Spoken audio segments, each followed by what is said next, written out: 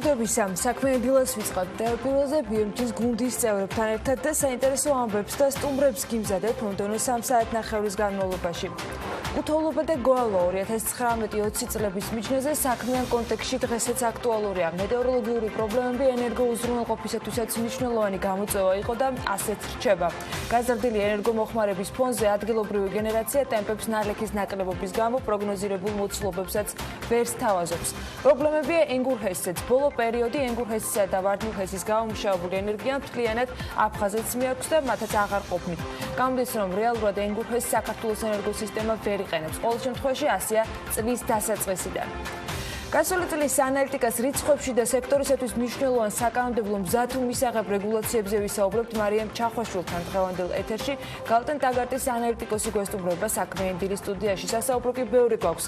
2019 წელს პარლამენტმა ენერგეტიკასთან დაკავშირებული 2 კანონი დაამტკიცა, რაც შეეხება კანონებს, რომელთა მიღებას ევროპის ენერგეტიკული გაერთიანება საქართველოსგან, როგორც ორგანიზაციის წევრი ქვეყნისგან ჯერ კიდევ 1 წლის წინ ელოდა, მათ შორის არის კანონები ენერგოეფექტურობის შესახებ და შენობების ენერგოეფექტიანობის შესახებ ჯერ კიდევ მისაღებია. სიახლეებიც გვაქვს. საქართველოს ნავთობისა და გაზის კორპორაციამ გარდაბანში შესაძლოა მესამე თბოსადგურიც ააშენოს. ახალი ობიექტის მშენებლობისათვის კორპორაციაში ტექნიკურ-ეკონომიკური დასაბუთების კვლევა მიმდინარეობს. BMG-ის ინფორმაციით, ახალი თბოსადგურის სიმძლავრე 250-270 მეგავატი იქნება და მისი საინვესტიციო მოცულობა 225 მილიონ დოლარამდეა. კორპორაცია ახალი სადგურის ასაშენებლად საჭირო ინვესტიციის მოზიდვაზე უკვე მუშაობს და 2020 წლის აპრილში 300 მილიონის ევროს მოცულობის ობლიგაციების გამოშვებას გეგმავენ, საიდანაც 70-დან 80 მილიონ დოლარამდე პროექტის მიმართვაზე იქნება განსაზღვრული. კანონები, რეგულაციები, ნებართვები და შეზღუდვები წელსაც აქტუალურია, რაც სრულებები შედის საკანონმდებლო დონეზე 2020 წლიდან ძალაში, რის გათვალისწინებაც აუცილებლად მოგვიწევს ლევან თაღიაშვილი მოუყრის თავს ამბამდე დაანონსებულ თუ ძალაში შესულ რეგულაციებს 2020 წლისთვის. ვიდრე ლევანი შემოგვიერთდება, სტუდიაში ალექსანდრე ძნელაძეს უნდა ვუმასპინძლოთ. საბანკო ასოციაციის ხელმძღვანელთან რამდენიმე თემა გვაქვს განსახილველი. მათ შორის პირველი თებერვლიდან ასამოქმედებელი შეზღუდვა, რომელიც ეროვნული ბანკის გადაწყვეტილებით მიკროსაფინანსო ორგანიზაციებისათვის, კომერციული ბანკებისა და სისხების გამცემის ობიექტებისათვის სწორედ 1 თებერვლიდან ახალ შეზღუდვას აამოქმედებს. შეზღუდვები და მოძრაობის განახლებული წესები მოქმედებს კვლავ ჭავჭავაძის გამზირსა და მის მიმდებარე ქუჩებზეც. ვაკეში რეაბილიტაციის მესამე ეტაპი დაიწყო, რომელიც როგორც ამბობენ 2 თვეში დასრულდება. ვადებს თვალს აუცილებლად მივადევნებ, დანარჩენზე და არა მხოლოდ ამ პროექტთან დაკავშირებით ბექა ბაციკაძე და მისი სტუმარი ისაუბრებენ. ქუჩება დღეს უყურადღებოთ არც დეველოპერულ სექტორს ვტოვებთ. თათია ჩაფიჩაძე, ქუშმან and Whitefield ჯორჯიას საკონსულტაციო დეპარტამენტის სუფროსთან თეკლა იაშაღაშვილთან ერთად მოიკითხავს უძრავი ქონების ბაზრის მოლოდინებს 2020 წლის განმავლობაში.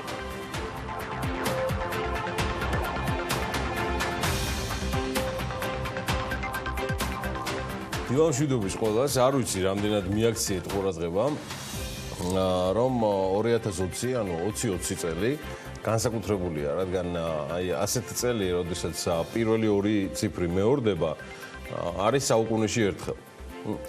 უფრო ზუსტად ყოველი 101 წლის შემდეგ მეორდება, ანუ 1818-ია, 1919, ანუ 18-18, 19-19, 20-20, 21-21 და ასე შემდეგ. ანუ ზუსტად ისე როგორც არის წელს 2020 წელი, მოკლედ ყველანაირი ინდიკაციით მარტივი წელი არ გველის, ამის პოლიტიკური და ეკონომიკური შესავალი ჩვენი ბედოვლათი პოლიტიკოსების და ხშირ შემთხვევაში მმართველების გადამკიდე ჯერ კიდევ 2019 წელს პიკურად შედგა, განსაკუთრებით ივნისის თვიდან გავრილოვის უხეირო უადგილო სტუმრობის და მასპინძლობის ფონზე.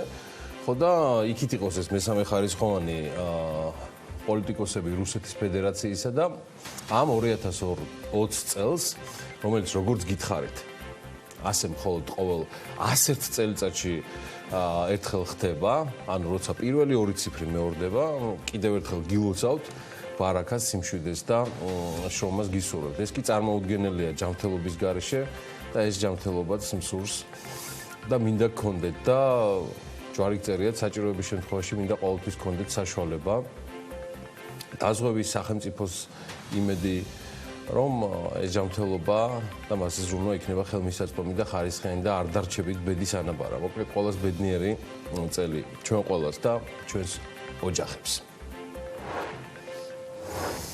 იყო დრო, როცა Forbes-ის ყოჩაღი აღმასრულებელი რედაქტორი შოთა დიღმელაშვილი ახერხებდა ჩვენთან ერთად ტოროლობას და იღვიძებდა რის ფასად არ მკითხოთ ყოველ ზისხამ დილას და ამ რეჟიმს მან გმირულად გაუძლო სრული წელიწადნახევრის მანძილზე, ხო და გიორგი ზვიადაძის გუშინდელმა სტუმრობამ და სახალისო სტატისტიკამ საдаг დღეებზე და უქმე დღეებზე და ქართველთა შრომაზე კიდევ ერთი მონოლოგი გამახსენა, რომელიც შოთა დიღმელაშვილის ხელწერაა და დღის რიცხვი, რომელსაც ის ამზადებდა საქმიანი დილისთვის, რაც ესადაგება მიმდინარე ამბებს, საკრალური 51 მოკლედ ეს არის სწორედ დღის რიცხვი და ეს ეხება საერო და რელიგიურ უქმე დღეებს. დიახ, სწორედ მათი ჯამი გამოდის 51 და უზენაესის განგებას და ან კარგ სახუმარო ხასიათზე ყოფნას თუ არ ჩავთვლით, სხვა რაიმე კავშირი ამას ქართული ოცნების საარჩევნო იდენტიფიკატორთან არა აქვს.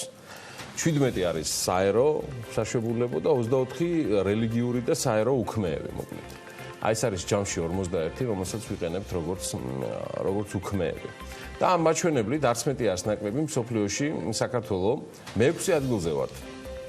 გიხაროდენ, პირველი ხუთეული შეკრულია შემდეგნაირად: ირანი, საბერძნეთი, რუსეთი, უკრაინა და კამბოჯია. მოკლედ ღირსა ისეც აღნიშნავთ, რომ პირველ 20-ში ისეთ ქვეყნებიც ხვდებიან, რომლებიც ერთსულ მოსახლეზე მთლიანი შიდა პროდუქტის უმაღლესი მაჩვენებლებით გამოირჩევიან. რეალურად მდიდარ ქვეყნებზეა საუბარი, მაგალითად ისლანდია, შვედეთი, ავსტრია. თუ მაინც და მაინც რაიმე კანონზომიერების გამოჭერა გვინდა უქმე დღეებსა და ქვეყნის, ასე ვთქვათ, მოსწრებას შორის, მაშინ საშუალებო დღეები უნდა ჩამოვაცილოთ. რადგან არსებობს ეს დათქმა, რომ სოციალ-დემოკრატიული ტრადიციის მდიდარ ქვეყნებს საშუალებო დღეების აგრეთვე დიდი რაოდენობა აქვს და დავტოვოთ რელიგიური და საერთო უქმეები და მაშინ მივიღებთ 17-ს და ამ ნიშნით მსოფლიოს პირველ 20-ში შევდივართ და ვიქნებით მე-19 ადგილზე. პირველ ადგილზე რა თქმა უნდა საბერძნეთი იკავებს, რომელიც სავალუტო ფონდმაც დატოვა კრიზისი ამოწურულიაო და მას უკვე მოსდევს კამბოჯა და შედარებით ღარიბი ქვეყნების მთელი ჩამონათვალი. ანუ დანამდვილებით შეგვიძლია ვთქვათ, რომ ვერც ერთ და არც ერთ განვითარებულ ქვეყანაში არ არის ბევრი საერო და რელიგიური უქმე. აღსანიშნავი ფაქტია, რომ საქართველოში რელიგიურ დღესასწაულებთან დაკავშირებით დაწესებული უქმე დღეების რიცხვი აღემატება სხვა ქვეყნებში არსებულ შესაბამის მაჩვენებლებს, ხოლო საჯარო დღესასწაულების უქმეები კი ჩამორჩება. ანუ ბევრი რელიგიური უქმე გვაქვს და შედარებით ნაკლები და ცოტა საჯარო. და ამიტომაც არ ადარდებდა ჩვენ ზმას და Forbes-ის აღმასრულებელ რედაქტორს, რომ ამ მონოლოგს თავის დროზე, ანუ ავტორს ეს ამბავი, ანუ რელიგიურ დღესასწაულებზე მუშაობა და ვგონებ კი არა და შეიძლება ახარებდა კიდეც. არ მგონია ეს საპირისპირო წყენო და ხო და სანამ ფინეთის 4 დღიანი და დღეში 6 საათიანი სამუშაო გრაფიკი იქნება თავარი და ყველაზე პოპულარული ამბავი, იქნება ისიც გვახსოვდეს, რომ ვიდრე ჩვენი შრომის ეფექტურობა დაითვლება, უბრალოდ ჯერ კვლავ უნდა მივეჩვიოთ შრომას, რომელსაც 10 წლეულებია, თუ მეტი არა, გადაჩვეულები ვართ პოლიტიკური, სახელმწიფოებრივი და ჯამში მენტალური ამბების გამო. და დავსვათ მთავარი კითხვა საკუთარ თავთან, რომელიც სხვათა შორის იცით ვინ მოახერხა საახალწლოდ, ყველაზე უკეთ ვერც გამოვიცნობთ. უკრაინის პრეზიდენტმა ზელენსკიმ და როგორ მოახერხა, ახლა მოგახსენებთ ჩემო ბატონო. არ ვიცი, რამდენად მოახერხეთ თვალყური გედევნათ მსოფლიო ლიდერების საახალწლო ტრადიციული მილოცვებისთვის. სხვისი არ ვიცი და ჩემთვის 2020-ის მილოცვებში გამორჩეული სწორედ უკრაინის ლიდერი და პრეზიდენტი ვოლოდიმირ ზელენსკი იყო. შემიძლია ვთქვა, რომ სრულად იყო წარმოდგენილი მის საახალწლო გზავნილში ყველა მისი პრეზიდენტობამდელი ნიჭიერება, როგორც ერთ-ერთი გამორჩეული შემოქმედისა, გულისხმობ სამსახიობო ნიჭს და რეჟისორულსაც. ეს იყო უმაღლეს დონეზე შესრულებული დადგმა, სავსე ემოციით და უმთავრესი გზავნილი, რითაც ზელენსკი ცდილობს საკუთარი მოსახლეობის უმთავრესი ემოციის გამოღვიძებას. ზელენსკის მთავარი გზავნილი იყო უარის თქმა ტრადიციულ წინასაახალწლო რიტორიკაზე და სურვილებზე და ბარაქისა და მშვიდობის თუ ქვეყნის გაერთიანებაზე სადღეგრძელოების თქმაზე.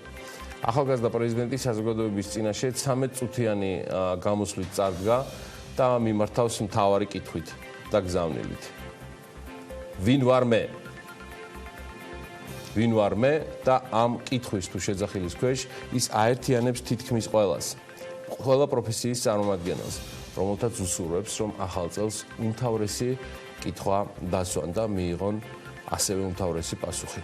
ვინ ვარ მე და რატომ არის მნიშვნელოვანი სამშობლო, ანუ უკრაინა. როცა ამ კითხვაზე, ანუ ვინ ვარ მე გაქვს პასუხი.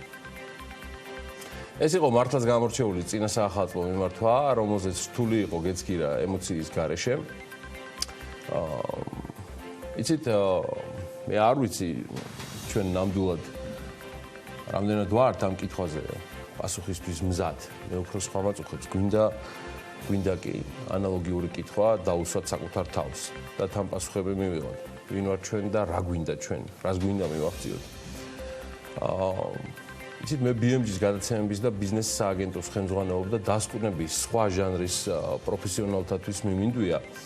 ერთ კი გეტყვით და ალბათ უმთავრეს, რომ საზოგადოება, რომელიც არ სვამს კითხვებს და არ კითხულობს და არ არის მუდმივად მოთხოვნის რეჟიმში, ვერასდროს მიაღწევს შედეგებს და ვერ იქნება წარმატებაზე ორიენტირებული. ჩვენ გვაქვს მაგალითი, თუ როგორ ახერხებენ ხელისუფლებები უმაღლესი ნდობის, მოსახლეობის უმაღლესი ნდობის განიავებას საკმაოდ სწრაფად და ეს სამწუხაროდ არ ხდება რეფორმების გატარების ფასად. არამედ ამის ფასი ძირითადად არის დაშვებული შეცდომები, რომელიც სწორედ მმართველობის პერიოდში გროვდება. ვინ ვართ ჩვენ და რა გვინდა, ეს არ არის პათეტიკა, ზელენსკის შემთხვევაში ეს არის ფანტასტიკური მიგნება და კიდევ ერთი, როგორც გითხარით, უმაღლესი შესრულება, მაგრამ ეს ყველაფერი რომ მოვაშოროთ საქართველოში ვრჩებით უმთავრესი სამარა, რომ არგუმენტებ დაცლილი გადაწყვეტილების მიღებნი ყველაფერში მედიას და ჟურნალისტებს ადანაშაულებენ. ცხადია, მედია არ არის უცოდველი და საქართველოში ჩამოყალიბებული მედია ინდუსტრიებს უკვე მკვეთრად გამოხატული პოლიტიკური მიმართებებით და სარედაქციო პოლიტიკაც აქვს. აქედანვე ისაზღვრება შესაბამისი რეიტინგებიც. და თუ არ ჩავთვლით იშვიათ გამონაკლისებს, ეს სტანდარტები დაცული სწორედ ამ რეგისტრშია და ამ ველზე. და არ უნდა, მაგრამ რამდენად არ უნდა იყოს სუბიექტური მედია, რომელიც კითხვებს ყოველთვის უნდა არსებობდეს ხელისუფლება, რომელსაც არ მხოლოდ თმენის ვალდებულება აქვს, რომ არ დაარბიოს, არ დახუროს, არ გახსნას და არ მოგუდოს ფინანსურად, არამედ ჰქონდეს უმთავრესი იარაღი ხელთ. ეს არის პასუხები. პასუხები და მოქმედებები კითხვებზე, რომელიც მოდის მედიისგან, ანუ საზოგადოებისგან და არა მოჭარბებული მედია ინსტიტუტების მოქცევა გავლენის ქვეშ, რომელიც ვერ სრულდება კარგად, რადგან ყველაფერს შორის მოდელირებული სიმართლის მიღმა ყოველთვის არის რეალური სამყარო, რომელსაც ვერ შეცვლი და ადრე თუ გვიან მოგიწევს კითხვებზე პასუხის გაცემა. დიახ, აღნიშნული პასუხის გაწევა, აღნიშნულ კითხვებზე პასუხის გაწევა მოუწევს ხელისუფლებას ყველგან და თქვენ წარმოიდგინეთ, ავსტრალიაშიც კი, სადაც პლანეტის ისტორიაში ერთ-ერთი ყველაზე მასშტაბური ხანძარი მძვინვარებს, რომელსაც მილიონობით ფაუნის და ფლორის კულტურები და წარმომადგენლები და ფლორის კულტურები ეწირება, საერთაშორისო მედია შიშობს ადგილობრივებზე დაყრდნობით, რომ ხანძრის მასშტაბებმა გარდულად შეიწირა ცხოველთა პოპულაციები, რომელთა რეგენერირება სრულად წარმოუდგენელია. მთელი სოფლიო არის ჩართული ამ კატასტროფის ლიკვიდაციაში, არც ავსტრალია ღარიბი ქვეყანა, მაგრამ ვერანაირი სიმდიდრე ვერ დაუდგება იმ ეკოკატასტროფის მასშტაბებს, რაც ავსტრალიას რამდენიმე კვირის წინ დაატყდა თავს და 5 მილიონ კვადრატულ კილომეტრზე მეტი ფართობი შეიწირა. 2019 წლის უმთავრესი მოვლენის გარდა, რომელიც წელსაც გადმოვიდა ჩვენი ყურადღების ღირსი კიდევ ერთი მიზეზის გამო გახდა, მე მსურს განახოთ ვიდეო.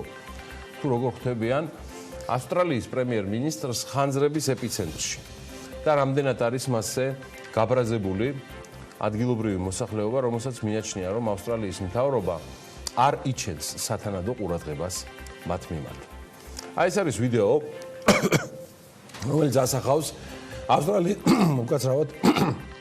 ავსტრალიის პრემიერ-მინისტრის სკოტ მორისონის ვიზიტს სამხრეთ უელსში, სადაც ხანძრების ეპიცენტრი მძინვარებს. კადრებში თქვენ დაინახეთ ახლა მეხანძრე, რომელმაც უარი თქვა ხელი ჩამოერთვა პრემიერ-მინისტრისთვის.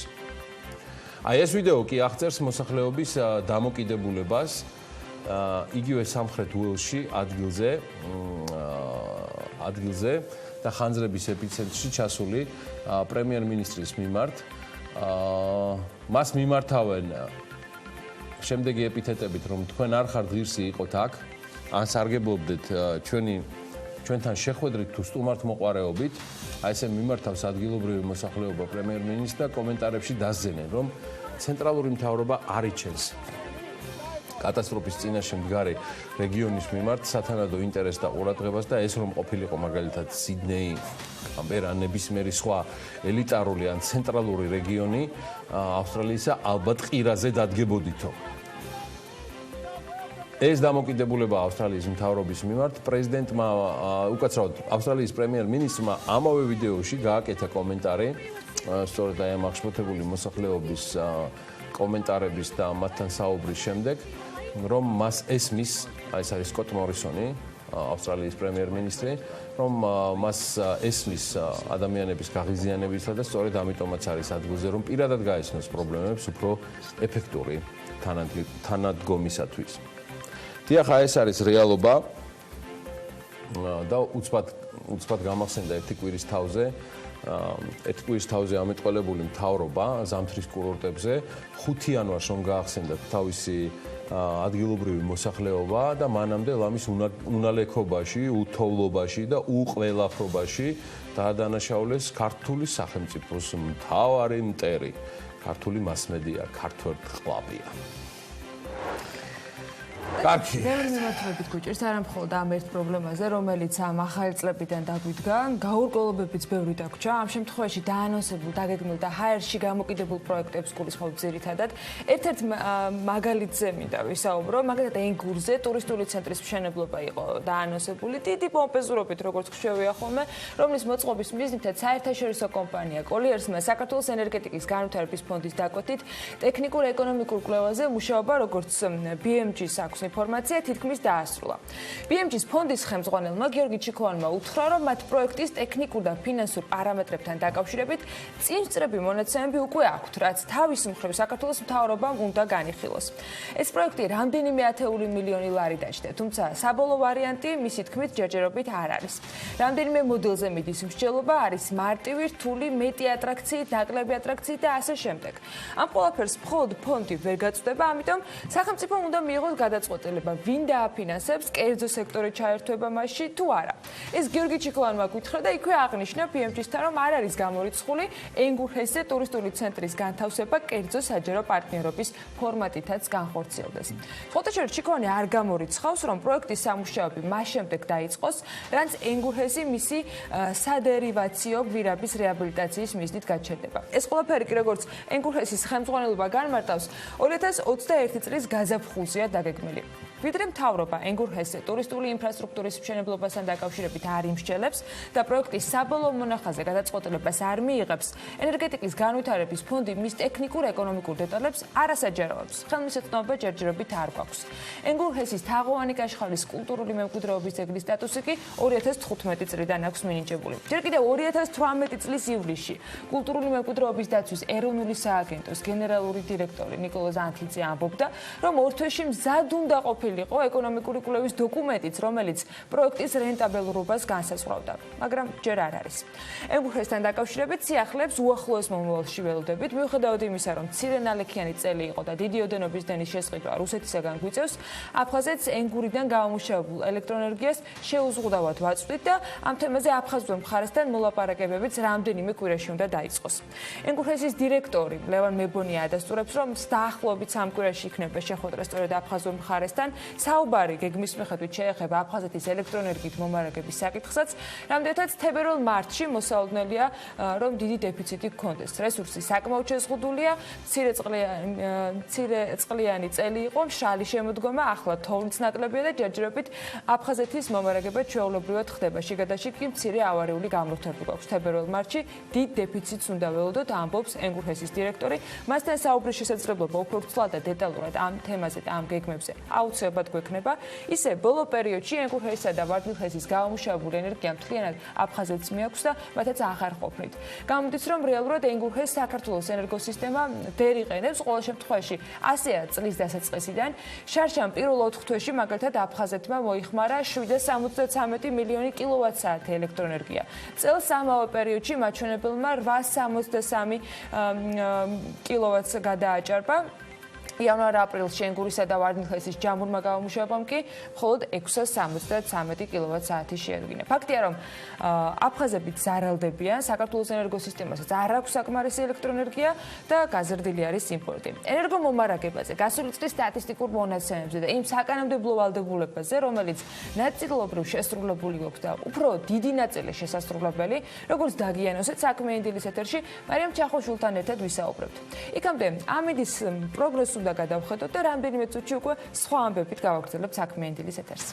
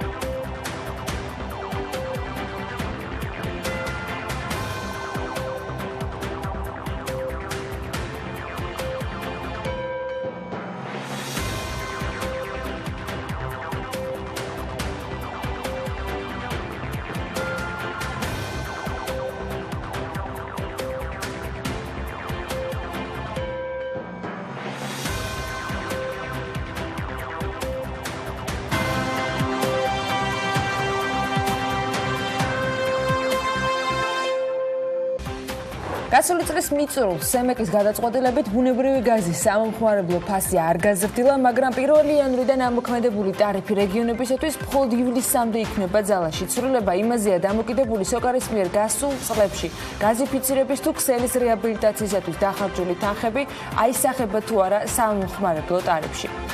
სავალუტო რეზერვები შემცირდა. 1 იანვრისათვის სარეზერვო აქტივები 3 მილიარდ 494 მილიონი დოლარი არის. ეროვნული ბანკის სტატისტიკით დეკემბერში მთავრობის აღებული ვალის ნაწილის ჩარიცხვის ხარჯზეა ის გაზრდილი, უცხოური რეზერვების მოცულობა კი 3 მილიარდ 395 მილიონ დოლარამდე გაიზარდა. 2019 წლის 11 თვეში საქართველოდან 5 მილიარდ 912 დოლარის პიროტექნიკის იმპორტია განხორციელებული. ბიზნე ივანიშვილი ლაგუნა ვერეს აქციონერებისაგან დარჩენილ აქციებს გამოისყიდის. კომპანია იუნიონი სპორტული კომპლექსის მინორიტარ აქციონერებს თითო აქციაში 3 ლარს და 62 თეთრს გადაუხდის.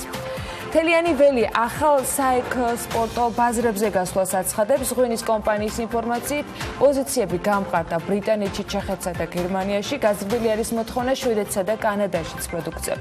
2019 წელს სულ 5 მილიონი ბოთლია კომპანიის მხრიდან ექსპორტირებული.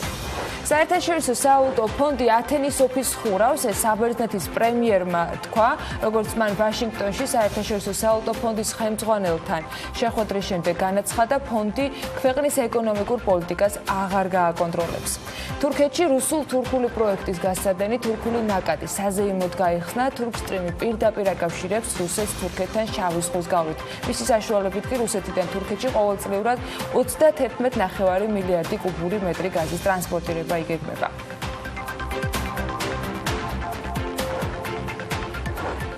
დღეს ანაკლის თემას უბრუნდებით ჩვენც და მთავრობაც. ინგოროყვას შვიდში მთავრობის დღევანდელი სხდომის დღის წესრიგში წინასწარ ვიცით, რომ პირველ საკითხად კონსორციუმსა და სახელმწიფო შორის არსებული შეთანხმების პირობების შესრულება შეუსრულებლობის და ამ შეთანხმების მიხედვით თანამშრომლობის მომავლის გადახედვა უნდა მოხდეს. თავად ანგარიში წერი არის, რომ დღის წესრიგის მიხედვით გაწყვეტაზე იქნება საუბარი კონტრაქტისა.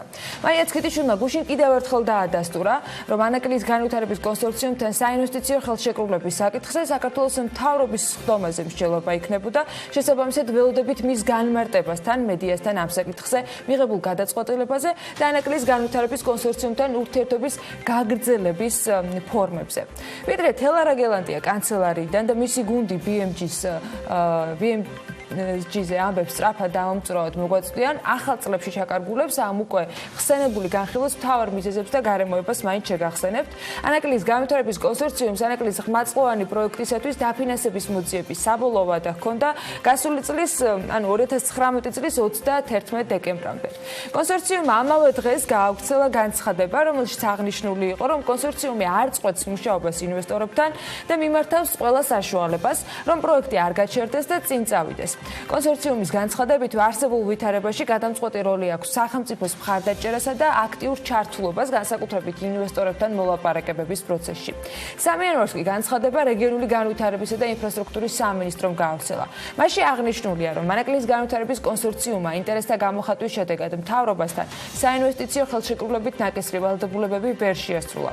იქვე უწყება განმარტავს, რომ ანაკლიის განვითარების კონსორციუმს 2019 წლის ბოლომდე უნდა წარედგინა გაფორმებული ხელშეკრულებები საერთაშორისო ბანკებთან 400 მილიონი დოლარის ოდენობით ცეცხლის გამოყოფის და პოტენციურ ინვესტორებთან 120 მილიონი დოლარის ოდენობის საკუთარი კაპიტალის შევსების თაობაზე.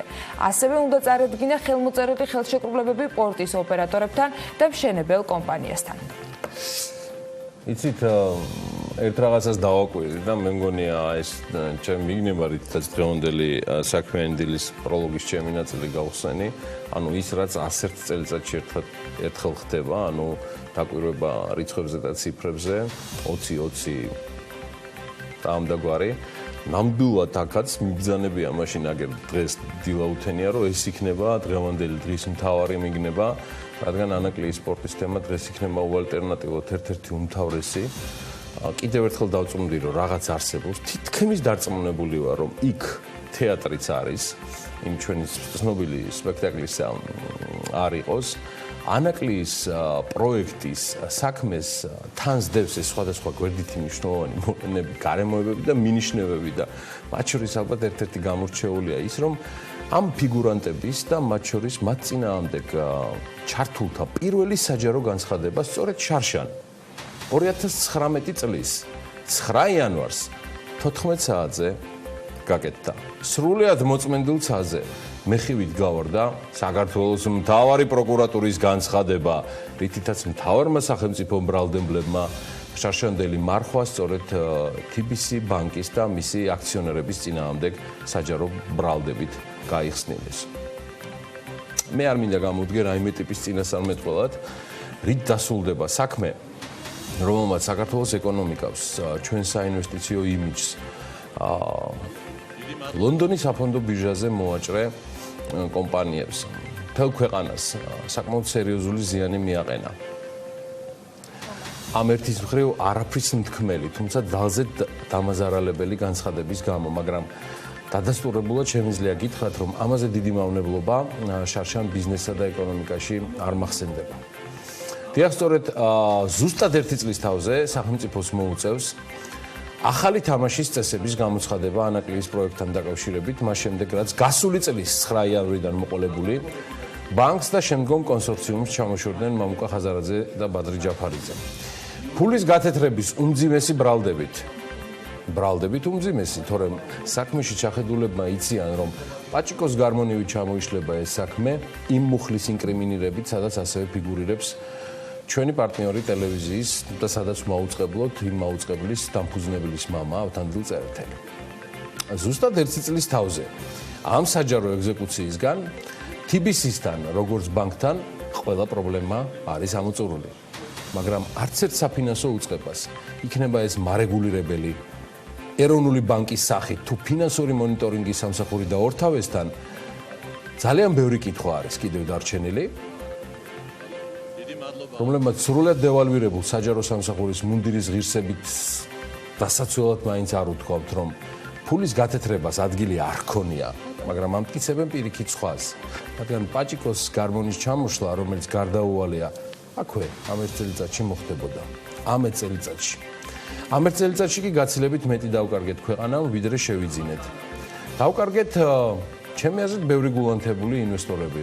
მათ შორის მამუკას და ბადრის სახით და დავკარგეთ ნდობა მათდამი დამოკიდებულებიდან გამომდინარე ცალკეული საფინანსო ინსტიტუტების მხრიდან. სამაგიეროდ მივიღეთ სრულად მარგინალური დამოკიდებულება სახელმწიფოს მხრიდან, რომელიც ფულის გათეთრებაში ადანაშაულებს ხაზარაძე ჯაფარიძეს და მეორეს მხრივ ჭკვიანი სახით და ესეთი დაბიჯითებული ესეთი სიმტკიცით ითხოვს, რომ სად არის კაპიტალის შესავსები 9 მილიარდი ანაკლიის კონსორციუმში. ხომ კარგია?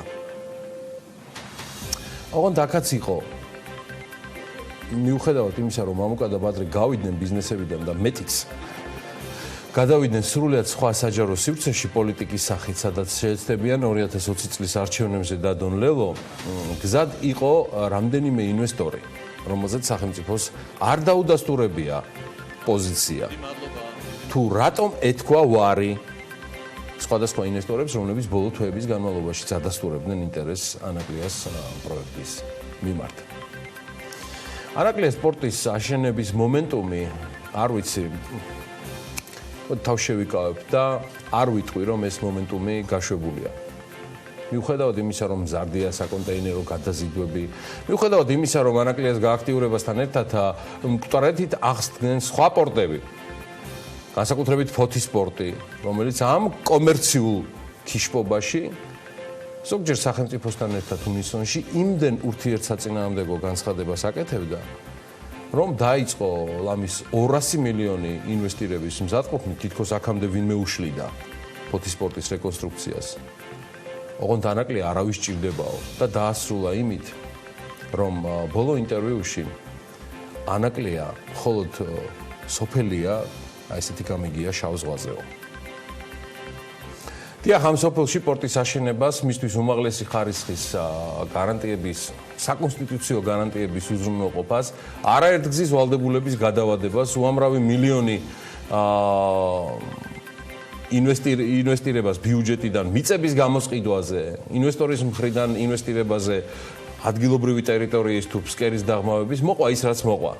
საქართველო არის ქვეყანა, სადაც ბიზნესში ინვესტიციები კონსტიტუციაზე მაღალ სხვა ტიპის გარანტიებში, პირად ურთიერთობებში მუშაობს და მხოლოდ ამ შემთხვევაში გაძლევს შედეგს. ასეთი ვითარება იყო ანაკლიაზეც. იყო დრო და მომენტი და ანაკლია თვითონ ანაკლიის პროექტს აბრეშუმის გზის ფორუმები ეძღვნებოდა და აწყდებოდა ვებერთელა ინტერესი. თუმცა შეიცვალა გარემოებები, უпростоრად შეიცვალა პერსონალიები და ეგრევე შეიცვალა თუ არა, მოხდა ის, რაც მოხდა. ჯამლეტამ ჯონდო დააორსულა. კიდევ ერთი პროექტის მიმართ არის განსაკუთრებული ინტერესი. რა თქმა უნდა, მასშტაბებს ვერაფრით შევადარებთ, მაგრამ არც ეს უნდა გამოგჩეს. პრინციპში პროექტი არც არის, ჯერ რა არის, არ ვიცი. და უკვე ბევრი წელია, რამის ანონსი მაინც რომ იყოს, ესეც კარგი იქნებოდა, მოლოდინი ისეთია. ლაგუნა ვერეზე ვსაუბრობ, რომელსაც ერთი მსხვილი და დანარჩენი ძალიან სიმბოლური მეტწილეები ჰყავს. ამ დროისათვის ყოველ შემთხვევაში. ცოტა ხანში კი ის ერთპიროვნული ფლობელით იქნება წარმოდგენილი. საქართველოს საკანონმდებლო მაცნაზე გამოქვეყნებული ინფორმაციის მიხედვით, ბიზნე ივანიშვილის კუთვნილი კომპანია სააქციო საზოგადოება იუნიონი თბილისის ცენტრში სპორტულ კომპლექს ლაგუნა ვერეში საკუთარი წილის დღეს არსებული 99.97%-დან 100%-მდე გაზრდას და შესაბამისად სხვა აქციონერებისაგან კომპანიის 3% წილის გამოსყიდვას გეგმავს. საკანონმდებლო მაცნაზე თუ ჩაიხედავთ, გამოქვეყნებულ ინფორმაციაში ასეთ ამონარიც ნახავთ. გაცნობებთ, რომ თბილისის საქალაქო სასამართლოს 2019 წლის 13 დეკემბრის გადაწყვეტილების თანახმად სპორტული კომპლექსი ლაგუნა ვერეს განთავსებული აქციების 99.97%-ის მფლობელი აქციონერი სააქციო საზოგადოება იუნიონი მიწარმეებთა შესახებ საქართველოს კანონის 534 მუხლით გათვალისწინებულ აქციათა სავალდებულო მიყიდვის ფარგლებში ახორციელებს სპორტული კომპლექსის ლაგუნა ვერეს დარჩენილი აქციების გამოსყიდვას ყველა აქციონერისაგან. გამოსყიდვის სააღრიცხვო თარიღად განსაზღვრული არის 12 იანვარი 2020 წელი 18 საათი. სპორტული კომპლექსი ლაგუნა ვერეს ერთი ცალი ჩვეულებრივი აქციის გამოსყიდვის ფასი განსაზღვრულია 3 ლარით და 62 თეთრით. მყიდველის მიერ ყველა დარჩენილი განთავსებული აქციის, რაც განთავსებული აქციების 3% შეადგენს, გამოსაზღვრული თანხის დეპონირებისათვის დანარჩენ აქციონერთა სასარგებლოდ გაიხსნა სპეციალური ანგარიშიც და ამასაც გვიდესტურებს საკანონმდებლო მაცნე. ახლა მივყვეთ ქრონოლოგიას, როდის შეიძინა ბიძინა ივანიშვილმა ლაგუნა ვერე და რა ხდება დღეს იქ. თბილისის უმსხვილესი ღია საცურაო კომპლექსი ლაგუნა ვერე 2014 წელს 2 მარტს დაიხურა. ამ კომპლექსის მფლობელი სწორედ ბიძინა ივანიშვილია დღეს მდგომარეობით. სააქციო საზოგადოება ლაგუნა ვერე ჯერ კიდევ 97 წელს 24 აპრილს არის დაფუძნებული, აუზი კი დამოუკიდებლად 10 წლის მანძილზე საქმიანობდა. მასნის ინფორმაციითვე 2007 წელს 14 ივნისს ლაგუნა ვერეს აქციათა 63.3%-ის მფლობელი სააქციო საზოგადოება იუნიონი გახდა. სწორედ მისი მეშვეობით გახდა ბიძინა ივანიშვილი ლაგუნა ვერეს მფლობელი. იუნიონის 100%-იანი წილი ბრიტანეთის ვირჯინიის კუნძულზე რეგისტრირებულ ოფშორულ კომპანიას ეკუთვნის. აქციათა საკონტროლო პაკეტის შესყიდვის შემდეგ იუნიონმა პაკეტის გამსხვრება დაიწყო. რეესტრის მონაცემებით 2007 წლის 29 ივნისს ქართულ ჯგუფის სათავო ოფისში გაიმართა ლაგუნა ვერეს აქციონერთა რიგარეშე კრება. მაშინ სააქციო საზოგადოება იუნიონი ლაგუნა ვერეს სააქციო კაპიტალის 88%-ის მფლობელი გახდა და 2007 წლის 19 ივლისს ქართულ ჯგუფის სათავო ოფისში კიდევ ერთ რიგარეშე კრებაზე, რომლის შედეგადაც იუნიონი ლაგუნა ვერეს 94%-იანი წილის მფლობელი გახდა, ეს წილი კიდევ უფრო გამსხვრდა. 2014 წლის 12 დეკემბერს აუზის დახურვიდან უკვე 8 თვის შემდგომ იუნიონმა სპორტულ კომპლექსში საკუთარი წილი გაზარდა დღეს არსებულ მდგომარეობამდე 99.97%-მდე. ლაგუნა ვერე, როგორც გითხარით, 78 წელს არის გახსნილი. წლების განმავლობაში მრავალ ფუნქციურ კომპლექსში ემზადებოდნენ ცურვის, წყალბურთის, წყალშიხტომისა და სინქრონული ცურვის ნაკრები გუნდები.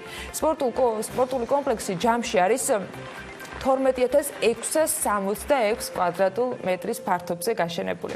ლაგუნა ვერეს მიმდებარე დაარსებული ყოფილი აბრეშუმის ქარხნის შენობაც ყოფილი პრემიერის საკუთრებას წარმოადგენს და აქვე ალბათ ეს შეხსენება ზედმეტია, მაგრამ მაინც არც ერთ მათგანში დღეს არაფერი ფუნქციონირებადი არ არის. დარჩენილი წილის გამოსყიდვა კი უნდა მივიჩნიოთ თუ არა იმის ნიშნად, რომ თბილისის შუაგულში ახალი პროექტი შეიძლება წამოიწყონ, ეს უკვე განწყობის თემა არის. ოპტიმისტებისათვის ალბათ კი, პესიმისტებისათვის ძალიან ბევრი პასუხი მაქვს ამ კითხვაზე და ყველას ჩამოთვლა არ ვფიქრობ, რომ საქმიანი დილის მაყურებლებისათვის საჭიროა. ნახოთ, იქნებ დაუბრუნდეს შუაგულ თბილისში საკმაოდ დიდი ფართობის და მნიშვნელოვან სივრცეს რაიმე სახის დატვირთვა და მით უფრო სასარგებლო დატვირთვა იქნებოდა ძალიან კარგი. ვიდრე დანარჩენ ამბებს მიუყვებოდეთ და მიუხედავად უქმეების სიზარმაცის გადმოყოლისა, სიახლეები მაინც უხვად გვაქვს, მასკური ამბები მინდა მოგაწოდოთ საქმიანი დილის მაყურებლებს. ილონ მასკის შეუდარებელი პლასტიკის დემონსტრირებას ვიდრე შემოგთავაზებთ, საქმიან ამბავზე კეთყვით ძალიან მოკლედ. ელექტრომობილების ამერიკულმა მწარმოებელმა ტესლამ ჩინეთში შანხაისთან ახლოს გახსნა ახალი ქარხანა. ბლუმბერგი წერს, რომ ეს შტატების საზღვრებს გარეთ კომპანიის პირველი ქარხანაა. ამ ქარხნის გახსნის ცერემონიას კი თავად ტესლას დამაარსებელი და ხელმძღვანელი ილონ მასკიც დაესწრო. პირველი მყიდველი შანხაისთან ახლოს მცხოვრები გახდა. ეს ქარხანა იქნება პირველი, სადაც Model Y-ს გამოუშვებენ, რომელიც პირველ რიგში ჩინური ბაზრისთვის იქნება განკუთვნილი და გათვალისწინებული. გასული წლის ნოემბერში ითქვა ჯერ კიდევ სხვათა შორის, რომ ტესლა ევროპაშიც აპირებს ქარხნის მშენებლობას, მაშინ ადგილად ბერლინი დასახელდა. ბერლინში ამ ბიზნით ჩასვლამდე და ბერქჰაიმში ფეის კონტროლის გავლამდე ცეკვასაც უნდა მიხედოს ალბათ ილონ მასკმა, მაგრამ ფაქტია, რომ ჩინეთში ცეკვის მცდელობა მისთვის ნამდვილად არ დაუწუნია და აპლოდისმენტებიც კი დაიმსახურა.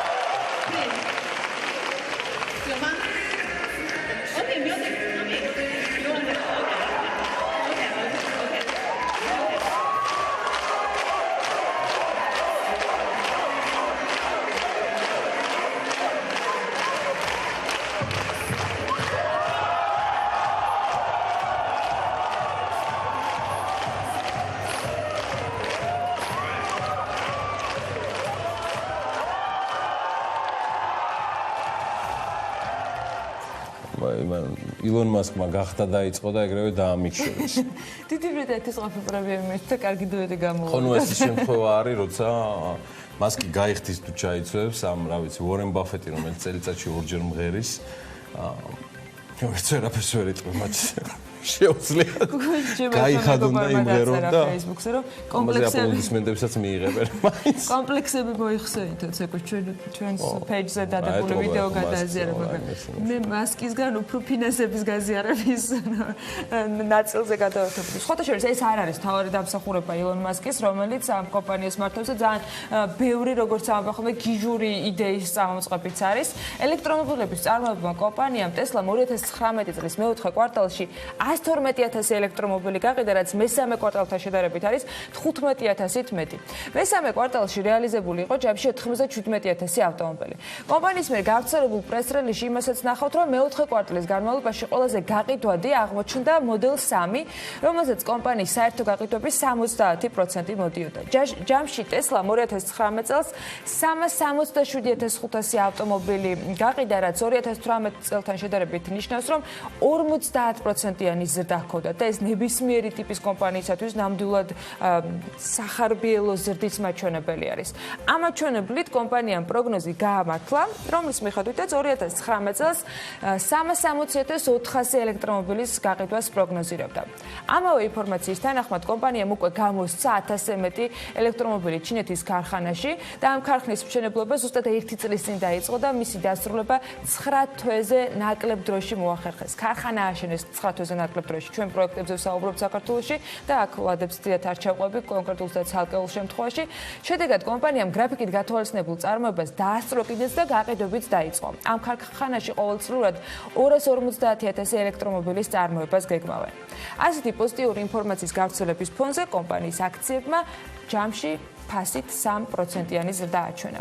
მოკლედ, საცეკვაოდ საქმე ილონ მასკს შეიძლება ნამდვილად ჰქონდეს, მაგრამ სოფლიო ლიდერებს დიდად არ ეტყობოდათ ეს ბოლო დღეების განმავლობაში, შედარებით მოზომილი სიტყვა-პასუხის მიუხედავად, რომელიც გუშინ უკვე ტრამპის პრესკონფერენციამ დააგვირგვინა და აქაც ქართულები ძალიან განსაკუთრებულად გამორჩეულები ვიყავით. ჩინეთის ნავთობისა და გაზის ეროვნულმა კორპორაციამ ერაყის იმ ნაწილიდან, სადაც ნავთობის მოპოვება მიმდინარეობს, საკუთარი პერსონალის ევაკუაცია დაიწყო. ევაკუაციის გადაწყვეტილება ჩინეთმა ახლო აღმოსავლეთში შექმნილი დაძაბული ვითარებიდან გამომდინარე უსაფრთხოების მიზნით გადაწყვიტა. CNPC ერაყის ნავთობის უმსხვილესი ინვესტორი აქვე გეტყვიტა, კომპანიამ 20 თანამშრომლის ევაკუაცია გუშინდელი მონაცემებით უკვე მოახდინა. სადგურიდან, რომელიც შეერთებული შტატების უდიდესი კონცერნის ExxonMobil-ის მიერ არის მართული და თუ ახლო აღმოსავლეთში ვითარება სამხედრო ესკალაციისაკენ წავიდა, მათი პროგნოზით, ორი აზრი არ არსებობდა, რომ ნავთობის ფასები კიდევ უფრო მოიმატებდა. ამაზე სხვათა შორის პროგნოზები საქართველოშიც იყო და საქართველოშიც საკმაოდ ბევრი მოსაზრება მოისმინეთ. ნავთობპროდუქტების იმპორტირთა კავშირის თავმჯდომარე გუშინ ამბობდა, რომ რა ნაბიჯებს გადადგამდა შეერთებული შტატები, სწორედ ამაზე იქნებოდა დიდწილად დამოკიდებული, თუ რა ფონი შეიქმნებოდა სამომავლო დღეებში ამ მიმართულებით. ვანო მთვრალაშვილმა გუშინ თქვა, რომ არსებობს სხვა დამატებითი ფაქტორებიც, რომლიდან გამომდინარეც ნავთობის ფასების ზრდა ისედაც უნდა მომხდარიყო და აქვე მან თქვა შეკითხვის საპასუხოდ, რომ ამ ფაქტორების შესაძლო გავლენის შესახებ საქართველოში საწვავის ფასიც შესაბამის რეაგირებას მოახდენდა და ზრდას უნდა ველოდოთ გარკვეულწილად. პირველი იანვრიდან ამ ფაქტორებს შორის არის ისიც, რომ ოპეკი და ოპეკი პლუსის სხვა წევრი ქვეყნები ამცირებენ ყოველდღიურ ნავთობის მოპოვებას 1,700,000 ბარელით. ეს ნიშნავს, რომ ისედაც ნაკლები ნავთობი უნდა მიეწოდოს მსოფლიო ბაზარს და ეს იყო ის ნაბიჯი, რასაც ფასების მატება უნდა განეპირობებინა. მთლიანობაში ეს საკმაოდ რთული ფონია და ის, რაც ოპეკისა და მნიშვნელოვანი ნავთობწარმოებელი ქვეყნების მიმდინარე წლის ვარაუდი არსებობს, სახარბიელო ფონს ფასთან დაკავშირებით ნამდვილად არ ქმნის.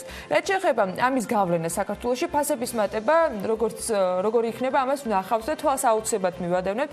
ლევან თაღიაშვილიც აუცილებლად გაგვიახლებს ინფორმაციას ორშაბათობით, თუმცა არსებობს პროგნოზირებადი ფასების მატებაც, რომელიც გარკვეულ დიაპაზონში ხდება და რომელიც შეიძლება ითქვას, რომ უმტკივნეულოდ შეიძლება იყოს არსებულ ფონზე ასახვითაც, მაგრამ არსებობს კიდევ ერთი სცენარი, სადაც ფასები სწრაფად და არაპროგნოზირებადად შეიძლება გაიზარდოს.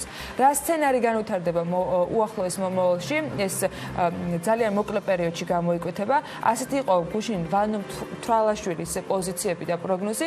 ის ამბობს, რომ ყველა ვარიანტში საქართველოში ამ გავლენების ასახვა მოხდება, რადგან დამოკიდებულები ვართ გლობალურ ბაზრებზე და არსებულ ვითარებაზე. ეს უბრალოდ რაღაც გარკვეულ დროში დაწერილი პროცესი იქნება. ნავთობპროდუქტების იმპორტირთა კავშირის თავმჯდომარე ამბობს, რომ გარდა ამისა, არის გაცვლითი კურსიც დოლართან მიმართებაში მნიშვნელოვან კომპონენტს წარმოადგენს ნავთობის ფასზე. ბოლო პერიოდში ის მყარდებოდა და რამდენადაც შესაძლებელი იქნება სტაბილურობა ფასებზე შესაბამისად შენარჩუნება. აი ეს იქნება ყველაფრის განმაპირობებელი, თუმცა ბოლო 2-3 თვის განმავლობაში ერთადერთი პროდუქტი, რომელიც თავის ფასის სტაბილურობით გამორჩეოდა, სწორედ საწვავი იყო და უფრო მეტიც რაღაც პერიოდში 5-10 თეთრით შემცირებასაც კი მივადევნეთ თვალე. და იქნება მომავალში ამის წინასწარ გადაჭრით გმართულია, ფაქტია პროცესები დაძაბულ და აქტიურ რეჟიმშია, სიახლეებს კი არც ერთ ეტაპზე მოგაკლებთ და მოდი ახლა BMG-ს ამბებს გადავხედოთ, არა მხოლოდ ამ მიმართულებით. საერთაშორისო ავიაკომპანიები კი ერაყისა და ირანის საჰაერო სივრცეში ფრენებს წყვეტენ, შესაბამისი გადაწყვეტილება უკვე მიიღო მაგალითად ფრანგულმა Air France-მა, ასევე რეისების განხორციელება შეწყვეტა გერმანულმა ავიაკომპანიამ Lufthansa. საქართველოდან კი ირანის მიმართულებით ფრენები ჩვეულ რეჟიმში მიმდინარეობს. BMG-ს ტავ-ჯორჯიაში უთხრეს, რომ თეირანიდან თბილისის მიმართულებით ფრენებს ორი ავიაკომპანია, Taban Airlines კვირაში 4-ჯერ და Cash Air ყოველდღიურად ასრულებს და ამ ეტაპზე რეისების გაუქმებასთან დაკავშირებით არანაირი ინფორმაცია არ არის. და კიდევ ერთი ლევან სურგულაძე მიდის საპენსიო სააგენტოს დირექტორის პოსტზე კი ვაკანსია 10 იანვარს გამოცხადდება. რეგიონული განვითარების და ინფრასტრუქტურის მინისტრის მაია ცქიტიშვილის განცხადებით მნიშვნელოვანია, რომ თანამოქალაქეებს და ტურისტებს ჰქონდეთ სწორი ინფორმაცია იმის შესახებ, რა ვითარებაა ბაკურიანსა და გუდაუთში. ვიცე-პრემიერი ამბობს, რომ წყალმომარაგების პრობლემა გუდაუთში ფაქტობრივად გადაჭრილია. მისივე თქმით, დამსვენებელთა მხრიდან კურორტის დატოვებას მასობრივი ხასიათი არ ჰქონია და ძირითადად ტურისტები იმ სასტუმროებში გადანაწილდნენ, სადაც წყლის პრობლემა არ იყო. სეზონს რაც შეეხება ამასთან დაკავშირებითაც ქონდა უკვე არაერთხელ კომენტარი გაკეთებული მეც ჩემ კოლეგებსაც, ანუ ძალიან ბევრი სამუშაო გაკეთდა როგორც გუდაუთში, ასევე ბაკურიანში იმისთვის, რომ სეზონისთვის უკეთესი მდგომარეობა ყოფილიყო. ჩვენ ვიცით, რომ ამ კურორტებზე პრობლემა ქონდა როგორც საცობებთან დაკავშირებითაც, ნარჩენების გატანასთან მიმართებაში, უშუალოდ მუნიციპალური ტრანსპორტის პრობლემაც იყო, პარკირების ადგილების პრობლემაც არსებობდა, საბაგიროების პრობლემაც ქონდა და ამ პრობლემების მოგვარება ეტაპობრივად მიმდინარეობს ყველგან. ინფრასტრუქტურის მინისტრის განცხადებით, ბაკურიანში საცობების პრობლემა ასევე მნიშვნელოვანწილად მოგვარებულია. ბაკურიანის მიმართულებით ახალი შემოვლითი გზა გაკეთდა, მოეწყო მუნიციპალური ტრანსპორტის პარკი და ახალი საპარკინგო სივრცეები შეიქმნა. ეს რეგიონული განვითარებისა და ინფრასტრუქტურის მინისტრმა ბაკურიანში მედიასთან განაცხადა. მისივე თქმით, მათ სეზონისათვის მზადება დაწყებული ჰქონდათ, რის ფარგლებშიც მთელი წლის განმავლობაში ძალიან ბევრი სამუშაო გასწიეს. მინისტრის განცხადებით, ამ ეტაპზე მუშაობს 4 ავტობუსი, რომელიც მუდმივად მოძრაობს წრიულ მარშრუტზე. შორის კოხტასთან და დიდველთან და იგეგმება ავტობუსების რაოდენობის 10-მდე გაზრდა. პარალელურ რეჟიმში კი უშუალოდ ინფრასტრუქტურის სამინისტროს გამოცხადებული აქვს ტენდერის სრულად ახალი ავტობუსების შესაძლებლობა.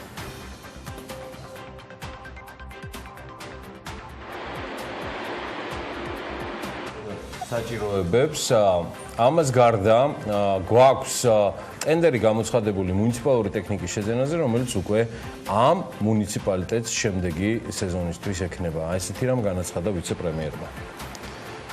მესტიის მუნიციპალიტეტის მიმდინარე წლის ბიუჯეტი 11.230.000 ლარია. ეს 2019 წლის მაჩვენებელს და შარშანეს გახდა ჩემო ბატონო 9.238.000 ლარი, 2 მილიონი ლარი თითქმის აღემატება. BMG-სთან საუბრისას მესტიის მერმა კახა ჟორჟულიანმა ბრძანა, რომ 2020 წლის საბიუჯეტო პრიორიტეტებს შორის ინფრასტრუქტურული პროექტებია, გეგმაში ასევე სოფლებში წყლისა და კანალიზაციის სისტემების მოსაგვარებლად დაახლოებით მილიონი ლარის პროექტირებით შეძენა. ეს არის პირველი რიგის პრიორიტეტი, რადგან მზარდ ტურიზმს მომზადებულები უნდა შევხვდეთო. ჩვენ ნახეთ შემთხვევები, როგორი მომზადებულები ხვდებით ტურიზმს, თუმცა მესტიაში ესეთი გულისწყრომა არ დაფიქსირებულა. ასევე იგეგმება რამდენიმე სოფელში გზის საფარის დაგებაც და გარდა ამისა მუნიციპალური განვითარების ფონდიდან ჭუბერში 2 ახალი სკოლის აშენებაც იგეგმება, ისევე როგორც სოფლების მიხედვით 5 საბავშვო ბაღის აშენებას, რის შემდეგაც 2 საბავშვო ბაღის შენებლობა დარჩება და მთელი რაიონის მასშტაბით სკოლამდელი აღზრდის ახალი დაწესებულებები იქნება კაპიტალური მშენებლობებით. ბრძანა მუნიციპალიტეტის მერმა კახა ჟორჟულიანმა. მივიდეთ წერს პარლამენტში შრომის ინსპექციის შესახებ კანონის ინიცირება მოხდება ეს BMG საქართველოს ჯანდაცვის სამინისტროს შრომის პირობების ინსპექტირების დეპარტამენტის უფროსმა ბექა ფერაძემ უთხრა და ის აღნიშნავს რომ 2020-ში ასევე შემუშავდება და დამტკიცდება რამდენიმე კანონქვემდებარე აქტი რომელიც დაარეგულირებს მაგალითად უბედური შემთხვევის სავალდებულო დაზღვევას რისკების შეფასების სისტემას და ასე შემდეგ. უბედური შემთხვევის სტატისტიკა გაუმჯობესდა თუმცა ეს საკმარისი არ არის ვინაიდან თითოეული ადამიანის სიცოცხლე არის ფასდაუდებელი და მუშაობა გრძელდება, სწორედ ამიტომ 2020 წელს შრომის ინსპექციის კანონი იქნება მიღებული, რაც მეტად მოგცემს იმის მანდატს, რომ გავაძლიეროთ ზედამხედველობა, მათ შორის რეგიონულ ჭრილში გაჩნდეს შრომის ინსპექციის ფილიალები და ეს უკვე მთელი ქვეყნის მასშტაბით სამართლიან სისტემას ჩამოაყალიბებს, რაც ნიშნავს იმას, რომ მომავალ წელს სტატისტიკა უკეთესი იქნება, აღნიშნავს ბექა ფერაძე. 2019 წლის 11 თვეში საქართველოსდა $5,912,000 პიროტექნიკის იმპორტი განხორციელდა. ეს ინფორმაცია საქსტატიდან გამოითხოვა BMG-მ. პიროტექნიკაში შედის როგორც ფოიერვერკები, ისე სასიგნალო რაკეტები, წვიმის რაკეტები, ნიცლსაწინააღმდეგო სიგნალები და ასე შემდეგ.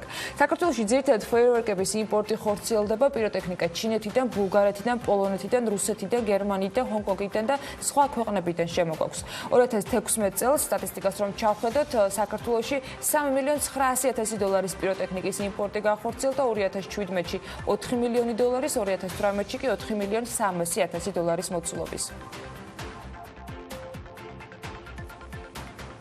ჩემი მოსაზრება რომ საყოველთაო დაზღვევა ტექნიკურად ძალიან გამართულად გადავიდეს კერძო სექტორზე ეს BMG-სთან საქართველოს ბიზნეს ასოციაციის ჯანდაცვის კომიტეტის თავმჯდომარემ ნინა კობახიძემ თქვა. ის ამბობს რომ მოქალაქეს უნდა ჰქონდეს უფლება რომ მომსახურება მიიღოს იმ კლინიკისაგან რომელიც მას სურს. კობახიძე აღნიშნავს რომ სადაზღვეო პირობები, ლიმიტები, გამონაკლისები და თამაშის წესები სახელმწიფომ წინასწარ უნდა განსაზღვროს. მიიჩნევს რომ აღნიშნული გადაწყვეტილებით ბიუჯეტი დაცული იქნება მოსავალნელი ზრდისგან, ხოლო კლინიკების მომსახურების ხარისხზე სადაზღვეო ინდუსტრია იზრუნებს. რაც შეეხება რისკებს, რაც შეიძლება ამ კონცეფციას ახდენს, კობახიძე ამბობს, რომ წარსულში არსებული პრაქტიკა მახინჯი იყო, თუმცა სწორედ იმ გამოცდილების გათვალისწინებით ახლა შეიძლება ძალიან კარგი შედეგები დაიდოს.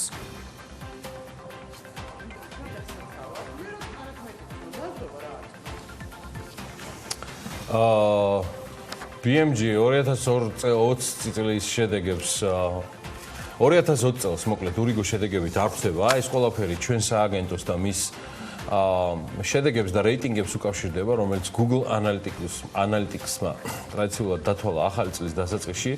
სიმართლე გითხრათ, როგორც BMG სააგენტოს დირექტორი, ცხადია, ველოდი პროგრესს სერიოზულსაც, რაც უმთავრესად სააგენტოს გუნდის შემადგენლობიდან გამომდინარე და ამ გუნდის მენეჯმენტიდან გამომდინარე იყო განჭვრეტადი ესეთი შედეგები, მაგრამ ნამდვილად არ მრჩებოდა დრო ან რესურსი, რომ მიმდინარე რეჟიმში ვთქვათ, იგივე ვამონიტორინგო სააგენტოს თუ ჩვენი ვებგვერდის სტატისტიკა თუ რეიტინგები, ჩემი დამოკიდებულება ამის მიმართ ცნობილია საყოველთაოდ.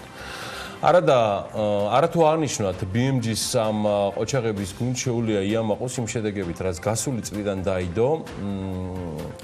2019 წელს BMG-ს მკითხველთა რაოდენობამ 2,290,166 ვიზიტორით გაიზარდა, ამას ადასტურებს Google Analytics-ი და 1 იანვრიდან 31 დეკემბრამდე შარშანდელი წლისა ფიქსირდება 2,414,000 უნიკალური მომხმარებელი. დიახ, თითქმის 2,5 მილიონი მკითხველზე არის საუბარი. მათ შორის 2,490,166 უნიკალური ვიზიტორი ვებგვერდის ახალი მომხმარებელი იყო. ნუ აქ გასათვალისწინებელია ის ფაქტორი, რომ ცხადია BMG არ არის მხოლოდ ქართულ ენაზე, ჩვენ ასევე მაუწყებლობთ და დისტრიბუციას ვაკეთებთ სხვადასხვა ინფორმაციებისა ინგლისურ ენაზეც. Google Analytics-ის მონაცემებით BMG-ს კითხველებს გასული წლის განმავლობაში ჩვენს ვებგვერდზე დაახლოებით კი არა და უფრო ზუსტად გაცილებით ზუსტად 8,197,523 სესია ჰქონდათ და ამ სესიების დროს ვებგვერდის ინდივიდუალურ გვერდებზე, ანუ საუბარია ვიდეოებზე და სტატიებზე განხორციელებული ნახვების რაოდენობა 13,670,000 გადააჭარბა. 2019 წლის განმავლობაში BMG-ს მომხმარებელთა განაწილება გეოგრაფიული არეალების მიხედვით ასეთია: 82% მკითხველების მოდის საქართველოზე, შემდეგ 5%-ზე ოდნავ მეტი მკითხველებისა სტაბილურად არის ამერიკის შეერთებული შტატებიდან და ჩვენი მკითხველების 1,4% გერმანიაშია და რუსეთის IP მისამართებიდან მკითხულობს 1.2% და დაახლოებით ამდენივე არის თუ არ ვცდები იტალიაში რეგისტრირებული IP მისამართებიდან, რომელიც ვსტუმრობდა ჩვენ. რაც შეეხება მიმდინარე წელს, აქაც გვაქვს უკვე შედეგები 2020 წლის პირველი კვირის განმავლობაში 127.931 ვიზიტორი იმყოფებოდა ვებზე. და მათ შორის 71.859 ახალი მკითხველი იყო და ამ ვიზიტორების მიერ ვებგვერდზე განხორციელებული სესიების რაოდენობამ 190,000 მიაღწია, ხოლო ნანახმაგვერდებმა 456,000 გადააჭარბა. მოკლედ, სტარტიც კარგია და გასული წლის მონაგარიც. დიდი მადლობა მთელ გუნდს, უკლებლივ ყველას, მადლობა თელარას, თელარ გელანტიას, ჩვენ მთავარ რედაქტორს შრომისთვის. წარმატებები BMG-ს და ეს მხოლოდ დასაწყისია. ჩვენ კი ვაგრძელებთ საქმიანი დილის ეთერს. საინტერესო ამბები გვაქვს თქვენთვის გადანახული, რომელზეც იზრუნებენ მარიამ ადამია და ანუკა ჯოხაძე. ქვეყნები ხშირად ეჯიბრებიან ერთმანეთს, ვინ უფრო ხელსაყრელ პირობებს შესთავაზებს პოტენციურ ინვესტორებს. ამ ხელსაყრელი პირობების შედარებას კი პოტენციური ინვესტორები სწორედ საერთაშორისო რეიტინგების მიხედვით ახერხებენ და არ ყოფენ რამდენად ეფექტურად მუშაობს ამა თუ იმ ქვეყნის ხელისუფლება. Forbes Georgia's მიმდინარე თვის ნომრის ერთ-ერთი სტატია, რომელიც ბესონ ამჩაუდის ავტორობით 2020 წლის პირველ გამოშვებაში დაიბეჭდა, სწორედ საერთაშორისო რეიტინგებს და საქართველოს პოზიციებს დაეთმო. სად დავწინააღმდით ამ პირიქით, სად დავკარგეთ პოზიციები 2019 წლის საერთაშორისო რეიტინგებში, ეს უკვე ანუკამ და მარიამმა უნდა დაგვიზიარონ. დილა მშვიდობისა და ვიდეოს. დილა მშვიდობისა, ანა გიორგი. 2019 წელი საქართველოსთვის როგორც ეკონომიკურად, ისე პოლიტიკურად არც თუ ისე სტაბილური წელი იყო. დროდადრო 2019 წლის განმავლობაში სხვადასხვა საერთაშორისო ორგანიზაციების მიერ გამოქვეყნებულ რეიტინგებს ჩვენი ეთერის საშუალებით ხშირად გაცნობდით. ჰქონდა როგორც აღმასვლა, ისე დაღმასვლა. დავიწყოთ Heritage-ის ეკონომიკური თავისუფლების რეიტინგით, სადაც საქართველო 2018 წელს მე-16 ადგილზე იყო. მიუხედავად იმისა, რომ საქართველოს საერთო რეიტინგში პოზიცია არ შეუცვლილა და ისევ მე-16 ადგილზეა, ქულების ნაწილში მაინც გვაქვს 0.3 ნიშნულიანი შემცირება. უფრო მეტი სიცხადისთვის Heritage-ის რეიტინგი ქვეყნის ეკონომიკურ თავისუფლებას, კანონის უზენაესობის, მთავრობის ზომის, რეგულაციების ეფექტიანობისა და ღია ბაზრების მიხედვით აფასებს. ყველაზე დაბალი ქულები კი კანონის უზენაესობის ნაწილში გვაქვს. რეიტინგის უპირობო ლიდერი კი ჰონკონგია. სამაგიერო დანუკა ერთი პოზიციით დავწინააღმდით ფრაიზერის ეკონომიკური თავისუფლების რეიტინგში, რომელიც ეკონომიკური თავისუფლებას, მთავრობის ზომის, რეგულაციების, თავისუფალი საერთაშორისო ვაჭრობის, ფასების სტაბილურობის, კანონის უზენაესობისა და საკუთრების დაცვის მიხედვით აფასებს. თუკი წინა წლებს გადავხედავთ 2018 წელს აღნიშნულ რეიტინგში საქართველო მე-13 ადგილზე იყო, 2019-ში კი 172 ქვეყანას შორის მე-12 ადგილი დავიკავეთ. აქვე გეტყვით, რომ ყველაზე დაბალი ქულა სამართლებრივ სისტემასა და საკუთრების დაცვაში გვაქვს, ხოლო პირველ ადგილს ამ შემთხვევაშიც ჰონკონგი იკავებს. ჩვენი პოზიციები გაუარესდა მსოფლიო ბანკის ბიზნესის კეთების რეიტინგში. ამ შემთხვევაში ჩვენმა ქვეყანამ 2018 წლის მაჩვენებელთან შედარებით ერთი პოზიციით უკან დაიწია. თუ 2018 წელს საქართველოს საერთაშორისო რეიტინგში მე-6 ადგილზე იყო, 2019-ში მხოლოდ მე-7 ადგილს დასჭირდა. რეიტინგში ქვეყნები 10 კრიტერიუმის მიხედვით შეფასდნენ, მაგალითად, რამდენად მარტივია ბიზნესის დაწყება, გადასახადების დონე, სესხის ხელმისაწვდომობა, ქონების რეგისტრაცია და ასე შემდეგ. კრიტერიუმებს თუ გადავხედავთ, ყველაზე დაბალი ქულა ბიზნესის დახურვის სიმარტივეში გვაქვს. რეიტინგში პირველ ადგილს კი ახალი ზელანდია იკავებს. რეგრესი გვაქვს ეკონომიკური გლობალიზაციის რეიტინგში -8 პოზიცია, ასეთია ჩვენი 2019 წლის შედეგი. იმ დროს, როდესაც 2018 წელს 76 ადგილზე ვიყავით, გასულ წელს 74-ზე ჩამოვინაცვლეთ. საქართველო ყველაზე ნაკლებ კონკურენტული ფინანსური სისტემით, ინოვაციებითა და ბაზრის ზომით არის, თუმცა ჯამში რეიტინგში ქვეყნები 114 კრიტერიუმის მიხედვით არიან შეფასებულები, რომელთა უმეტესობის შესადგენად მეწარმეების პირდაპირი გამოკითხვა ჩატარდა, შედეგად ლიდერად სინგაპური გამოიკვეთა. 4 პოზიციით გავიმჯობესეთ შედეგები საკუთრების დაცვის საერთაშორისო რეიტინგში. რეიტინგში მოხვედრილი ქვეყნების კანონის უზენაესობის, ფიზიკური და ინტელექტუალური საკუთრების დაცვის მაჩვენებლებით არიან შეფასებული. ყველაზე დაბალი ქულა ჩვენს ქვეყანას ინტელექტუალური საკუთრების დაცვაში, სასამართლოს დამოუკიდებლობასა და პოლიტიკურ სტაბილურობაში. აქვს, რაც თუ 2019 წელს გადავხედავთ, გასაკვირი ნამდვილად არ არის. აღნიშნული რეიტინგის ლიდერი ფინეთია, ხოლო საქართველო 129 ქვეყანას შორის 70 ადგილზეა.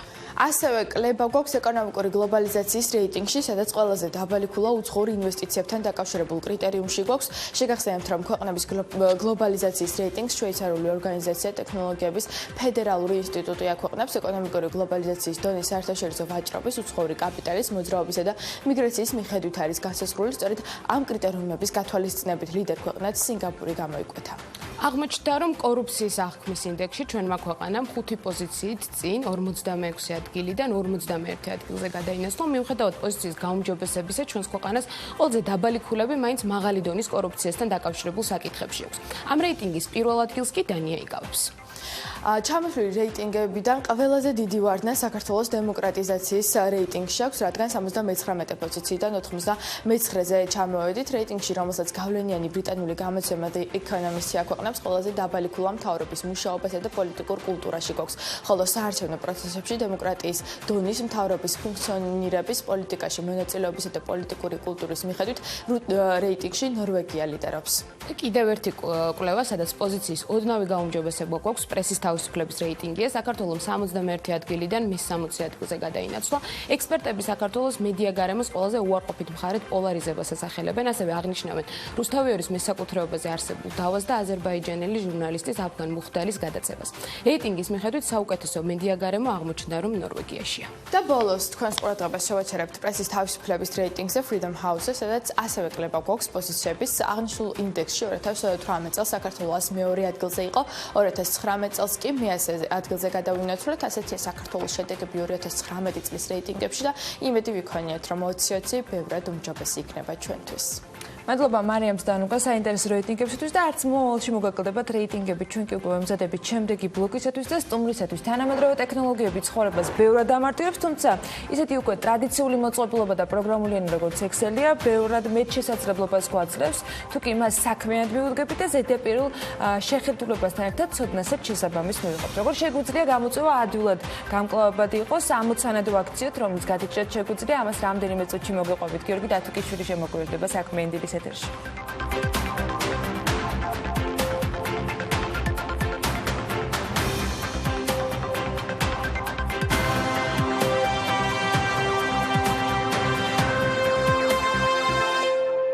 სულ ახლა ხანს ქართულ ბაზარზე ახალი წიგნი გამოვიდა, აი ასეთი. Microsoft Excel-ის 100 ამოცანა დამწყებთათვის, რომელიც პროგრამის შესწავლის სრულთათვის არის. იქზე მუშაობდნენ პროფესორი გიორგი დათუკიშვილი და კავკასიის ეკონომიკის სკოლის სტუდენტი თორნიკე კვინიკაძე. რატომ არის საინტერესო, რამდენად არის დაინტერესება წიგნის მიმართ? მარიამ ადამიანია და მისი სტუმარი გაგვარკვევა დეტალებში, რომელიც შემოგვიერთდა უკვე სტუდიაში. ანა ვიდრე სტუმართან ერთად გავაგრძელებთ საუბარს, ორი სიტყვით მეც ვიტყვი, რომ წიგნში თავმოყრილია 100 ამოცანა, მისი შესაბამისი ვიდეო გაკვეთილები და ვიდეო ამოხსნა, თუმცა საინტერესოა ის ფაქტი, რომ წიგნი არ გაიყიდება და ის გავრცელდება ინტერნეტის საშუალებით სრულიად უფასოდ ელექტრონული ფორმით და საკმაოდ დიდი გამოხმაურებაც მოჰყვა მას. რატომ უნდა წავიკითხოთ და იყო თუ არა საჭირო ბაზარზე მსგავსი ტიპის სახელმძღვანელოს შექმნა?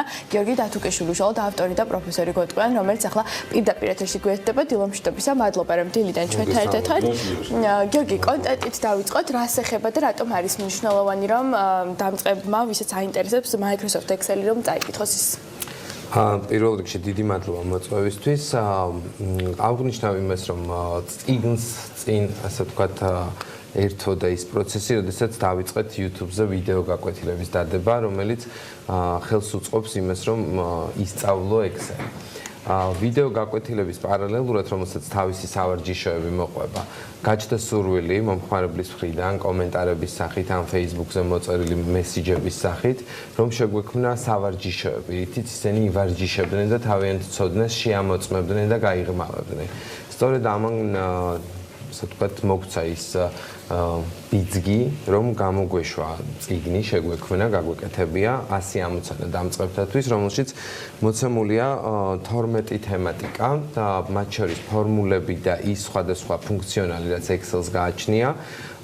და ყველაზე საინტერესო არის ის, რომ თქვენ შეგიძლიათ თქვენივე თავად გადაამოწმოთ. ან წიგნში, როგორც ხედავთ, არის თვითონ მოცემული ამოცანა და ასევე ეკრანის ფოტო, რომელშიც ხედავთ უშუალოდ როგორია თვითონ ამოცანის ამოსახსნელი სივრცე და თვითოული ამოცანის ბოლოში გვაქვს ორი QR კოდი, რომლის გასკანერების ან ელექტრონული შემთხვევაში და კლიკების შემთხვევაში გაიხსნება ერთი ვიდეო ამოხსნა, რომელიც გაჩვენებთ, რამდენად სწორად ამოხსენით ის ვერსია, რომელიც თქვენ გადაწყვიტეთ, ან მეორე ვარიანტი იმ ფორმულის სრული მონაცემი, ან როგორ უნდა გამოიყენოთ სრულად ეს ფორმულა, გაძლევთ შესაძლებლობას ასევე ვიდეო გაკვეთილის სახით.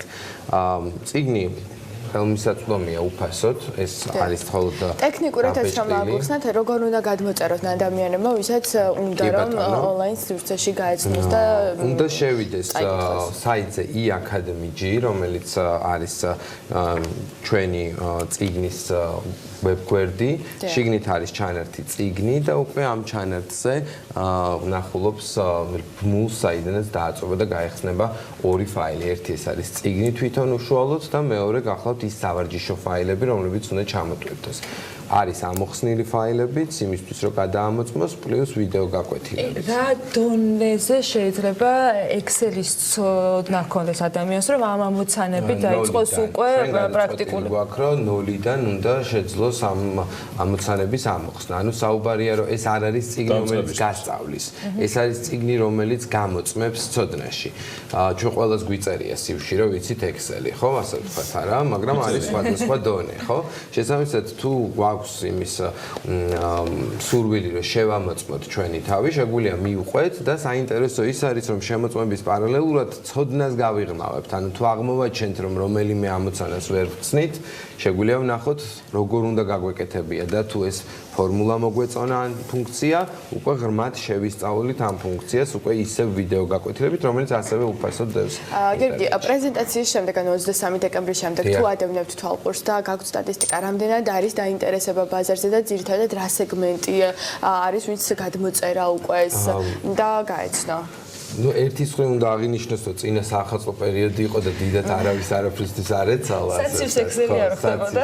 კი ბატონო, არ ხდებოდა ცალსახად, მაგრამ მეორე მხრივ არის ის, რომ ზოგადად ჩვენ ქონდა მოლოდინი, იმიტომ რომ ეს წიგნი არ იყო ჩვენი ინიცირებით, მხოლოდ რა მართლაც ეს იყო ბაზრის მოთხოვნა და არ ვქვია მას ბაზარი პრინციპში, ესენი არიან ჩვენი გულშემატკივრები ან მიმდევრები, იმიტომ რომ ფაქტობრივად ჩვენ მათ მომხმარებლებს ვერ დავარქმევთ, გამომდინარე იქიდან რომ ეს არ არიან ჩვენი კლიენტები, ასე ვთქვათ, ეს არიან ადამიანები, რომლებსაც ჩვენ უსასყიდლოდ ვეხმარებით, თავიანთ კითხვებს პასუხობთ.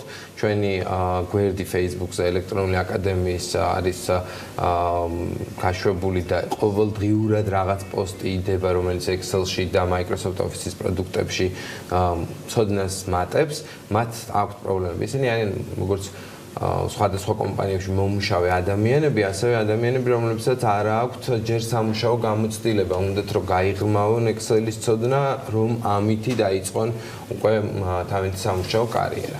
წიგნი არის მხოლოდ ქართულ ენაზე. აპირებთ თუ არა ინგლისურ ენაზეც თარგმნას იმისათვის, რომ არა მარტო ქართულ მომხმარებელს ქონდეს ხელმისაწვდომობა, რომ წაიკითხოს და ისწავლოს, არამედ საერთაშორისო დონეზეც გავიდეს. გულწრფელად რო გითხრათ, არ გვინდა ჩვენ მომხმარებელს ავურიოთ მიჩვეულია რომ ქართულ ენაზე ვუდებთ ვიდეო გაკვეთილებს. თუმცა წიგნი ცალსახად შესაძლებელია რომ გაკეთდეს ინგლისურადაც. ეს არ არის პირიქით გადმოთარგმნილი, ეს არის სრულიად ჩემი და თორნიკეს მიერ მოგონებული ამოცანები, ასე ვთქვათ, რომლებშიც ბოლო 10 ამოცანა არის კომბინირებული ცოტა რთული და დანარჩენი არის თითოეული ფუნქციისთვის თითო ამოცანა. სრულიად შესაძლებელია რომ ითარგმნოს ნებისმიერ ენაზე და გავიდეს, თუმცა კვლავ იგივე კონცეფციით. ალბათ ეს წიგნი იქაც უნდა იყოს უფასო და უნდა გავრცელდეს ხელმა ასე ვთქვათ მარტივად. შენ აღნიშნე გერგი რომ ანუ CV-ში Excel-ის ცოდნის მითითება ძალიან მიღებული პრაქტიკაა, როცა იმის უკან მე მოკითხვაც იშვიათია ხოლმე პრინციპში და რაღაცა გამყარება იმის რომ რაღაც ცოდნა აქვთ, ნაკლებად ხდება, მაგრამ იმ პრინციპში კომუნიკაციამ რაც თქვენს მიმდევრებთან YouTube არხზე იქნება თუ სოციალურ სხვა ქსელებში, რა აჩვენა, რამდენად არის Excel-ის გამოყენების ვთქვათ დღეს ქართულ რეალობაში ისეთი ვთქვათ პლუსები დანახული, რომელთაც შეგვიძლია რომ ამ პროგრამით რეალურად გავიმარტივოთ ძალიან ბევრი საკონტროლო, ეს პროგრამა ძალიან ბევრი შესაძლებლობებით იწყებს. კი, ani ცალსახად გეტყვით რომ ეს არის დაუსრულებელი შესაძლებლობების პროგრამა და დღეს თუ კომპანია არის წარმატებული და მას აქვს ამბიცია რომ არის თამაშე არეალზე ერთ-ერთი პირველი, ან გინდაც მესამე, თუნდაც შეუძლებელია რომ Excel-ის ინსტრუმენტების გარეშე ის ოპერირებდეს, გამორიცხულია. შესაბამისად ბაზარზე ძალიან მოთხოვნადი პროგრამაა და ამის ცოდნა კარგად ფაქტობრივად სავიზიტო ბარათივით არის, როდესაც შენ კარგად იცი Excel-ი, ყველა კარები შენთვის ღიაა, დაახლოებით 100-ია. მართლაც ესეა. კი არის რაღაც პატარ-პატარა ინდუსტრიები და მიმართულებები, ხე ჟურნალისტმა ნამდვილად არ უნდა იცოდეს მაღალ დონეზე Excel-ი, თუმცა რაღაცა ელემენტარული ბიუჯეტის გაკეთება, დიაგრამის აგება თუნდაც, რომ სწორად აჩვენოს და თქვას თავის სათქმელი, ძალიან მნიშვნელოვანია.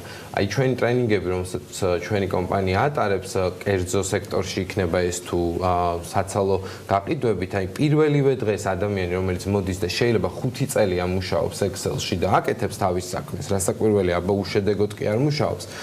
პირველივე დღეს ნახავს, რომ არის რაღაცა ისეთი ნიუანსები, რომლებიც მას დაუზოგავს დროს.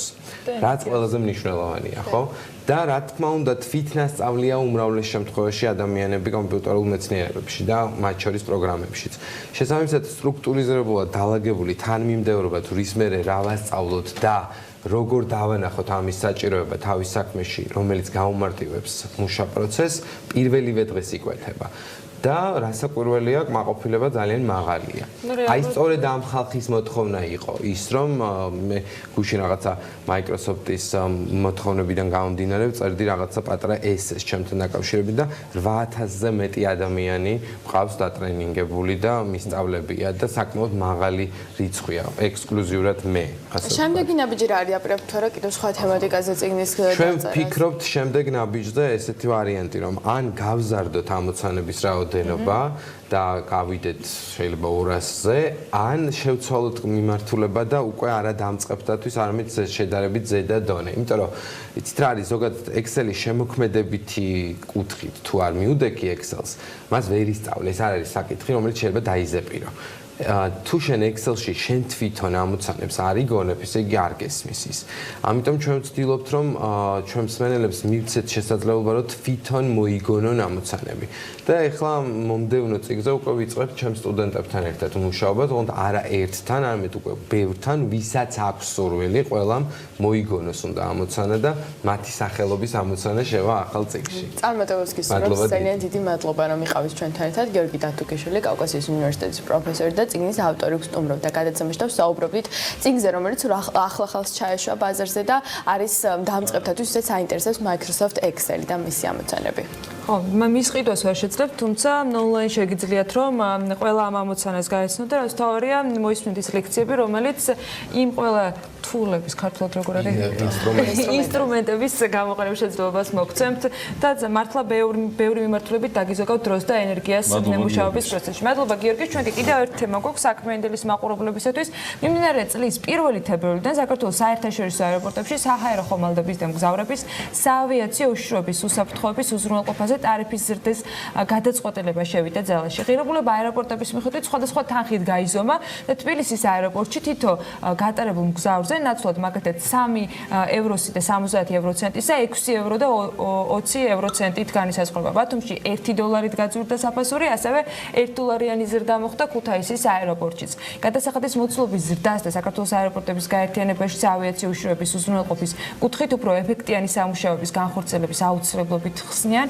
ლონგურაშვილმა იმუშავა თემაზე, ნახოთ რა შეიცვალა ამ მიმართულებით მოსაკრების ღირებულებაში და როგორ აისახება ის შემდგომ უკვე ჩვენი ფრენის უსაფრთხოების ნაწილში. საქართველოს ვალდებულია საავიაციო უსაფრთხოების უზრუნველსაყოფად საერთაშორისო სტანდარტებს მიუახლოვდეს, რისთვისაც სპეციალური ტექნიკის შეძენა და კადრების გადამზადება არის საჭირო. ამისათვის საქართველოს საერთაშორისო აეროპორტებში საჰაერო ხომალდებისა და მგზავრების საავიაციო უშიშროების უზრუნველყოფის ღირებულება იზრდება. საქართველოს აეროპორტების გაერთიანებამ ტარიფების ზრდის გადაწყვეტილება ოფიციალურად 2019 წლის დეკემბერში გააჟღერა და მოსაკრების ზრდის შესახებ ინფორმაცია ავიაბიზნესს უკვე მიაწოდა. შესაბამისად, რეგულაცია მიმდინარე წლის 1 თებერვლიდან ამოქმედდება. რეგულაციები მუდმივად იცვლება და მკაცრდება, ეს იკაოს და ეკაკის მოთხოვნებია. ჩვენც ვალდებულები და იძულებულები ვართ, რომ უფრო და უფრო დახვეწილი და კარგი ტექნიკა შევიძინოთ ამ საავიაციო უშუალობის უზრუნველყოფის პროცედურების უზრუნველსაყოფად. თბილისის საერთაშორისო აეროპორტში თითო გატარებულ მგზავრზე ნაცვლად 3.7 ევროსი 6.2 ევროდ განისაზღვრება, რაც შეეხება ბათუმის საერთაშორისო აეროპორტში გატარებულ საერთაშორისო მგზავრს გადასახადი $1 ძვირდება და პირველი თებერვლიდან $5.5 იქნება. ასევე $1 ზრდა მოხდება ქუთაისის საერთაშორისო აეროპორტში და თითო გატარებულ მგზავრზე გადასახადის ოდენობა $4 განისაზღვრება. ეს ნამდვილად მერწმუნეთ, რომ იყო გადაუდებელი აუცილებლობა, რომ ეს ტარიფები გაგვეზარდა. ჩვენ უბრალოდ ვერ დავეწეოდით იმ ტემპს და იმ რიტმს, რაც საავიაციო უშიშროების სფეროში მოქმედებს. მოგეხსენებათ, რომ საერთოდ ზოგადად საავიაციო უშიშროების, ზოგადად უშიშროების და უსაფრთხოების უზრუნველყოფა ცოტა ძვირი სერვისია, მაგრამ გამომდინარე იქიდან, რომ ამაზე ადამიანის სიცოცხლეა დამოკიდებული და შემდგომ საავიაციო შემთხვევების თავიდანაცილება, ამ შემთხვევაში ჩვენ ვერანაირად ვერ ვიქნებით განზე გამდგარები, ასე რომ შესაბამისად ვალდებულები და იძულებულები ვართ, რომ ეს ტარიფები გავზარდოთ, მაგრამ მერწმუნეთ, რომ ეს ტარიფები და ეს თანხა სრულად მოხმარდება საავიაციო უშიშროების უზრუნველყოფი დანაყოფის ფუნქციონირებას, აპარატურის შეძენას, საავარიო ოპერატიული ცენტრების ფუნქციონირებას და ასე შემდეგ. შევეცდები ახლა გამოვთვალოთ, თუ რამდენით გაგვიძვირდა რეისი. მაგალითად, სწორება რომ ავიღოთ თბილისის აეროპორტზე და პირობითად გამოთვლა დავიწყოთ Boeing 737-დან, რომელიც მაქსიმუმ 180 ადამიანს იტევს. 2.5 ევროზე რომ გადავამრავლოთ, ეს გამოდის 450 евро, ხოლო საერო ხომალდის ტონაჟობა, რომელიც 1 ევროთი არის სხვაობა, გამოდის 70 евро, ჯამში გამოდის რომ რეისი თბილისის აეროპორტიდან 520 ევროთი გაწვირდა. გადასახადის მოცულობის და საქართველოს აეროპორტების გაერთიანებაში საავიაციო უშიშროების უზრუნველყოფის კუთხით უფრო ეფექტიანი სამუშაოების განხორციელების აუცილებლობით ხსნიან. საქმიანი დილა საავიაციო საკონსულტაციო ჯგუფის ხელმძღვანელთან გიორგი მოლოდინაშვილთან მივიდა კითხვით, თუ რას უნდა ელოდოს მგზავრი ახალი რეგულაციების ფონზე და გაუძვირებს თუ არა განახლებული მოსაკრებელი ბილეთის ღირებულებას. მე ვფიქრობ, რომ ამ გაზრდის შესახებ საქართველოს აეროპორტების გაერთიანებას აქვს თავისი ეკონომიკური დასაბუთება. გარდა ამისა, ჩემ ხელთ არსებული ინფორმაციით ავიაკომპანიებთან იყო ამის შესახებ შეხვედრა და ამის შესახებ იყო შეთანხმება აეროპორტების გაერთიანებასა და ავიაკომპანიებს შორის. შესაბამისად, მე არ ველოდები, რომ ეს იქონიებს დიდ გავლენას ბილეთის ღირებულებაზე, რამე თუ არც თუ ისე დიდი არის ეს ზრდა მოსაკრებლის. მსოფლიო მასშტაბით ავიაბიზნესში საავიაციო უშიშროების უზრუნველყოფის სფეროში მოთხოვნები ყოველწლიურად იცვლება და მკაცრდება. იმისათვის, რომ საქართველოს საერთაშორისო აეროპორტები ამ მიმართულებით პასუხობდეს ყველა არსებულ საერთაშორისო და ეროვნულ რეგულაციებს, საჭირო არის მეტად ეფექტიანი სამუშაოები განხორციელდეს. მიმდინარე წელს საქართველოს აეროპორტებში საავიაციო უსაფრთხოების სტანდარტების დასანერგად 14 მილიონი ლარი არის გამოყოფილი. სტატისტიკურად საქართველოს აეროპორტებში განახლებული მოსაკრებელი სხვა ქვეყნების აეროპორტებს რომ შევადაროთ, ათეული ასე გამოიყურება. თბილისი 3.33 евро, ბათუმი 2.7 евро, ბაქო 10 евро, სტამბული 3 евро, ანკარა 3 евро, ხარკოვი 4.86 евро, მინსკი 5.53 евро, კიევი 3.60 евро, მოსკოვი 6.57 евро და ტრაბზონი 3 евро. ავიაციიდან ენერგეტიკის მიმართულებაზე ვინაცვლებთ, როგორი იყო გასული წელი ენერგომოხმარების გენერაციის და იმპორტ-ექსპორტის მიმართულებით და რა საკანონმდებლო ვალდებულებები აქვს ქვეყანას დარჩენილი შესასრულებლად. მარიამ ჩახვაშვილი გალტენტაგარდის ანალიტიკოსი შემოგვიერთდება სტუდიაში რამდენიმე წუთში.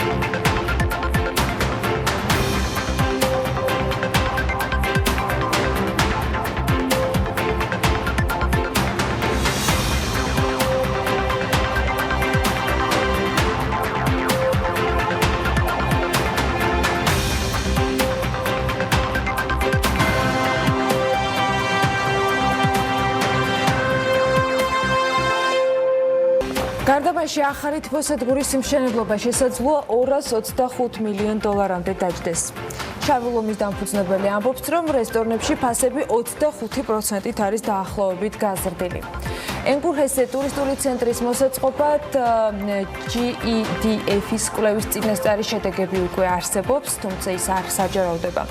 ჭავჭავაძის გამზირის სრული რეაბილიტაცია სავარაუდოდ გაზაფხულზე დასრულდება. გამზირის რეაბილიტაციის მესამე ეტაპი დაიწყო და ის 2 თვის ვადაში უნდა დასრულდეს. ამის შემდეგ კი რეაბილიტაციის საბოლოო მეოთხე ეტაპი დაიწყება. საპენსიო სააგენტოს დირექტორის თანამდებობაზე ვაკანსია 10 იანვარს გამოცხადდება. ჯერ კიდევ მოქმედი ხელმძღვანელი ლევან სურგულაძე პოსტს 16 იანვრიდან დატოვებს. რაც შეეხება ახალ დირექტორს საპენსიო სააგენტოს შესახებ კანონის თანახმად, სააგენტოს დირექტორის შერჩევას კონკურსის წესით ახორციელებს სამეთვალყურეო საბჭო, რომელიც დირექტორს თანამდებობაზე 5 წლის ვადით ნიშნავს. ლევან სურგულაძემ შეგახსენებთ საპენსიო სააგენტოს დირექტორის პოსტის დატოვების შესახებ გადაწყვეტილება გასული წლის დეკემბერში მიიღო. მისი სურვილი სამეთვალყურეო საბჭომ დააკმაყოფილა. ანეკლიის განვითარების კონსორციუმთან საინვესტიციო ხელშეკრულების საკითხზე საქართველოს მთავრობის დღევანდელ სხდომაზე 10 საათიდან იმსჯელებენ ვიცე-პრემიერმა რეგიონული განვითარებისა და ინფრასტრუქტურის მინისტრმა მაია ცქიტიშვილმა მედიასთან გუშინ ბაკურიანში განაცხადა, რომ შედეგებს მოგვიანებით უკვე ჟურნალისტებს თავად გააცნობს. ანეკლიის განვითარების კონსორციუმს ხმაწყლოვანი პროექტისათვის დაფინანსების მოძიების საბოლოო ვადად 2019 წლის 31 დეკემბერი ჰქონდა განსაზღვრული. კონსორციუმმა ამავე დღეს განცხადება აღნიშნა, რომ კონსორციუმი არ წყვეტს მუშაობას ინვესტორებთან და მიმართავს ყველა საშუალებას, რომ პროექტი არ გაჩერდეს და წინ წავიდეს. მათივე განცხადებით, არსებულ ვითარებაში გადამწყვეტი როლი აქვს სახელმწიფოს მხარდაჭერას და მის აქტიურ ჩართულობას, განსაკუთრებით კი ინვესტორებთან მოლაპარაკების პროცესში. საერთაშორისო ავიაკომპანიები ერაყისა და ირანის საჰაერო სივრცეში ფრენებს წყვეტენ. შესაბამისი გადაწყვეტილება ფრანგულმა Air France-მა მიიღო. ასევე რეისების განხორციელებას წყვეტს გერმანული ავიაკომპანია Lufthansa. ამასთან დაკავშირებით განცხადება ტაივანისა და მალაიზიის ავიახაზებშიც გაკეთდა. კომპანიებში ამბობენ, რომ ამ ეტაპზე ფრენები ამ ორი ქვეყნის საჰაერო სივრცის გვერდის ავლით განხორციელდება. რაც შეეხება საქართველოს, ირანის მიმართულებით ფრენები ჩვეულ რეჟიმში მიმდინარეობს. BMG-ს ტავჯურჯიაში უთხრეს, რომ თეირანიდან თბილისის მიმართულებით ფრენებს ორი ავიაკომპანია ასრულებს და ამ ეტაპზე რეისები გაუქმებული არ არის. თბილისის მერია კოსტავას ქუჩის 54 ნომერთან მდებარე მიწისქვეშა გადასასვლელის გაუქმებას გეგმავს. გადასასვლელის გაუქმების სამუშაოების მომსახურების შესყიდვის მიზნით ტენდერია გამოცხადებული. სატენდერო პირობების მიხედვით 15 იანვარს დაიწყება ოფიციალურად უკვე წინადადების მიღება და 20 იანვარს დასრულდება. შესყიდვის სავარაუდო ღირებულება კი 216,623 ლარია. პროექტის თანახმად ჩასასვლელების კედლების და კიბეების ნაწილობრივი მონგრება ქვაბულის გამაგრებით უნდა მოხდეს. ჩასასვლელების დარჩენილი სივრცის შევსება კი ბალასტით. ჩასასვლელებთან საკომუნიკაციო ჭების მოწყობა იქნება სავალდებულო და ამ ჩასასვლელების ფარგლებში საგზაო საფარის და ტროტუარების აღდგენა მოწყობა.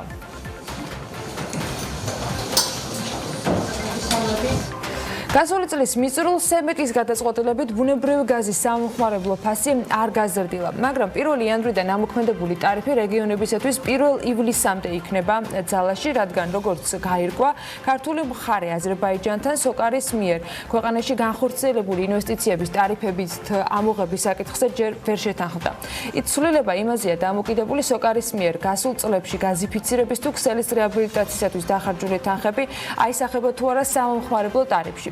ეს თანხა, როგორც ირკვევა, არის დაახლოებით 150 მილიონი დოლარი. ქართული მხარე ითხოვს, რომ ინვესტიცია არა მომდევნო 3 წლის ტარიფში, არამედ 2022 წლის შემდეგ აისახოს. სემეკი კი ისევ გადახედავს გაზის საყოფაცხოვრებო ფასს. აქ გაითვალისწინოს შესაბამისი ტარიფი, რომ მოსახლეობის ხარჯი საგრძნობლად არ გაიზარდოს, თუ ცოტა მოგვიანებით მოვისმინოთ სემეკის განმარტება ამ თემაზე. რაც შეეხება ხელშეკრულებით განსაზღვრულ იმ პირობას, რომლითაც 150 მილიონი დოლარის ოდენობით არსებული ინვესტიციების ტარიფში ასახვა 2020 წლამდე არ იყო განსაზღვრული ის მისი ასახვა უნდა განხორციელებულიყო 2020 წლის შემდეგ პერიოდში. აი ეს არ არის ასახული დღეს არსებულ ტარიფში. მიღწეული იქნება შეთანხმება აღნიშნული ინვესტიციების გადავადებასთან დაკავშირებით. არა მიზანშეწონილი, არა გონებრივი იქნებოდა ამ ინვესტიციების ეხლა ტარიფში გათვალისწინება.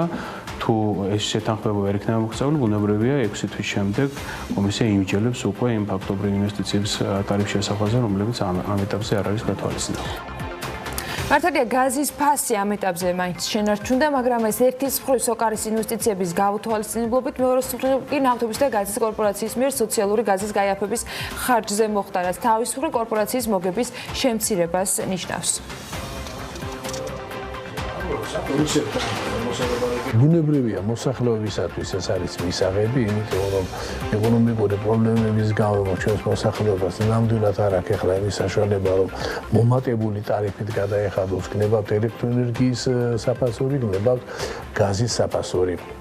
განსაკუთრებულად ზამთრის თვეებში, მაგრამ ეს პირველ რიგში აუცილებლად კორპორაციის შედეგებზე და მის მოგებაზე და მის თანხებზე იმოქმედებს. ბუნებრივია, მას შეუმცირდება თავისი მოგება, შეუმცირდება ის თანხები, რომელიც ის წლების განმავლობაში სხვადასხვა ენერგეტიკული ობიექტების მშენებლობაზე დაბადებდა. ნავთობისა და გაზის კორპორაციამ რა თანხების დათმა მოსახლეობის სასარგებლოდ საკმარისი იქნება თუ არა ეს ივლისში გამოჩნდება, როცა სემეკის სოკარის 3 წლიან ტარიფს დაადგენს. თუმცა ამ თემის გარდა კი არაბიძის ინფორმაციით, ასევე ორგანიზაციის მსოფლიო გამოცდილება საქართველოსთვის ხელმძღვანელის აზრით, საქართველოს მთავრობა აზერბაიჯანულ მხარესთან სოკარის მიერ მოსაწოდებელი გაზის ფასის გადახედვაზეც მუშაობს, რაც მედიისთვის ღია ინფორმაცია არ არის. სწორედ ამიტომ მურმან მარგველაშვილი მიიჩნევს, რომ ეს პროცესი ისევ როგორც რუსეთიდან სომხეთში გაზის ტრანზიტის ფასი გამჭვირვალე უნდა იყოს. მაქსიმალურად უნდა ვცადოთ, რომ გამჭვირვალე გავხადოთ მოლაპარაკებები როგორც სოკართან და როგორც გაზპრომთან, შემოვყვანოთ ისინი კონკურენტულ და არა ცალ-ცალკე ერთმანეთისგან იზოლირებულ სეგმენტურ ბაზისის სეგმენტებში და მაქსიმალურად მოვახდინოთ აი ამ გამჭვირვალობის გამოყენება იმისათვის, რომ დავიცვათ ჩვენი როგორც მოქალაქეების, ასევე ეკონომიკის ინტერესები, იმიტომ რომ ეკონომიკა არის საფუძველი და მოჩვენებითი დაბალი ტარიფები კი რეალურად ანგრევს ჩვენი ქვეყნის როგორც ეკონომიკას, ისე ბიუჯეტს და შემიძლია გითხრათ, რომ საერთაშორისო ენერგეტიკული სააგენტოს ექსპერტების შეფასებით, სადღაც 220-250 მილიონი დოლარი არის წლიური ის ხარჯი მიუღებელი სარგებელი, რასაც ჩვენ გავიღებთ იმისთვის, რომ ხელოვნურად ტარიფები შევამციროთ გაზში. თებერვალ მარტში მცირე წყალიანობის გამო დიდ დეფიციტს ელოდებიან. რამდენიმე დღეში კი აფხაზურ მხარესთან ელექტროენერგიის განაწილებაზე ენგურჰესის დირექტორის ინფორმაციით შეხვედრა უნდა შედგეს. გასული წლის მიწურულს გაზრდილი მოხმარების გამო ოკუპირებულ აფხაზეთში ელექტროენერგიის მიწოდება გრაფიკით ხდებოდა. ლევან მებონიამ დეკემბერშივე თქვა, რომ ელექტროსადგურის რესურსი ზამთრის თვეებში აფხაზეთის მომარაგებისათვის საკმარისი არ იქნებოდა. მისივე ინფორმაციით წელს განსაკუთრებით მშრალი ამინდებია და წყალსაცავში წყლის შემოდინება წინა წელთან შედარებით 40%-ით ნაკლებია. რა რესურსი აქვს ენგურჰეს ამ დროისათვის და როგორ შეიძლება ენერგიის განაწილება მოხდეს მომდევნო თვეებში, განსაკუთრებით იმის ფონზე, რომ მას მასშტაბური რეაბილიტაცია სჭირდება, რომელიც რამდენჯერმე გადაიდო. პირველი კითხვით, სწორედ ამ კითხვით მივმართავთ ლევან მებონიას, ენგურჰესის დირექტორი გვერდება სატელეფონო ჩართვით. მოგესალმებით ბატონ ლევან, მადლობა იმისთვის, რომ ხართ საქმიანი დილის სტუმარი. პირველ რიგში დღეს რა ხდება ენგურჰესზე, რა მოცულობების, ვთქვათ, გენერირების საშუალება აქვს ჰეს და როგორი არის თქვენი პროგნოზი? აქვე კითხავთ, რაზე უნდა შედგეს მოლაპარაკება აფხაზურ მხარესთან მომდევნო დღეების განმავლობაში? რესურსი შეზღუდულია წყალსაცავში. ამის მიზეზი იყო მცირე წყლიანობა და ასევე გაზელი მოხმარება აფხაზეთში მომდევნო თვეებში. იანვრის ბოლოდან თებერვალი მარტი იქნება განსაკუთრებით მძიმე, იმიტომ რომ ის რესურსი, რაც არის წყალსაცავში და მოსალოდნელი შემოდინება არ არის საკმარისი აფხაზეთის მოხმარების დასაფარავად. აქ არსებობს ორი გზა, ან აფხაზეთის ხელისუფლებამ უნდა გააკეთოს გამოთვლების შეზღუდვები, რომ გაანახევროს ის მოხმარება, რაც არის დღეს აფხაზეთში, ან მიიღოს ელექტროენერგია რუსეთის ფედერაციიდან. სხვა შემთხვევაში მოსალოდნელია სრულად ჩაქვება, ეს ძალიან ისეთი საკითხია. მომავალში ხალხზე გარშემოქმედება ეს ორი საკითხი რამდენად შეიძლება განხორციელებას და შემცირებას მოხმარებისა იმ დოზამდე, რომელიც საფრთხეს შეუძლია უხეში. ბატონ ლევან, გამომდინარე იქიდან, რომ არანაირი მიმართება და რაიმე წინარე დასტური საიმისოთ, რომ მოხმარების განახევრება ან შემცირება შეიძლება იყოს აფხაზეთში მოსალოდნელი, ну ყოველ შემთხვევაში ამისი წინასწარი არანაირი მონაცემები არ ჩანს, რომ ეს რეალისტური იყოს. ეს შესაძლებელია შეივსოს მხოლოდ და მხოლოდ იმპორტით. Tegara შარშან კონდათ აფხაზეთში 3 საათიანი გამოთვლება ძალიან ჩაქრობით. დიახ. და ელექტრონიკის შემცირება რამდენად წელს დამუშავებულია გრაფიკი 4-5 საათიანი გამოთვლით, თუმცა როგორ განხორციელდება ეს ამაზე მე 4-5 საათით ბატონ ლევან თუ გამოირთო და ამ გრაფიკმა იმუშავა, ეს ამ შემთხვევაში აუვა უკვე იმ რეალურ მოხმარებას და არ იქნება საჭირო დინგის დამატება. თუ ეს განხორციელდება, რა თქმა უნდა, ეყობა მეტად რომ 5 საათი ეს არის დაახლოებით 1.700.000, 1.800.000 კილოვატ-საათი. ეს საკმაოდ დიდი მოცულობა 2 მილიონი, ახლა ამ ძირში მოხმარება იყო დღეში 7.5 მილიონი, თუ შემცირდება 5.6 მილიონამდე, ალბათ რაღაცნაირად გავავთ. ბატონ ლევან, თუ არ ვწდები, ენგურხესის კასკადებზე სტუმრობისას იყო ეკონომიკის მინისტრის განცხადება, რომ ჩვენ ყველაფერს გავაკეთებთ საიმისოთ, რომ აფხაზეთის ელექტროენერგიით მომარაგება მომავალშიც ისე გაგრძელდეს, როგორც ეს ამ ურთიერთობებში იყო ჩამოყალიბებული ბოლო წლების განმავლობაში. იმ სქემაში, რასაც თქვენ ბრძანებთ, რომ მოხმარება თქვათ გადავიდეს გრაფიკზე, ადგილზე აფხაზეთში, მაგრამ იმავდროულად შეეშველოს იმპორტირებული ელექტროენერგიის მიწოდება. აქ საქართველოს ხელისუფლების მიერ, ანუ ჩვენს მიერ კონტროლირებადი ტერიტორიებიდან არის საუბარი დენის მიწოდებაზე თუ რაიმე დამოუკიდებელ წყაროებზე? უფრო ალბათ დამოუკიდებელი საქართველოს ტერიტორიიდან მიწოდებული ელექტრონიკა საკმაოდ ძლიერი აქვს, შეიძლება უფრო მისაღები იყოს რუსეთის ფედერაციიდან. ანუ თქვენ ამბობთ, რომ არის შანსი, რომ აფხაზეთმა იმის გამო, რომ დენი არის უფრო იაფი, მიიღოს პირდაპირ რუსეთის ფედერაციიდან ელექტროენერგია? არის ამას ვერ ვიტყვი, არის მე საკითხი არა, მე მესმის საკითხი, რომ ცოტა ისეთია და ამიტომ ვცდილობ გავარკვიო, რითი შეიძლება ეს დეფიციტი შეივსოს. ერთია, რომ ეს შეიძლება იყოს 5 საათიანი გრაფიკი, ეს სერიოზულად შეამცირებდა და დააბალანსებდა ამ შემთხვევაში მოხმარებას. ან იმპორტირება და უბრალოდ აი ამ იმპორტირების გზასთან დაკავშირებით, ბატონ ლევან, ეს მოხდება ჩვენზე მიწოდებით, ჩვენგან გავლით მიწოდებით, თუ პირდაპირ აი ამის გარკვევას ვცდილობ. ესაგებია, მაგრამ ჯერ ამაზე პასუხი არ არის. ქვეყანაში ემიგრაციის კომპეტენციაში არჩევის ამაზე. ხო, არა. თქვენ რო ამაზე გავიგეთ, თქვენ რო არ მიასწრეთ გავიგეთ. ბატონ ლევან, აქვე დავაზუსტებ იმ გრაფიკის მიღების შემთხვევაში, იმ ვერსიის მიღების შემთხვევაში, რომელიც თქვენ ახსენეთ აფხაზურის მხარის მხრიდან, საქართველოს დანარჩენი ტერიტორიისათვის რა მოცულობის ენერგია რჩება ენგურხეს?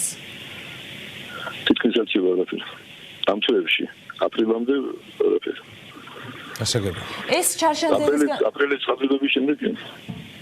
ჩარშანდელისგან განსხვავებულად დრამატულ მონაცემს გვაძლევს თუ შარშანაც დაახლოებით? უფრო არა, შარშანაც იყო შეზღუდული და იყო შეზღუდული, თუმცა ასეთი მოცულობით არა. მე თქვი წინა ინტერვიუში რომ შარშან ამ პერიოდში დაახლოებით 40%-ით მეტი წყალი ჰქონდა. თუმცა შეზღუდული მაშინაც იყო, ნაკლები მასშტაბი. 3 საათიანი იყო, ხო, მაშინ გრაფიკები, ბატონ ლევან, სწორად მახსოვს? 3 საათიანი გრაფიკი იყო, მაგრამ წელს ნაკლები რესურსი და უფრო სიმეტრიულია. და მინიმუმ 5 საათზე უნდა ავიდეს გრაფიკი. კარგი, ბოლო კითხვა. ხო, ბატონ ლევან, რა მინდა კითხოთ, ჩვენ ბევრჯერ გვისაუბრია ამ ინტერვიუთი და ენგურხესის უახლოეს სამომავლო რეაბილიტაციაზე და იმ პროექტზე, რომელიც იგეგმება.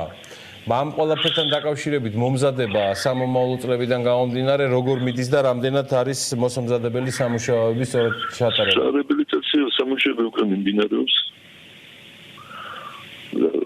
ელექტრომექანიკური მოწყობილობების, ჰიდრომექანიკური მოწყობილობების, რაც შეეხება გვირაბის რემონტს, რომელიც მოითხოვს ეშის გაჩერებას 20 წელს, დაგეგმილია მომავალი წლის თებერვლის მეორე ნახევრიდან მაისის ჩათვლით. ანუ ეს მთლიანად წაიღებს 5 თვეს, ხო? არა, თებერვლის მეორე ნახევარი მაინც ის ჩათვლი სამთვე ნახევარი გამოდის. სამთვე ნახევარი, ანუ მაგრამ ეს არის 4 თვე, მაგრამ ეს არის 2021 წელს, ხო ესეა? დიახ, 2021 წელს.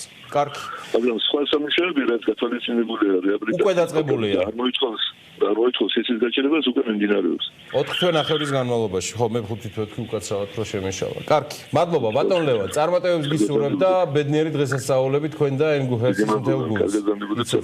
ასევე, მადლობა. ლევან მებონია ენგურჰესის დირექტორი საუბრობდა საქმიანი დილის ეთერში ჩვენ ენერგეტიკაზე საუბარს ვაგრძელებთ. გასული წლის მიწურულს საქართველოს პარლამენტმა ენერგეტიკასთან დაკავშირებული ორი კანონი დაამტკიცა ენერგეტიკის წყალმომარაგების შესახებ, რომელიც ენერგეტიკის სექტორის რეფორმის პროცესის წარმართვისთვის არის ძალიან მნიშვნელოვანი დოკუმენტი და კანონი განახლებადი წყაროებიდან ენერგიის წარმოებისა და გამოყენების ახალისების შესახებ, რომელიც განსაზღვრავს განახლებადი ენერგიის მიზნობრივ მაჩვენებელს და მათი მიღწევის მექანიზმებსა და ვადებს. საქართველოს მიერ ენერგეტიკული გაერთიანების წევრობით აღებული ვალდებულებების მიხედვით წლის ბოლომდე კიდევ 3 კანონია მისაღები და 3-ო საქართველოს პარლამენტში განხილვის ეტაპზე არის ამ დროისათვის, თუმცა ვადები ისე როგორც პრაქტიკა გვაჩვენებს, რომ არაერთ მაგალითზე ამ შემთხვევაში შეიძლება ასევე გადახედელი იყოს. ენერგოეფექტურობის შესახებ და შენობების ენერგოეფექტიანობის შესახებ კანონპროექტის მიღების დაგვიანების გამო კი გასულ წელს ევროპული გაერთიანების სამდივნომ ქართული მხარე გააკრიტიკა კიდეც. ამ თემებზე და არა მხოლოდ ამ თემებზე, მათ შორის გენერაციის მოთხოვნებისა და მიწოდების შესაბამი სტატისტიკაც, რომელიც გასული წლის მონაცემებით ამ დროისათვის გვაქვს, ვისაუბრებთ მარიამ ჩახვაშვილთან, კალტენტაკარტის ანალიტიკოსის შემოგვიერთდა საქმიანი დილის ეთერში. მარიამ, გიუცელ დღესასწაულებს. მადლობა, რომ ხარჯვენთელიანად წარმატებები და ბარაკა. რას ადგენს? მოდი ძალიან მოკლედ ამ კანონებთან დაკავშირებით, იმიტომ რომ თქვენ ანალიტიკაში რაც გუშინს წავიკითხეთ, ძალიან ბევრი სხვა საგულისხმო ინფორმაცია, რომელსაც უფრო მარტივად და პოპულარულად შევძლებთ ჩვენი ტრიო რო გადავცეთ ახლა ამასენის სახსთან მეც მიჭირს. არა, ჩვენ ამას ვახერხებთ, მინდა გითხრათ თქვენი ძალიან დიდი დახმარებით ამ მიცადინეობით, უბრალოდ საუბარია კანონმდებლობაზე, რომელსაც ბაზარი და ბაზრის მონაწილენი ელოდნენ. ეს არის ცალსახად პროგრესი, ასევე არის დასაფიქსირებელი ისიც, რომ მისაღები გვაქვს კიდევ ბევრი რამ, მაგრამ ფაქტია, რომ ამ კანონმდებლობამ უკვე უზრუნველყო ის, რომ კონკრეტული ვადები დადგინდა შემდგომი ნაბიჯებისთვის. აი ამაზე თუ შეიძლება ორი ციტატი. თავარი რაც მოგცვა ამ კანონმა, ორივე კანონმა განახლებადის და ენერგეტიკის შესახებ არის მკაცრად განსაზღვრული ვადები კანონქვემდებარე აქტებისთვის. თვითონ კანონი ასახელებს ახალ მოთამაშეებს, რომლებიც ბაზარზე უნდა გაჩნდნენ, განსაზღვრავს, რომ რამდენიმე მოთამაშეებიც დღეს არის ბაზარზე უნდა სახეცვლილება განიცადონ, მაგალითად ენერგოპროს და თელასი, რომლებიც არიან ახლა გატარების ლიცენზიენტები, მათ მოუწევთ ასე ვთქვათ საქმიანობის გამიჯვნა, გამომდინარე იქიდან, რომ ენერგეტიკული გაერთიანება ეძახის, რომ ცალსახად ბუნებრივი მონოპოლიის საქმიანობები, ანუ გადამცემი ხაზის ფლობა უნდა იყოს ცალსახად მიჯნული კომერციული საქმიანობისგან, ან თეორიულად ხაზის ფლობა უნდა იყოს აუცილებლად რეგულირებული სემეკის მიერ, კონკრეტულ არეალში მხოლოდ ერთი ლიცენზიენტი შეიძლება იყოს, ხოლო კომერციული საქმიანობები, რაც არის უკვე წარმოება და მიწოდება, შეიძლება განხორციელდეს რამდენიმე კომპანიის მიერ სწორედ აი ამ ხაზების გამოყენებით. ანუ რეალურად ჩვენ როგორც სხვა ინდუსტრიებში ვიყენებთ ხოლმე დაუშვათ ერთი აწარმოებს მეორე ყიდულობს და გზაში ტრანსპორტირების კომპანიებს იყენებენ, ასევე იქნება ელექტროენერგიაშიც აი ამ ტრანსპორტირების გადამცემი ხაზების მფლობელი კომპანიები ამისთვის გასამსჯელოს აიღებენ და რასაც მწარმოებელი აწარმოებს და გადაყიდის საბითუმო ბაზარზე, იმის მიწოდება ხდება მოხმარებელთან. ანუ იდეალურ შემთხვევაში როდესაც ეს რეფორმა სრულად განხორციელდება, ნებისმიერ მომხმარებელს აქნება საშუალება აირჩიოს არა მხოლოდ თელასი, რომელიც აუცილებელი მომწოდებელი არის დღეს დაუშვათ თბილისის არეალში, არამედ ერთადერთი მომწოდებელი. არამედ შეუძლია აირჩიოს ნებისმიერი სხვა კომპანია, რომელიც მას რაღაცა განსხვავებულ ტარიფს შესთავაზებს ან განსხვავებულ სტრუქტურას. მანქანა ჯერ შორს ვართ, იქამდე რა მოსახლეობასაც ქონდეს ამ არჩევანის საშუალება, ჯერჯერობით მხოლოდ კომერციული სექტორი გადადის და 2019 წელს რაღაც ნაბიჯები უკვე იქნა გადადგმული, 15 პირდაპირ მომხმარებელი ყავს დღეს, რომელიც ამ საბითუმო ბაზარზე ვაჭრობს. ანუ სანამ იქამდე მივალთ, რომ მომხმარებელსაც ექნება, ანუ მოსახლეობასაც ექნება ამ არჩევანის საშუალება, იქამდე იქნება უნივერსალური მომსახურების მომწოდებელი, ესეთი ცნება შემოდის ახალი კანონის ფარგლებში, რომელიც სწორედ აი ამ ჯგუფს, რომელიც ჯერჯერობით განსაზღვრულია მოსახლეობა და წვრილი ბიზნესი ამ ჯგუფს მიაწვდის კვლავ რეგულირებულ ელექტროენერგიას სავარაუდოდ ისევ ენგურის შეწონვით, თუმცა ეს კანონში არ წერია, ეს ჩვენი ვარაუდია. კანონი აგრეთვე განსაზღვრავს ბოლო იმედის ბოლო ალტერნატივის მიმწოდებელს, რომელიც არის რომ ანუ თუ ეს მიმწოდებლები რამენაირად ვერ შეასრულებენ თავიანთ ფუნქციას, სახელმწიფო ბერკეტი ერთვება და ეს ბოლო ალტერნატივის მიმწოდებელი, რომელიც სახელმწიფოს მიერ დატენდერებული უნდა იყოს, ჩაერთვება ამ პროცესში.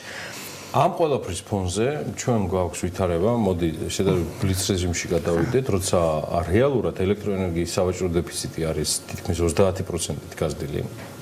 და საუბარია დაახლოებით თანხაში გამოხატული თორშტები ეს არის $60 მილიონი, რაღაცები არ მინდა ამერიოს, ხო? ეგრეა, კი, სწორად მახსოვს.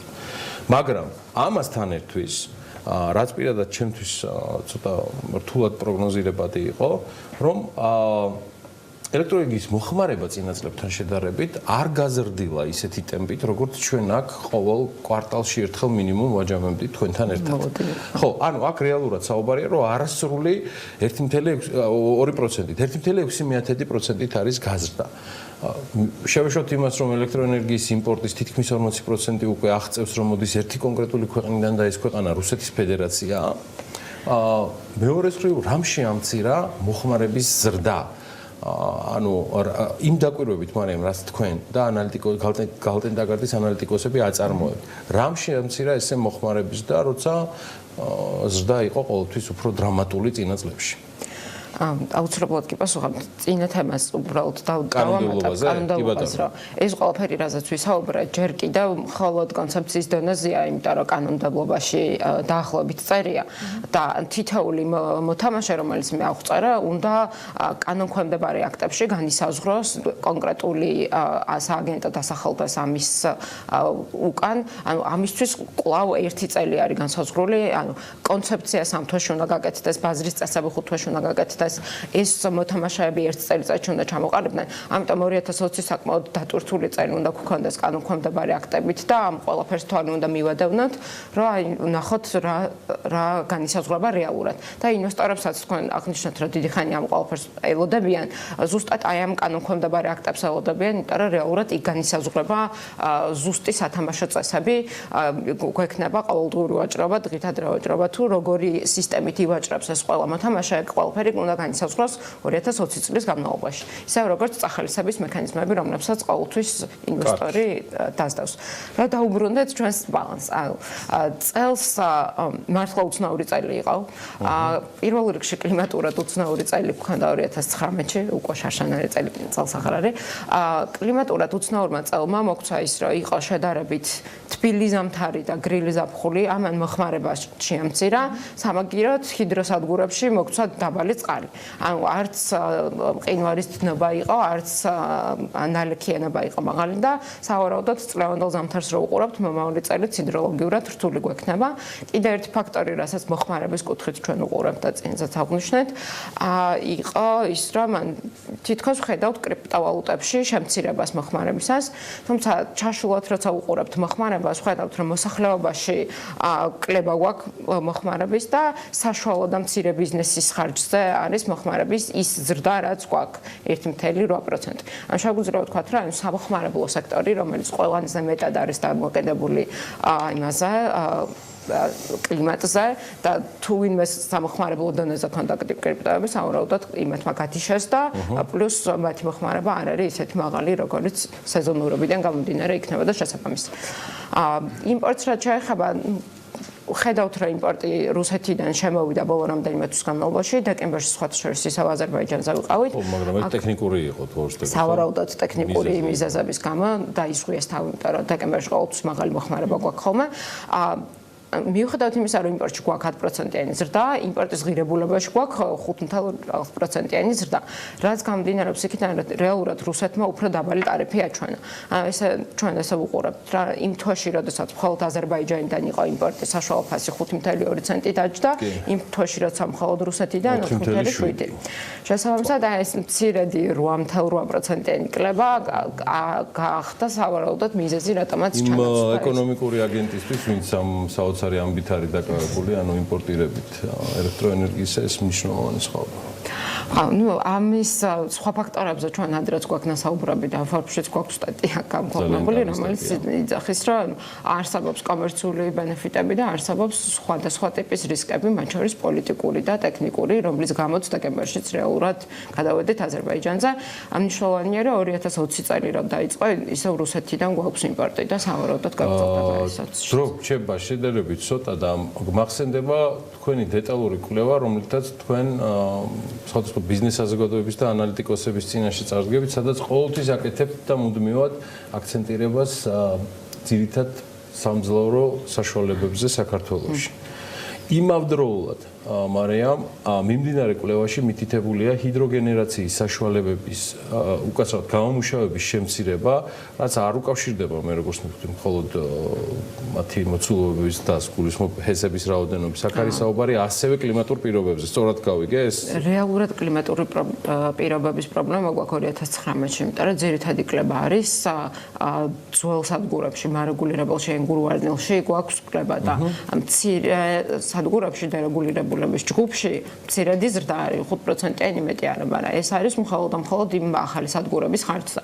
რამდენიმე გვაქვს ახალი სადგური, თუმცა მათ აი ამ პატარა ჯგუფში მაინც მოახერხეს ზრდა.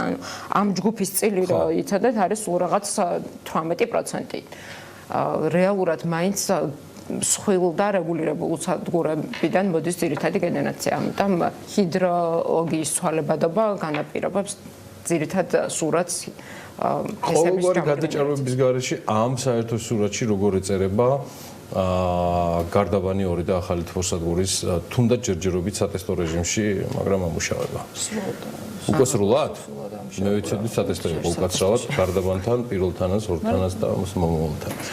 გარდაბანი 2 მნიშვნელოვანი შენაძენია, რაც შეიძლება იმპორტ დამოკიდებულებას შეამციროს, თუმცა ჩვენ როცა ანალიტიკოსები უყურებთ იმპორტ დამოკიდებულებას და ვსვამავთ თბოსადგურის გამომუშავებასაც, ვსვავთ მაინც იმპორტულ წყაროში, იმიტომ რომ გაზის იმპორტი ხდება. 2019-საც ჩვენ რო უყურებთ, კი არის 10% იმპორტი, მაგრამ 20% არის თბოსადგურების გამომუშავება და ჯამურად მაინც 30%-იანი იმპორტ დამოკიდებულება არის ელექტროენერგიაშიც. გარდაბანი 2 საშენება შვენიერია, რაც მეტი ბაზისური სადგური არის უკეთესია, თუმცა მაინც იმპორტ დამოკიდებულებას ზრდის, მით უმეტეს თუ კიდე დაამატებენ სადგურებს, ეს ალბათ ზამთრის დეფიციტში ამცირებს, ალბათ ენგურის გაჩერების პრობლემასაც მოხსნის, თუმცა იმპორტის ხარჯზე კვლავ. და აქ საუბარია ბუნებრივ აირზე. ბუნებრივი გაზის იმპორტზე. კარგი, ერთი თემა, რაზეც გუშინ მე და ანა საუბრობდით, იყო ელექტროენერგიის საფასური საქართველოსა და თურქეთში. რა ქარაგმებით მოხერხდა თქვენი აზრით ის ამბავი, რომ ფაქტიურად საფასური ფასი ელექტროენერგიაზე ამ ორ მეზობელ ქვეყანას შორის არის გათანაბრებული. და გათანაბრებულია სრულად და ჩემი მთავარი კითხვა, რაც ასევე თქვენი ანალიტიკის ყოველთვის განუყოფელი ნაწილი იყო, რადგან ეს იყო მნიშვნელოვანი გზავნილი წამყვანი საინვესტიციო ბანკისგან ბაზრის მოთამაშეების მიმართ, რა პერსპექტივა არის თურქეთში ელექტროენერგიის ექსპორტირებისა საქართველოსთან, რომელიც ყოველთვის იყო წლების წინ, მაგრამ ყოველთვის იყო როგორც ერთ-ერთი საინტერესო და მნიშვნელოვანი ბიზნესი. 2019 მაგითიც გამორჩეული წელი იყო, რომ პირველად მოხდა, რომ მხოლოდ 2 თვის განმავლობაში გქონდა ექსპორტი, ისიც მცირე რაოდენობით, ისიც მხოლოდ იმ სადგურების მიერ, რომელსაც გარანტირებული ექსპორტის ხელშეკრულება ჰქონდათ, ან ფიზიკურად ექსპორტზე უნდა გაეტანათ ეს ელექტროენერგია. მაისი-ივნისში მოხდა ექსპორტი და ამ თვეებში თურქეთის ფასი ბევრად უფრო დაბალი იყო, ვიდრე ჩვენთან არის. თურქეთის ბაზარს რა უყურებთ, იქაც გარკვეული მერყეობები არის. ამ თვეებში ფასის კლება აიხსნება ხოლმე, იქაც არის ჰიდროსადგურები და იქაც ჰიდროსადგურების გენერაცია ამ პერიოდში იზრდება და ამას უკავშირდება ხოლმე ფასის შედარებითი კლება იმ ბაზარზე. აგრეთვე თურქეთის ბაზარს აქვს დამატებითი წახალისების მექანიზმები ბევრი, რაც უკვე ბაზრის ფასს ზემოდან ხდება. შესაბამისად, იქაური ინვესტიციებისთვის მომგებიანი ინვესტიციები რო გაკეთდეს და საკმაოდ ბუმი იყო ბოლო რამდენიმე წლის განმავლობაში განახლება და ენერგიებში თურქეთში, ეს ყველაფერი მოხდა იქაური წახალისების მექანიზმების ხარჯზე ძირითადად. ესე ცალსახად ვერ ვიტყვით, მაგრამ არის ეს ფაქტორიც, რაც ფასიც არის ბაზარზე, იმას ზემოთ კიდევ არის. თურქეთის მაგალითს ჩვენ განვიხილავთ ხოლმე, ანუ საქართველოში როცა ვფიქრობთ, თუ ბაზარი გაიხსნა და ჩამოყალიბდა ისეთივე დღით ადრე ვაჭრობა, როგორც თურქეთში არის, საით წავა ფასი. ანუ არის შიში, რომ რახან იმპორტ დამოკიდებულები ვართ, ფასი პირველ ეტაპზე გაიზრდება, თუმცა თურქეთის მაგალითს რო უყურებთ, 2012-ში თუ ფასი იყო 9 ცენტი, დღეს ფასი ჩვენ დონეზე არის ჩამოსული, 5 ცენტს ჩამოწდა, მნიშვნელოვნად. შესაბამისად ჩვენ შეგვიძლია ვთქვათ, რომ თუ გაუშვებთ ბაზარს და მიუშვებთ თავის ჭკუაზე, შეიძლება საბალანსო საბითუმო ბაზარზე ფასი ჩამოვიდეს დაბლა. წარმატებები. დიდი მადლობა ბრძანებისთვის. წარმატებები ქართულ ენერგეტიკას. მადლობა გალტენტაგარს და მის ანალიტიკოსებს ჩვენთან სტაბილური და მუდმივი თანამშრომლობისთვის.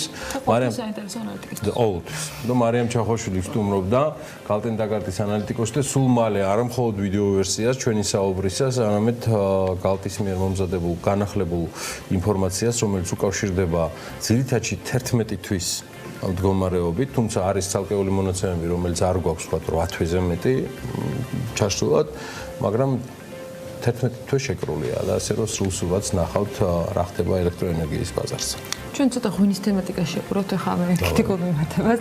თბილღვინო ახალი საკომუნიკაციო პლატფორმა თბილღვინო მასპინძლობისათვის შექმნა და კომპანიის მიზანი თბილღვინოს როგორც ქალაქის მასპინძელი ღვინის პოზიციონირება და ამ თემას მიუყვებით საქმიანი დილის ეთერში რა სიტუაციებს პროდუქტი და ვის შეუძლია ამ აქციაში მონაწილეობის მიღება, ეს შეგვიძლია უკვე სიუჟეტიდან გავარკვიოთ. საქართველოს ღვინის თბილღვინო მასპინძლობისთვის ესე ქვია კომპანია თბილღვინოს ახალ საკომუნიკაციო პლატფორმას, რომელიც სააგენტო ვინფორსის დახმარებით შეიქმნა. განსაკუთრებული პროდუქტი საუკეთესო მასპინძლებისთვის არის განკუთვნილი და ის სხვადასხვა ბინის ინტერიერზე მორგებული ღვინის კუთხის მოწყობას ითვალისწინებს, რომელიც ყველა აუცილებელი აქსესუარითა და ატრიბუტითაა აღჭურვილი. კომპანია მიზნად ისახავს თბილღვინოს როგორც ქალაქის მასპინძელი ღვინის პოზიციონირებას. თბილღვინო მასპინძლობისთვის არის თბილღვინოს კომპანია, რომელიც ითვალისწინებს მასპინძლების ხარდაჭერას. და ჩვენი ძირითადი მიზანი არის, რომ აქ ჩამოსულ საქართველოს ჩამოსულ ვიზიტორებს დავახვედროთ ყველაზე მაღალი ხარისხის ღვინო. კომპანია გამოვიდა საკმაოდ საინტერესო, მასში დაახლოებით 50-ზე მეტმა ადამიანმა გაიმარჯვა, ვისაც სახში დაუმონტაჟდებათ დიზაინზე მორგებული თარო და რომელიც იქნება აღჭურვილი ყველა ატრიბუტით და რა თქმა უნდა ღვინის მარაგის მოყვება. კომპანიაში მონაწილეობისთვის აუცილებელია მსურველები დარეგისტრირდნენ და ატვირთონ ბინის ფოტოები Airbnb-სა და Booking.com-ზე. ასევე აუცილებელი პირობაა დაასაბუთონ თუ რატომ იმსახურებენ თბილღვინოს რჩეული მასპინძლების რისკში ყოფნას. ამ ეტაპზე კომპანიას უკვე 50-მდე გამარჯვებული ხავს. თბილღვინოს კომპანიის შესახებ შევიტყო Facebook ვებგვერდის საშუალებით, დავინტერესდი, რადგან სულ ცოტა ხნის წინ ჩემს პირად სივრცეში მასპინძლობ უცხოელ ტურისტებს, რომლებსაც მე თვითონაც ყოველთვის ვახვედრებდი ღვინოს. ძალიან მიხარია თბილღვინოს ამ კომპანიაში მონაწილეობა რომ მივიღე და გავიმარჯვე, რადგან ჩემს თან მოსულ სტუმრებს დახვდებათ თბილღვინოს მიერ შემოთავაზებული კუთხე ღვინის მარაგთან ერთად. თბილღვინოს კომპანიის ფარგლებში შეიქმნა ასევე ალტერნატიული ქალაქის გზამკვლევი, რომელზეც თბილისის ღირსშესანიშნაობები და თბილღვინოს რეალიზაციის პუნქტებია დატანილი. კომპანიაში აცხადებენ, რომ პროგრამა თბილღვინო მასპინძლობისთვის სხვადასხვა აქტივობებით მომავალშიც გაგრძელდება. ეროვნული ბანკი 2020 წელს საბანკო რეგულაციების გამარტივებას გეგმავს. შესაბამისი ცვლილებები სავარაუდოდ მომავალ წლის მარტამდე განხორციელდება. იქამდე თებერვალში ძალაში ამ ზაფხულში ასამოქმედებელი და გადავადებული შეზღუდვა შედის. რა იცვლება ფინანსური სექტორისათვის? ამაზე საუბარს გეგმავთ ალექსანდრე თველაძესთან, საქართველოს საბანკო ასოციაციის ხელმძღვანელი შემოგვიერთდება რამდენიმე წუთში საქმიანი დილის ეთერში.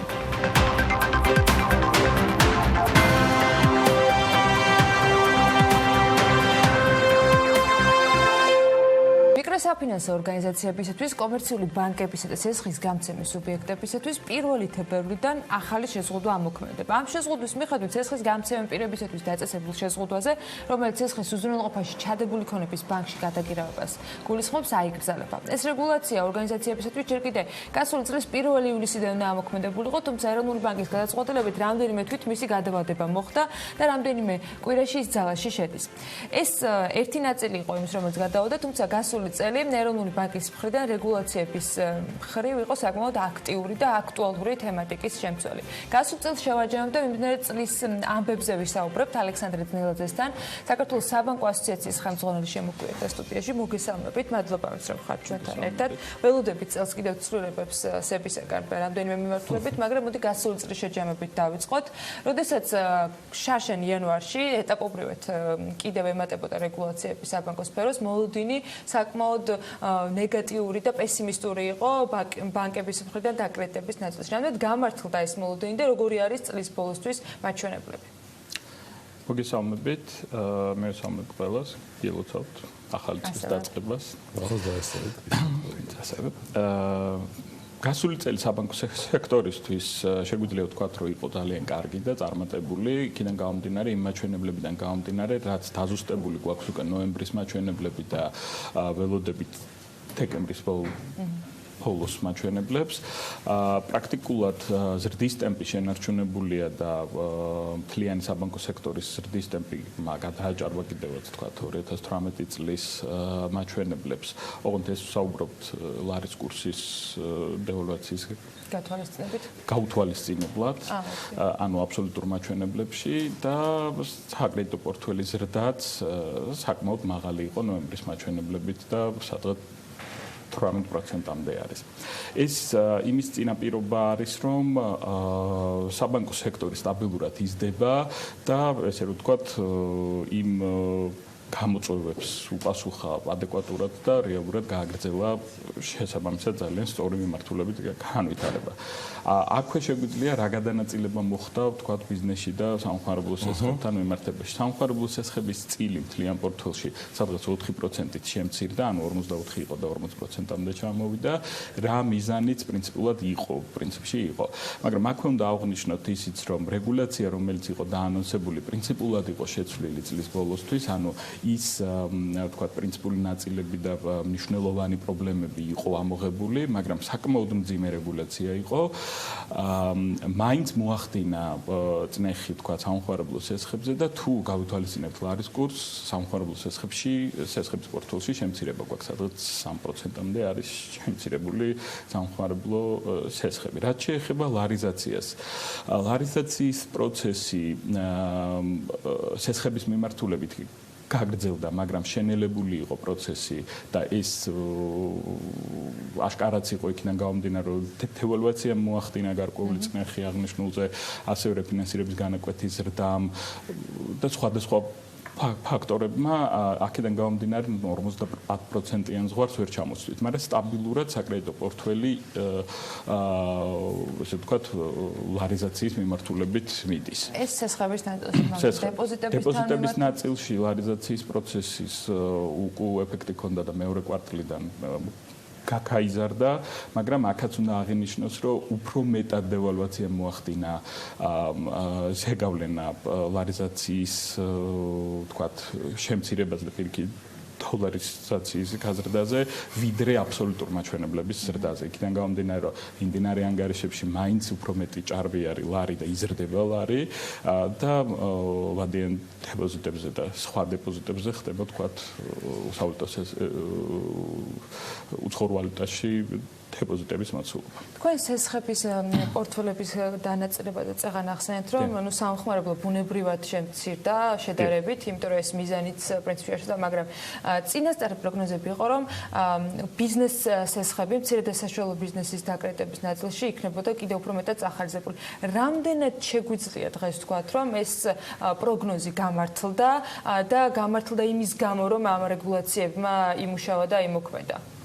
ეთით რაც როდესაც ეს რეგულაცია შემოდიოდა პირველივე თვეში, გვინდოდა რომ რაღაცა შედეგი მიგვეღო და მაშინაც ვამბობდი და დღესაც ვიტყვი რომ აღნიშნულ რეგულაციას ეფექტი ექნება წლის ბოლომდე და ამას დავინახავთ წლის ბოლომდე. მომენტალური ეფექტი რაც მივიღეთ, უკვე რეალურად აისახას სამხმარებლო სესხების პორტფელში და სამხმარებლო სესხების პორტფელი იმ ნაწილში შემცირდა, რა ნაწილშიც მაქსიმალურად მოუჭირეთ, ან მაქსიმალურად ჩავკეტეთ სესხის აღების გზები და იქ სადაც გარკვეულ ეტაპზე მოხდა გადახედვა, იპოთეკური პორტფელი გაიზარდა. აქედან გამომდინარე, სხვა ეფექტი, ანუ გარე ეფექტები, რასაც მივიღებთ ამ პორტფელითან დაკავშირებით, თქვა ესე ხელოვნურად მართვის შედეგებს ჩვენ მივიღებთ ან ამ ზაფხულში, ან წლის ბოლოს. იქიდან გამომდინარე, რომ ეს არ არის, ესე ვთქვათ, ერთი წყარო, რომლიდანაც შეიძლება მიიღოთ თანხა. აქვე მნიშვნელოვანი არის, რომ მარტის შემდეგ, ალბათ აპრილი, მაისის თვეში ჩვენ გვექნება მთლიანად ფინანსური სექტორის მონაცემები და არა მხოლოდ საბანკო სექტორის და იქიდან გამომდინარე გვექნება უფრო მეტი ანალიზის საშუალება. იმიტომ რომ საბანკო სექტორის გარეთ არ არის ძალიან პატარა ახლა მიკროსაფინანსო ბაზარიც და ასევე აქამდე არარეგულირებადი ბაზარი და აქედან გამომდინარე მნიშვნელოვანია რომ იმის ანალიზიც მოხდეს და მხოლოდ ამის შემდეგ გავაკეთოთ ზედაპირულ სრუტიდან მათი დაპატარება ფაქტია. წელს იყო რეგულაციებთან შეგუების გადაწყობის პროცესი. იმიტომ რომ მოხდა მოკლევადიანი სესხების გადაფარვა გრძელვადიანი სესხებით, მოხდა ნახევრად ბიზნეს სესხების ესე რომ ვთქვათ ანუ სამხმარებლო და ბიზნეს სესხი, როდესაც ერთად იყო ბიზნეს სესხად გადაკვალიფიცირება, ანუ ბევრი ისეთი საკითხი იღებს მონაწილეობას ამ მაჩვენებლებში, რომელიც ერთგვარად ანუ ამახინჯებს იმ სურათს, რაც რეალურად გვინდა რომ დავინახოთ. რამდენად კავშირშია ბოლო პერიოდში შესრულებული გადაწყვეტილება სავალუტო დაკრედიტებას გულისხმობ ამ შემთხვევაში და ცვლილებას, რაც რამდენიმე თვის წინ განხორციელდა. და არის თუ არა რაიმე ტიპის კორელაცია კომერციული ბანკების მხრიდან ბოლო პერიოდში მოზიდულ თანხებზე. გულისხმობს სხვადასხვა საერთაშორისო საფინანსო ორგანიზაციებისგან. იყო ეს EIB-ის სესხი, რომელიც აითვისა თორშტებით TBC-მ და საქართველოს ბანკმა იყო OPEC-ის თემა, რომელიც აითვისა Liberty-მ. მე კიდევ ერთხელ მე პირდაპირ კავშირი ვერ დავინახე, იმიტომ რომ მე ვიცი რომ ეს გადაწყვეტილებები ესე სწრაფად არ მიიღება, მაგრამ ფაქტია, ბატონ ლეკო, რომ იყო გადაწყვეტილება რამდენიმე კვირით ადრე და შემდგომ ამას მოყვა ეს 3-4 საკრედიტო ხაზის გახსნა. ცალსახად კავშირი პირდაპირ შეუძლებელია რო იყოს. კი, იქიდან გამომდინარე, რომ პროცედურა, ვთქვათ, იგივე აღნიშნულ სესხებთან მიიღების და გაცემის არის იმდენად გრძელვადიანი, რომ ერთი წელიც კი შეიძლება ვთქვათ, რომ არ მიიღებდა ამაში მონაწილეობას. მაგრამ ცალსახა მეორე საკითხი, რომ რეფინანსირების ზრდის ფონზე გაიზარდა მოთხოვნა უცხოურ ვალუტაზე, ვალუტის სესხებზე. იმიტომ რომ სხვაობა უცხოურ ვალუტაში გაცემულ სესხსა და ლარში გაცემულ სესხებს შორის არის მკვეთრად განსხვავებული დღევანდელი მდგომარეობით. აქედან გამომდინარე, ანუ თუ აქამდე საუბრობდით, რომ ეს სხვაობა იყო, მაგრამ შეიძლება სავალუტო რისკს დაესკომპენსირებინა, დღეს რეალურად გრძელვადიან სესხთან მიმართებაში ეს კავშირი შეუძლებელია ეს ხოლმე დააკომპენსიროს. რა შეგვიძლია ვივარაუდოთ ძალიან უმადო თემა არის ამ სფეროში პროგნოზი რაღაც მე მგონი კაზინოში უფრო შეიძლება რაღაცა გაარტყა ვიდრე აქ რაღაცა განჭრიტა პროგნოზის დონეზე, მაგრამ მოდი შევეშვათ კურსთან დაკავშირებით ამ კონკრეტულ შემთხვევაში საუბარს, მაგრამ ვისაუბროთ საბანკო სექტორისთვის იმ შესაძლო გადაწყვეტილებებზე, რომელზეც მიმდინარეობდა წლის ბოლომდე გარკვეული კონსულტაციები, გაგრძელდა თუ არა ის წელს და რა გადაწყვეტილებებია ბატონ ლეკო განჭრეტადი, რომელიც შეიძლება გარკვეული მიმდინარეობა შეცვალოს არსებული ვითარებისა საფინანსო სექტორის მოთამაშეებისთვის. გულისხმობ ეროვნული ბანკის, ასევე სამთავრობო გადაწყვეტილებებს და მათ შორის პაკეტს, რომელზეც შეიძლება იმსჯელოს ან არ იმსჯელოს საქართველოს პარლამენტმა, გულისხმობ 200,000 ლარის ზღვარს, რომელზეც ფინანსთა მინისტრმა ბატონმა ვანო მაჭავარიანმა დიდი ენთუზიაზმი ჩვენთან ინტერვიუსას არ გამოთქვა. კი, ლარიზაციის პროცესი არის ქვეყნის განსაზღვრული პოლიტიკა. აქედან გამომდინარე, ნებისმიერი ზემოქმედება, რომელიც შეანელებს თუნდაც ან შეამცირებს ლარიზაციის პროცესს, ან ხელშეუშლის ლარიზაციის პროცესს, იქნება მტკივნეული და ეს ჩვენთვისაც ძალიან მისაღები არის. იქიდან გამომდინარე, რომ გვესმის და ვიცით ეს ყველაფერი. მეორე საკითხია, რამდენად მნიშვნელოვანია და რამდენად გვინდა რომ მოხდეს ეს ყველაფერი. ანუ რამდენად გვინდა რომ საბანკო სექტორიდან უფრო მეტი ვალუტა გავიდეს ეკონომიკაში ან მომხმარებლებთან. აქედან გამომდინარე, ამაზე იქნება დამოკიდებული ალბათ უფრო მეტად ეს გადაწყვეტილება და რა ეფექტს მოგცემს ეს ყველაფერი. გარკვეული გათვლები არის უკვე როგორც მე ვიცი ჩვენ უშუალოდ ფინანსთა სამინისტროსთან ეს არ გვაქვს ხოლმე კომუნიკაცია იქიდან გამომდინარე რომ ჩვენ გვაქვს კომუნიკაცია ეროვნულ ბანკთან არ გვაქვს კომუნიკაცია ცოტა ხმამაღალი ნათქვამი მაგრამ ანუ ესე პირდაპირ არ მუშაობთ მაგრამ ინფორმაციას რა თქმა უნდა ვაწვდით ყველაფერთან მიმართებაში და მეორე ნაწილი არის რომ უნდა შევხედოთ უბრალოდ რა ანუ რა ეფექტის მომცემი იქნება მეორე ნაწილი არის რომ წლევანდელ წელს იმედი გვაქვს რომ აღარ იქნება თქვა ესეთი მკვეთრი და მნიშვნელოვანი რეგულაციების კასკადი როგორც გქონდა შარშან და შარშან წინ იქიდან გამომდინარე რომ წელს გამოწვევები რეგულაციების გარდა მგონია რომ არის კიდევ მეტი იმედი რომ მოგიშალოთ ღმერთი ჩემო ბატონო ალეკო ალექსანდრე ძნელაძე საქართველოს საბანკო ასოციაციის ხელმძღვანელი გსტუმრობდა პირდაპირ ეთერში საუბრობთ და შევაჯამეთ ძირითადად მაინც 2019 წელი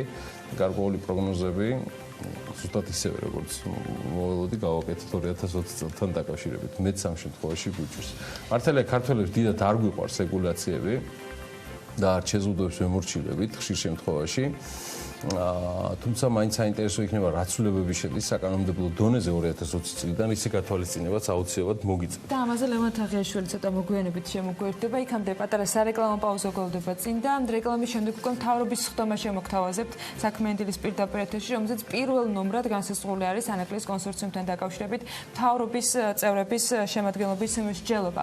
და ანონსი, რომელიც ასევე შემდეგი ბლოკისათვის საინტერესო უნდა იყოს, ჭავჭავაძის გამზირის სრული რეაბილიტაცია სავარაუდოდ გაზაფხულზე დასრულდება, გასათვალისწინებელი ამბავი არის დედაქალაქის ცენტრალურ უბნებში შეცვლილი მოძრაობის წესები და იმედია მომდევნო დღეებში ვაკრეში ნაკლები საცობები იქნება ინფორმაციის მიღებიდან გამომდინარე, კერძო და საზოგადოებრივი ტრანსპორტის გამართულად გადაადგილების შესაძლებლობა და შესაბამისი სამსახურის გეგმები იქნება ბექაბაციკაძესთან. ჩვენი შემდეგი სტუმრის სასაუბრო თემა ვიქტორ წილოსანი თბილისის სატრანსპორტო სამსახურის უფროსი გვერდება სტუდიაში რამდენიმე წუთში დაგველოდეთ.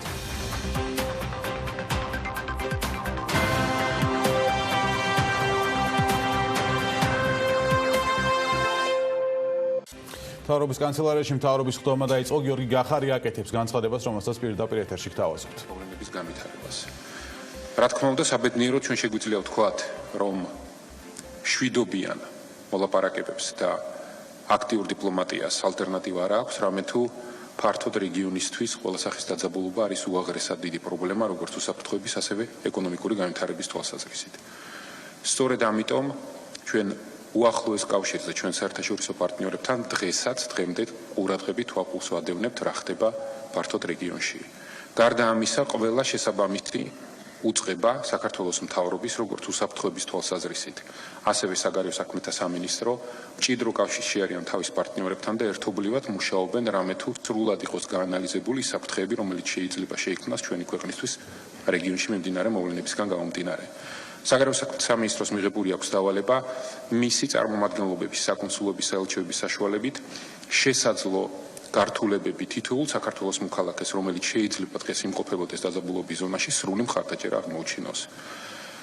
ასევე წლის დასაწყისში ჩვენ სამწუხაროდ ქონდა გარკვეული გართულებები ჩვენს ზამთრის კურორტებზე. მოგეხსენებათ, რომ იყო გარკვეული პრობლემები წყალმომარაგების თვალსაზრისით, როგორც გუდაურში, ასევე ბაკურიანში და ერთ მნიშვნელოვნად პირდაპირ უნდა ვთქვათ, რომ ჩვენ ეს პრობლემა უნდა მოგვეგვარებინა, ეს არ უნდა მომხდარიყო. მიუხედავად იმისა, რომ დღეს ჩვენ ზუსტად ვიცით, გამომწვევი მიზეზები იყო როგორც ობიექტური, ძირითადად ასევე სუბიექტური ფაქტორები, თუმცა ის ძალისხმევა, რომელსაც ბოლო წლების განმავლობაში საქართველოს მთავრობა ახორციელებს ქვეყანაში ტურისტების მოზიდვის თვალსაზრისით, არის უაღრესად გასაფრთხილებელი. სწორედ ამიტომ გმართებდა უფრო მეტი პრევენციული მუშაობა და შესაბამისად დღეს ჩვენ ზუსტად ვიცით გამომწვევი მიზეზები, გვესმის რომ პრობლემა არის საკმაოდ სისტემური, გვესმის რომ შესაბამისი დასკვნებია გასაკეთებელი, რომლებიც უკვე გაკეთდა და ჩვენ 20 წელი უნდა დაუთმოთ სრულად იმას, რომ მომავალ წელს მსგავსი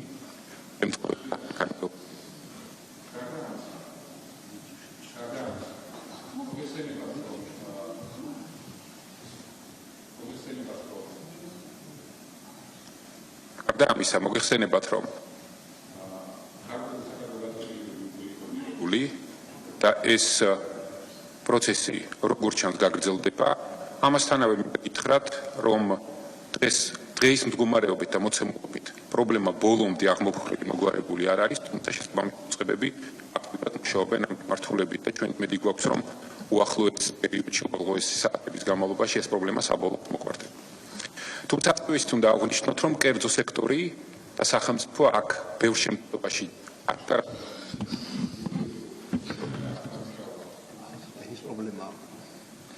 ერთობლივად და იმედი მაქვს და დარწმუნებული ვარ რომ უახლოეს პერიოდში ჩვენ ასეთ მუშაობას დავიწყებთ ღიად საზოგადოებისთვის ღიად გამჭვირვალეთ ამჟღავნებას იმ სასტუმროებთან და სექტორის წარმომადგენლებთან რომლებიც წარმომადგენლები არიან სპორტებს. ჩვენ განვიხილავთ ფარუმ პროფესიული განათლების ნაწილში განათლების სამინისტრომ წარმოადგინა საკითხი და პროფესიული განათლების ნაწილში ჩვენ დავიწყებთ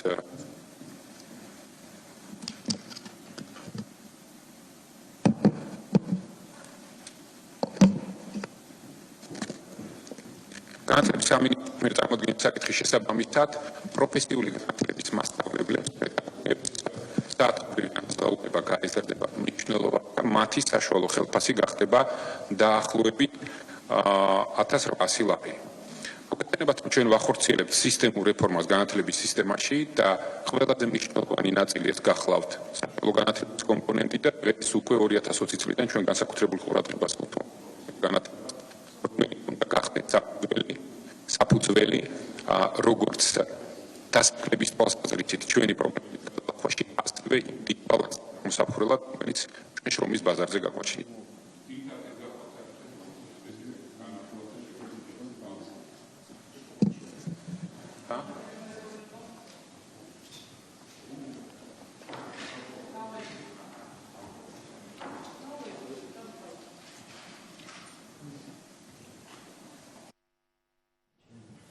სამწუხაროდ ნაწილობრივ ტექნიკური ხარვეზებით მიმდინარეობდა მთავრობის ხდომა ჩვენგან დამოუკიდებელი მიზეზების გამო რა განცხადებები გაკეთდება მთავრობის ხდომა სადია BMG ამასთან დაკავშირებით სრულ ინფორმაციას მოგაწვდით დღის განმავლობაში და უახლოეს ეს წუთებშიც ჩვენ კი დღის სხვა თემებით ასე ვთქვათ მოკლე ინფორმაციებით განვაგრძობთ საქმიან დილას გარდაბანში ახალი თვალსადგურის მშენებლობა შესაძლოა 225 მილიონი $, დაჯდეს საქართველოს ნავთობის და გაზის კორპორაციაში აცხადებენ რომ ახალი ობიექტის მშენებლობისთვის კორპორაციაში ტექნიკურ-ეკონომიკური დასაბუთების კვლევა მიმდინარეობს ახალი თვალსადგურის სიმძლავრე 250-270 მეგავატი იქნება.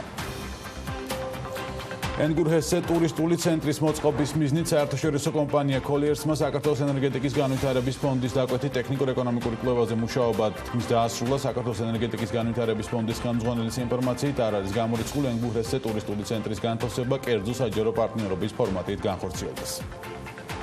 სათამაშოების მწარმოებელი გერმანული კომპანია GOKI საქართველოს სათამაშოების წარმოებით ინტერესდება ამის შესახებ BMG-ის სოციალური საწარმო კოდელას დამფუძნებელმა კოტეს ვანაძემ განუცხადა მისი ინფორმაციით ამ ეტაპზე GOKI დაკვეთებს ბულგარეთში ახორციელებს და დაინტერესებულია რომ თავის წარმოების ძირითადი რესურსი საქართველოში გადმოიტანოს.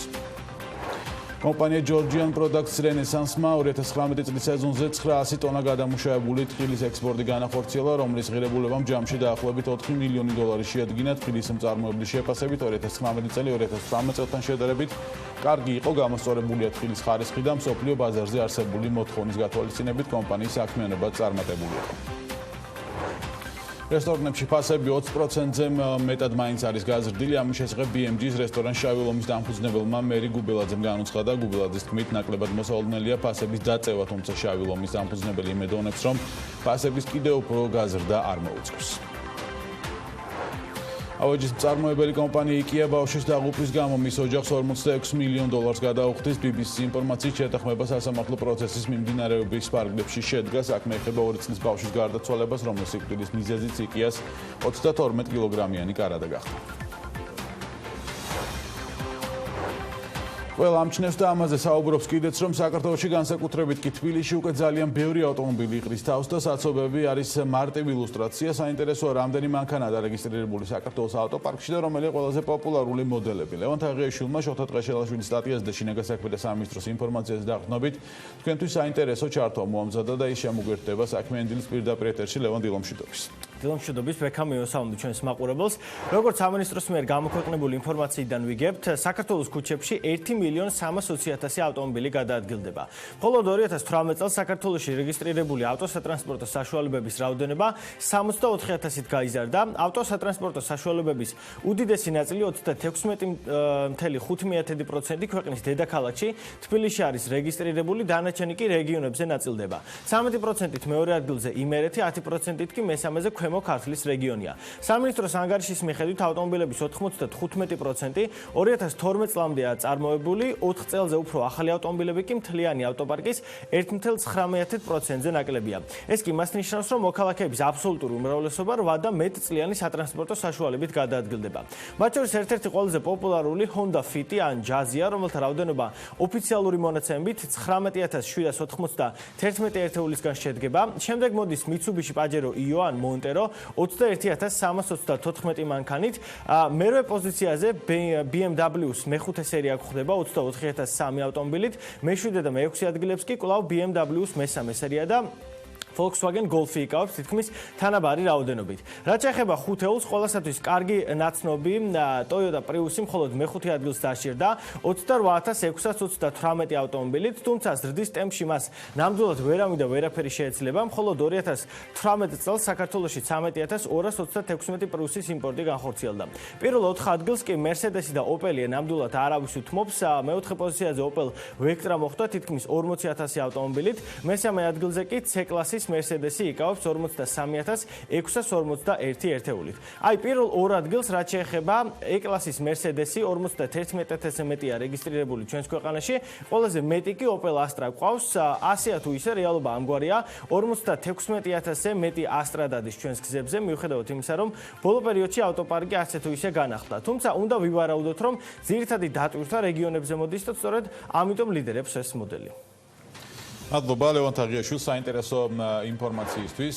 ჩვენ განვაგრძობთ ეთერს უკვე ჭავჭავაძის გამზირზე, კავსაძის ქუჩიდან ყიფშიძის ქუჩამდე მონაკვეთის სარეაბილიტაციო სამუშაოების მესამე ეტაპი დაიწყო. შესაბამისად, ჭავჭავაძის გამზირსა და მის მიმდებარე ქუჩებზე ტრანსპორტის მოძრაობის სქემა ნაწილობრივ შეიცვლება. ჭავჭავაძის გამზირის კავსაძის ქუჩიდან ყიფშიძის ქუჩამდე მონაკვეთზე ტრანსპორტის მოძრაობა შეიზღუდება, ხოლო თაქთაქიშვილის ქუჩიდან კავსაძის ქუჩამდე მონაკვეთზე ცალმხრივი მოძრაობა დაწესდება. ვაკის პარკიდან კი მელიქიშვილის ქუჩას ტრანსპორტი მიშველაძის აბაშიძისა და პეტრიაშვილის ქუჩის გავლით დაუკავშირდება. ვარაზის ხევიდან ფალიაშვილის და აბაშიძის ქუჩებზე კი მოხვედრა კვლავინდებურად შესაძლებელი იქნება ჭავჭავაძის გამზირის ან კეკელიძის ქუჩების მეშვეობით. ვარაზის ხევიდან ასევე ვაკის პარკის და ყიფშიძის ქუჩის მიმართულებით ტრანსპორტი გადაადგილებას ვერ შეძლებს. გმირთამბოიდიდან ვაკის პარკისკენ იგი ამირეჯიბის გზატკეცილის და თამარაშვილის ქუჩების გავლით იმოძრაებს. დროებით იცვლება საზოგადოებრივი ტრანსპორტის მოძრაობის სქემაც. თემა ესასაუბროთ ვიქტორ წილოსანი, თბილისის სატრანსპორტო სამსახურის უფროსი გვერდება პირდაპირ ეთერში. ვიქტორ, დილამშვიდობის, მადლობა გადაცემაში ობზანებისთვის. კიდევ ერთხელ შეიცვალა ასე ვთქვათ ვაკეში მოძრაობის სქემა რეაბილიტაციის გამო. იყო ერთი პერიოდი ასე ვთქვათ შედარებით თავისუფლება იქ მოძრაობის მიმართულებით. რა ხდებოდა გუშინ ვაკეში ამით რომ დავიწყოთ მარტივად აღიქვეს თუ არა მძღოლებმა და იყო თუ არა საცობელი? პრინციპში მგონი აღქმაზე არ უნდა ვიყოთ დამოკიდებული და პირველი დღის ეფექტი რეალურად სამწუხაროდ ყოველთვის ესეთი გვაქვს ცოტა ქაოსური. თუმცა ჩვენ შევეცადეთ რომ მაქსიმალურად მიგვეწოდებინა მოსახლეობისთვის ინფორმაცია, მაგრამ როგორც ხდება ხოლმე იყო საცობები. პრინციპში თამამად ვიტყვი ამასაც და ღიად სამწუხარო ფაქტს იმას, რომ ხშირ შემთხვევებში გუშინაც ვადევნებდი სოციალურ ქსელში ყურადღებას რა გამოხმაურება ქონდა და ხშირი იყო შემთხვევები, როდესაც ადამიანები მაგალითისთვის მოსაშულიდან ყიფშიძის ქუჩამდე ითხოვდნენ მანქანით გადაადგილებას და მგონი რომ ესეც პრობლემური არის ზოგადად ქალაქისთვის.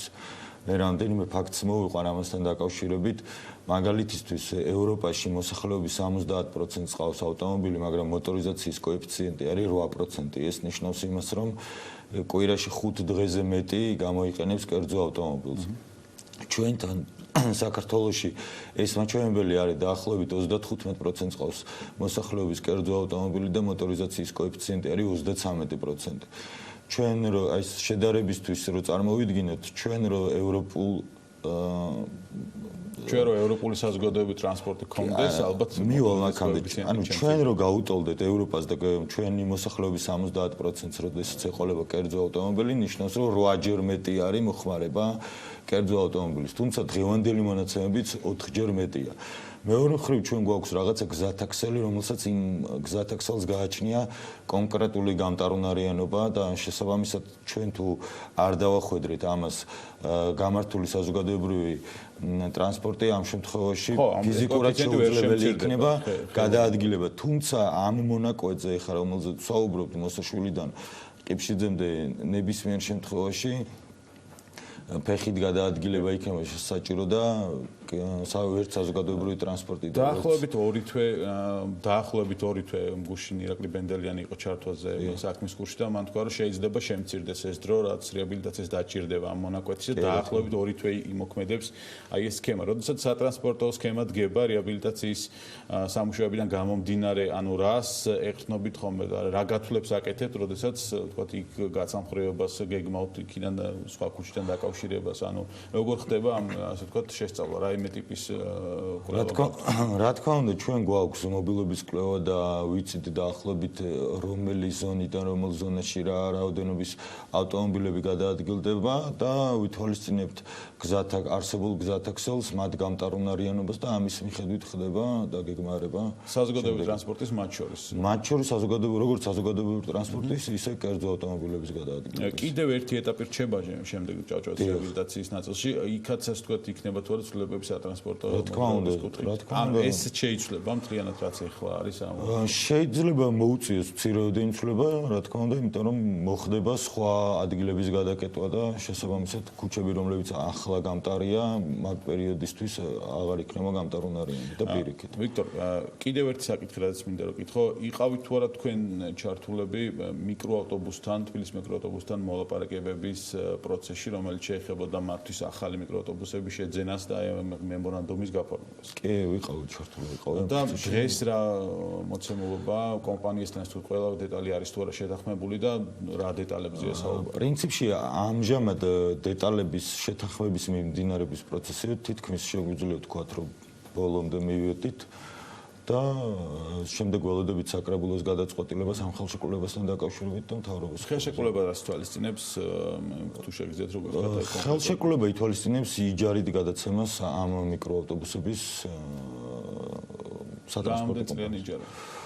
ეს არის 7 წლიანი იჯარა. და გამოსყიდვა ამ 7 წლის ეტაპობრივად იქნება თუ 7 წლის თავზე შეუძლია. როდესაც კომპანია ვალდებული იქნება რომ წარმოადგინოს აუდიტორული დასკვნა ყოველი წლის ბოლოს და როგორც კი გაუჩნდება კომპანიას ფინანსური შესაძლებლობა რომ აქვს რესურსი გამოისყიდოს, ავტომატურ რეჟიმში ხდება ვალდებული რომ გამოისყიდოს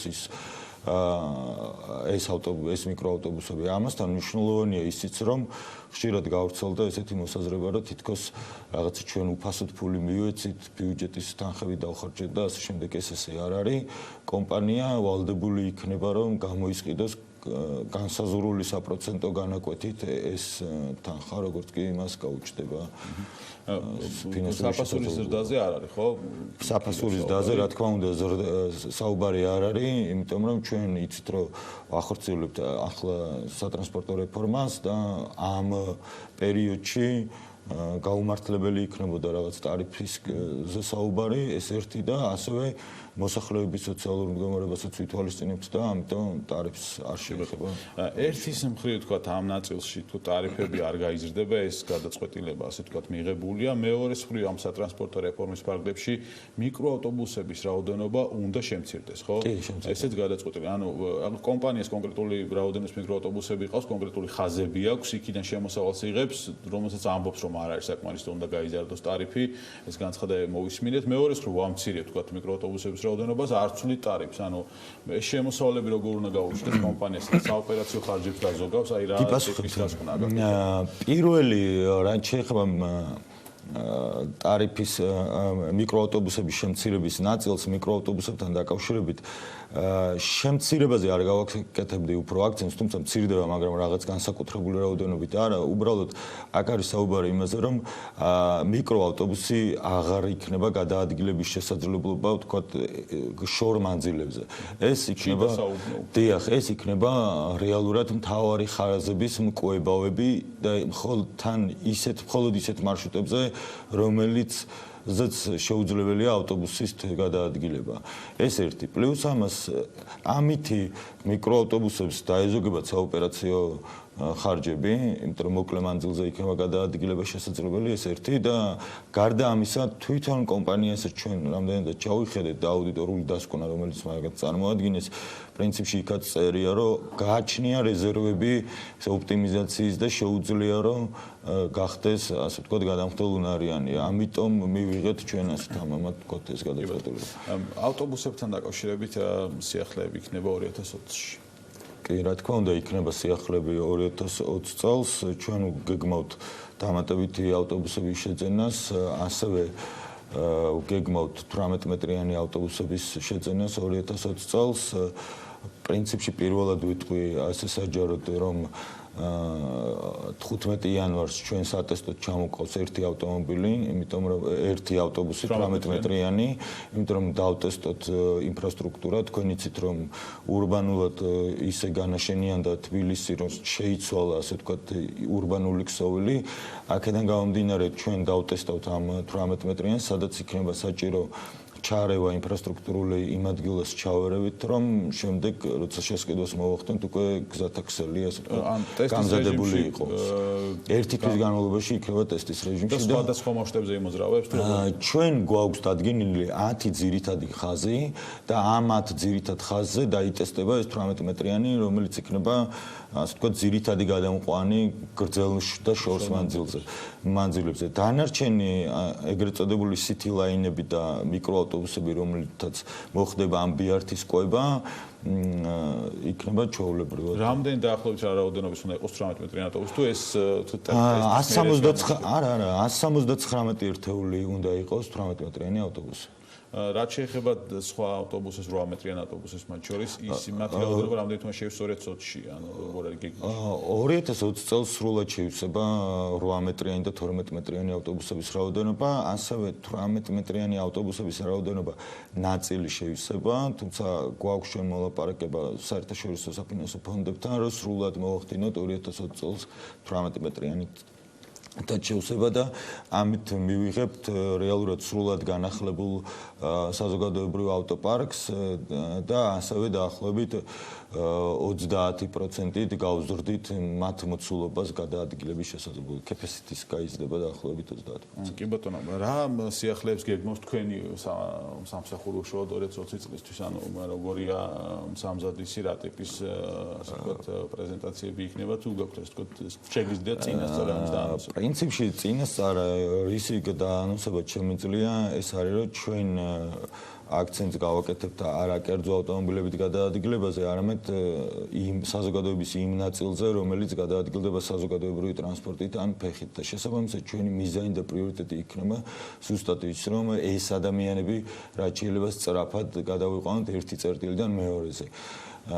რეალურად მოსახლეობის 65% გადაადგილდება საზოგადოებრივი ტრანსპორტით ან ფეხით ან ყოველ შემთხვევაში არაკერძო ავტომობილით და ამიტომ ჩვენი მიზანი იქნება რომ სრული კომფორტი, მაქსიმალური კომფორტი შევქმნათ ზუსტად ამ აუდიტორიას. კი ბატონო, მადლობა. ვიქტორ წილოსანი იყო ჩვენი სტუმარი, თბილისის სატრანსპორტო სამსახურის უფროსი. ჩვენ რამდენიმე წუთში გავაგზავნებთ საუბარს, როგორი იყო 2019 წელი უძრავი ქონების ბაზრისთვის და რა მოლოდინები არსებობს 2020-ში. უძრავი ქონების რუბრიკით რამდენიმე წუთში გაგრძელდება საქმიანი დილა, როგორც გითხარით, ატია ჩაფიჩაძე და კლია შაღაშვილს უძრავი ქონების საკონსულტაციო კომპანია კუშმან მეკფილდ ჯორჯია საკონსულტაციო დეპარტამენტის უფროს უმასპინძლებს.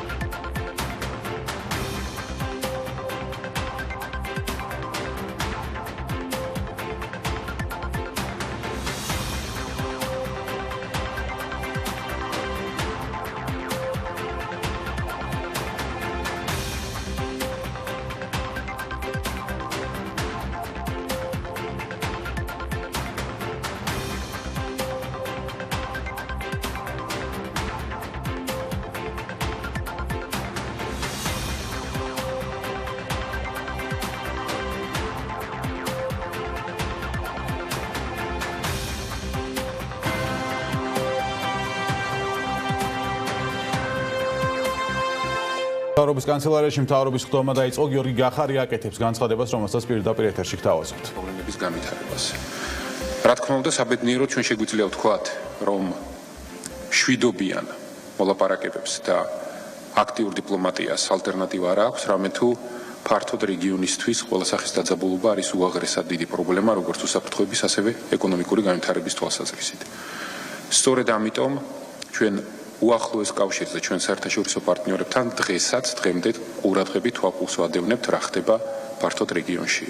გარდა ამისა, ყველა შესაბამისი უწყება საქართველოს მთავრობის, როგორც უსაფრთხოების თვალსაზრისით, ასევე საგარეო საქმეთა სამინისტრო მჭიდრო კავშირში არიან თავის პარტნიორებთან და ერთობლივად მუშაობენ რამე თუ სრულად იყოს გაანალიზებული საფრთხეები, რომელიც შეიძლება შეიქმნას ჩვენი ქვეყნისთვის რეგიონში მიმდინარე მოვლენებისგან გამომდინარე. საგარეო საქმეთა სამინისტროს მიღებული აქვს დავალება მისი წარმომადგენლობების საკონსულობის საელჩოების საშუალებით შესაძლო გართულებები თითოეულ საქართველოს მოქალაქეს, რომელიც შეიძლება დღეს იმყოფებოდეს დაძაბულობის ზონაში, სრული მხარდაჭერა აღმოუჩინოს. ასევე წლის დასაწყისში ჩვენ სამწუხაროდ ქონდა გარკვეული გართულებები ჩვენს ზამთრის კურორტებზე.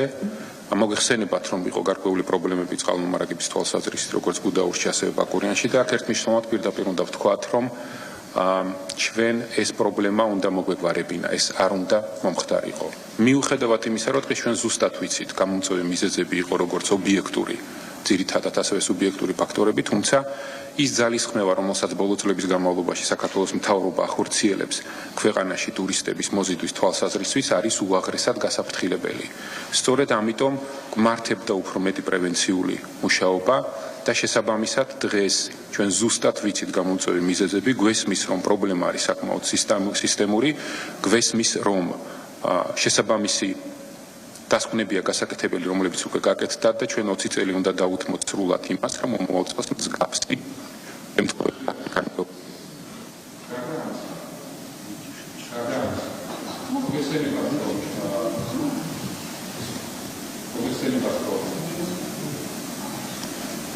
ამისა მოგეხსენებათ, რომ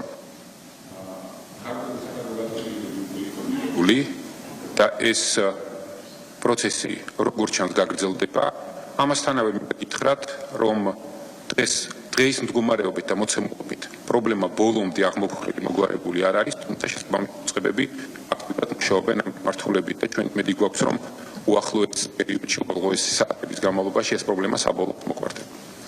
თუმცა ის უნდა აღვნიშნოთ, რომ კერძო სექტორი და სახელმწიფო აქ ბევრ შემთხვევაში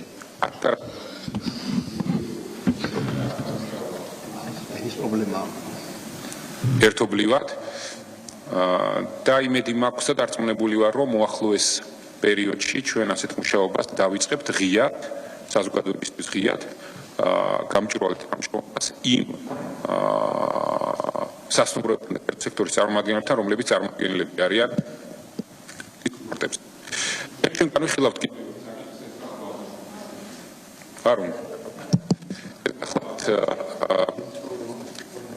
პროფესიული განათლების ნაწილში, განათლების სამინისტრომ წარმოადგინა ეს საკითხი და პროფესიული განათლების ნაწილში ჩვენ დავიწყებთ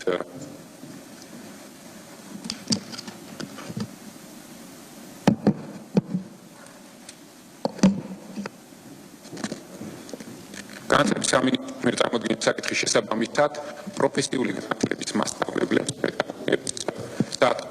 დაუდება გაიზარდება მნიშვნელობა და მათი საშუალო ხელფასი გახდება დაახლოებით 1800 ლარი. მოგეხსენებათ, რომ ჩვენ ვახორციელებთ სისტემურ რეფორმას განათლების სისტემაში და ყველაზე მნიშვნელოვანი ნაწილი ეს გახლავთ საშუალო განათლების კომპონენტი და ეს უკვე 2020 წლიდან ჩვენ განსაკუთრებულ ყურადღებას ვუთმობთ განათლებას. უნდა გახდეთ საფუძველი როგორც დასაქმების თვალსაზრისით ჩვენი პრობლემების გადახვაში, ასევე დიპლომატიის მოსაფრთხებლად, რომელიც ჩვენ შრომის ბაზარზე გაგვაჩნია.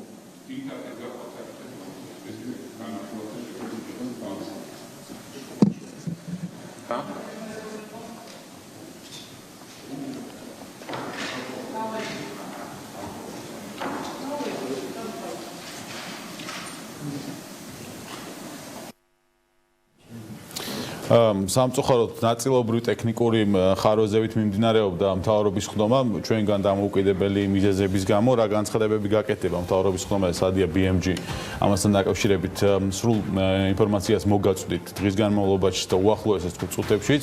ჩვენ კი დღის სხვა თემებით, ასე ვთქვათ, მოკლე ინფორმაციებით განვაგრძობთ საქმიან დილას. გარდაბანში ახალი თბოსადგურის მშენებლობა შესაძლოა 225 მილიონი $. დაჯდეს საქართველოს ნავთობის და გაზის კორპორაციაში აცხადებენ, რომ ახალი ობიექტის მშენებლობისთვის კორპორაციაში ტექნიკურ-ეკონომიკური დასაბუთების კვლევა მიმდინარეობს. ახალი თბოსადგურის სიმძლავრე 250-270 მეგავატი იქნება.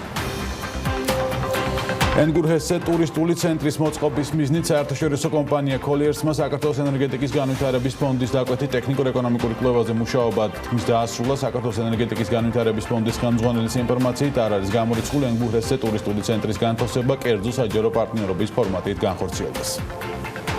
სათამაშოების მწარმოებელი გერმანული კომპანია გოკი საქართველოს სათამაშოების წარმოებით ინტერესდება. ამის შესახებ BMG-ის სოციალური საწარმო კოდელას დამფუძნებელმა კოტეს ვანაძემ განუცხადა. მისი ინფორმაციით ამ ეტაპზე გოკი დაკვეთებს ბულგარეთში ახორციელებს და დაინტერესებულია, რომ თავის წარმოების ძირითადი რესურსი საქართველოში გადმოიტანოს. კომპანია Georgian Products Renaissance-მა 2019 წლის სეზონზე 900 ტონა გადამუშავებული თხილის ექსპორტი განახორციელა, რომლის ღირებულებამ ჯამში დაახლოებით $4 მილიონი შეადგინა. თხილის მწარმოებლის შეფასებით 2019 წელი 2018 წელთან შედარებით კარგი იყო, გამოსწორებულია თხილის ხარისხი და მსოფლიო ბაზარზე არსებული მოთხოვნის გათვალისწინებით კომპანიის საქმიანობა წარმატებული იყო. რესტორნებში ფასები 20%-ზე მეტად მაინც არის გაზრდილი. ამის შესახებ BMG-ის რესტორან შავი ლომის დამფუძნებელმა მერი გუბელაძემ განუცხადა. გუბელაძის თქმით, ნაკლებად მოსალოდნელია ფასების დაწევა, თუმცა შავი ლომის დამფუძნებელი იმედოვნებს, რომ ფასების კიდევ უფრო გაზრდა არ მოუწევს. ავეჯის მწარმოებელი კომპანია IKEA ბავშვის დაღუპვის გამო მის ოჯახს $46 მილიონ გადაუხდის. BBC-ის ინფორმაციით შეთანხმება სასამართლო პროცესის მიმდინარეობის ფარგლებში შედგა. საქმე ეხება 2 წლის ბავშვის გარდაცვალებას, რომლის სიკვდილის მიზეზიც IKEA-ს 32 კილოგრამიანი კარადა გახდა.